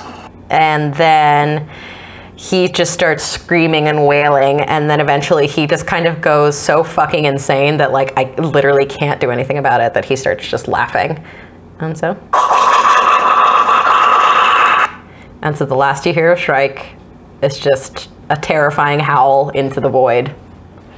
And Shrike is gone, so Shrike is now out of the game. And I would say combat is over. Yeah. But now you have Now we fight the real Dio. boss, Dio. I walk over to him. I suggest you keep this a secret. I would say the minute is over, and he goes. So I'd say there's like 15 minutes of this trip, and he goes, you know what, kid? I don't get paid enough for this. And he just walks his happy ass back to the bar and takes a And I drink. just fucking threw myself on the floor. Yay! You solved my puzzle! Yay! That was fucking crazy. Solved is a strong word. I'm going to run to the doctor, whose name I forgot. Robert O'Donnell. I'm gonna run to Robert, and I guess you hear Henry's voice saying, "Get the vial," and then I'm gonna cast invisibility on both of us at 3rd level. Okay. Why? It lasts an hour. It lasts an hour. Why? You could literally just go sit back in your seats. We At this point. could, but I no longer have a ticket, and I don't look like You got a a- little boy. Right, but it's like the... You have the bracelet, so you can walk around where the fuck you want. True. Well, yeah, that's true. I forgot about that. Yeah, you got your bracelet, you're fine. Yeah, you're fine. I mean, it's a little weird, but essentially, the whole thing about magic is like, really, Henry was just there for emergencies, like, oh, something happened, then we mix all the vials, blah. But other than that, I just go A to B. And you're so close to the station, it's fine. So yeah, you solved the I was puzzle. gonna make us invisible, by the way. Yeah. I mean, you can if you want. No. Or we can continue to play this out. I'm gonna heal myself. I'm gonna give myself the rest of the pool that I have, and just to stabilize myself, because I was not looking hot. That was extremely lucky. I can't believe I got fucking 100. 1 in 100 chance. That's freaking crazy. All right, so if you guys are done playing, I'm going. Ew. If you're done playing, we're gonna get to the serious part. No, I was gonna say, like, if you're done RPing, like, you can continue. What do you do? Like, because I'm assuming you're gonna get back to your seats or whatever. So tell me what happens. Yeah. Well, I'm gonna stay invisible and go find Nim Nim. Okay. In the working class car. Yeah. I'm assuming by the time he gets to you, you've blipped Yeah. back. Isn't there one more over there? One more vial? I have the vial. No. Oh, you already took the last one? Yeah, the rest were broken. So how many do we have now? You have 5. Actually, before that, since I have the little bracelet, I'm gonna walk back Bless open you. it, Oh, and we have check four 'cause the you broke engine one. No, one of for mine broke. more stuff. There's nothing. Right? Then I'm gonna go find Nim Nim and I'm gonna be like, drop invisibility and be like, can you help me look like Tobin? Oh, yeah. And roll for disguise, I guess, performance. I'm gonna assume you take this to the bathroom so people don't just see you putting on the disguise. 318. Yeah, you do it. You look like a fat little kid. I'm not fat anymore. No, Henry was a little chunky. So just a Okay. chunky little kid, but you're Chunky fine. Tobin. Yeah, here's just slightly more chunky. What do you guys do?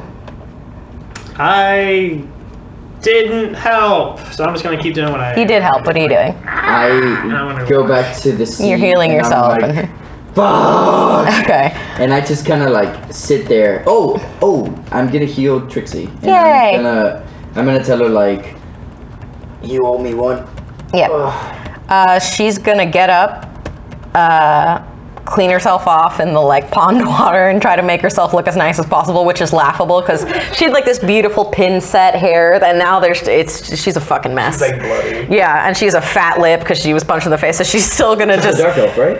She's a regular elf, so she's just gonna fucking sit at her passenger seat, holding her side like, Not pregnant. yeah, just like, Jesus Christ, like, and it's just. That was a rough burn. Yeah, she's had a fucking day. And for everyone, one last 2d20 because you're still holding the vials, just for fun. Oh no. Yeah, just roll it. It's another 100. 18. I have a god. Okay, 18. Oh. 76. Okay, I'm gonna read this to you. I'll let you choose how this plays out. It says a swarm of rats carry the caster 30 feet in any random direction. Or you can just have a swarm of rats appear, but you decide what direction they go. You have to direct them. Oh my god. So a fucking swarm of rats is going This to is appear so from fucking you. foreshadowing, dude. Because earlier you were like, vermin. Alright. I'm gonna direct them towards the dining car. Okay, so all the rats start running towards the first class or working class dining car? Because you're sitting in working class. To the first class one. You're like, oh my god. So all of the working people are just like, whatever, and you just hear the little pitter patter of ratty feet. As soon as it gets to the first class car, you hear, ah! Like, and just screaming, glasses breaking, like just all hell breaks loose. What did you get? 79. 79. Illusory butterflies or flowers flutter within a 5-foot radius for 1 minute. So I guess you're just entertaining yourself. You're like, like 51. 51. Boop, boop, boop, boop, boop. You get a spectral shield, +2 to AC. Yeah. You're real worried about that. And you are not holding any, right? No. Okay, so you're good. Fucking useful earlier. All right, so I shall close the scene. So the train makes its way and starts slowing down onto the tracks. You've made it to Grand Post, the Golden City. You have 5 vials left. One of mine broke. One of yours broke, that's right. So you got 4 vials left. Of the bounty, you have successfully done what you were there to do. So you won. You've made a little bit of a scene. I don't know that you can trust that Dio will keep his mouth shut. I think he just doesn't care because he's like, I'm not fucking paid enough for this. But you did what you set out to do. Doesn't matter him. So if you choose for this to be a more than one shot, we can deal with all those things later. But I shall cue us out in the style of the Old West. Whoa. Okay. Well, shit! Y'all successfully robbed one of the most illustrious trains this side, hell, any side of the Snake River and live to tell the tale.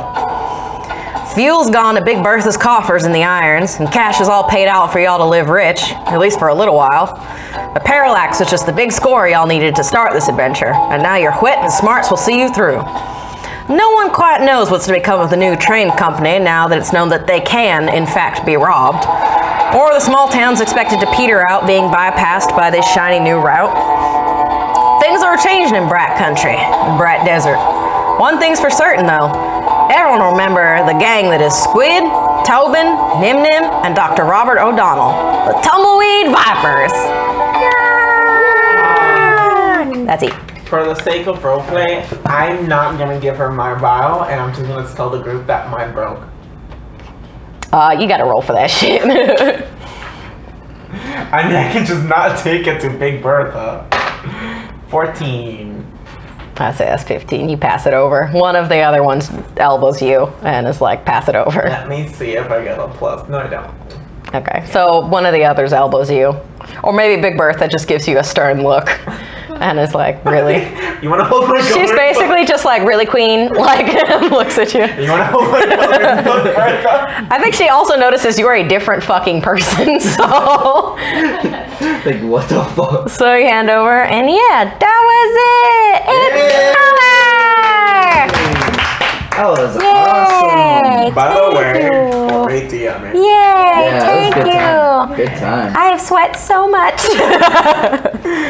Oh, God. Jesus Christ. 5 hours and 6 minutes. Yay! Fuck out of here, because my guild is waiting for me. No worries. Sorry about that. Robert O'Donnell.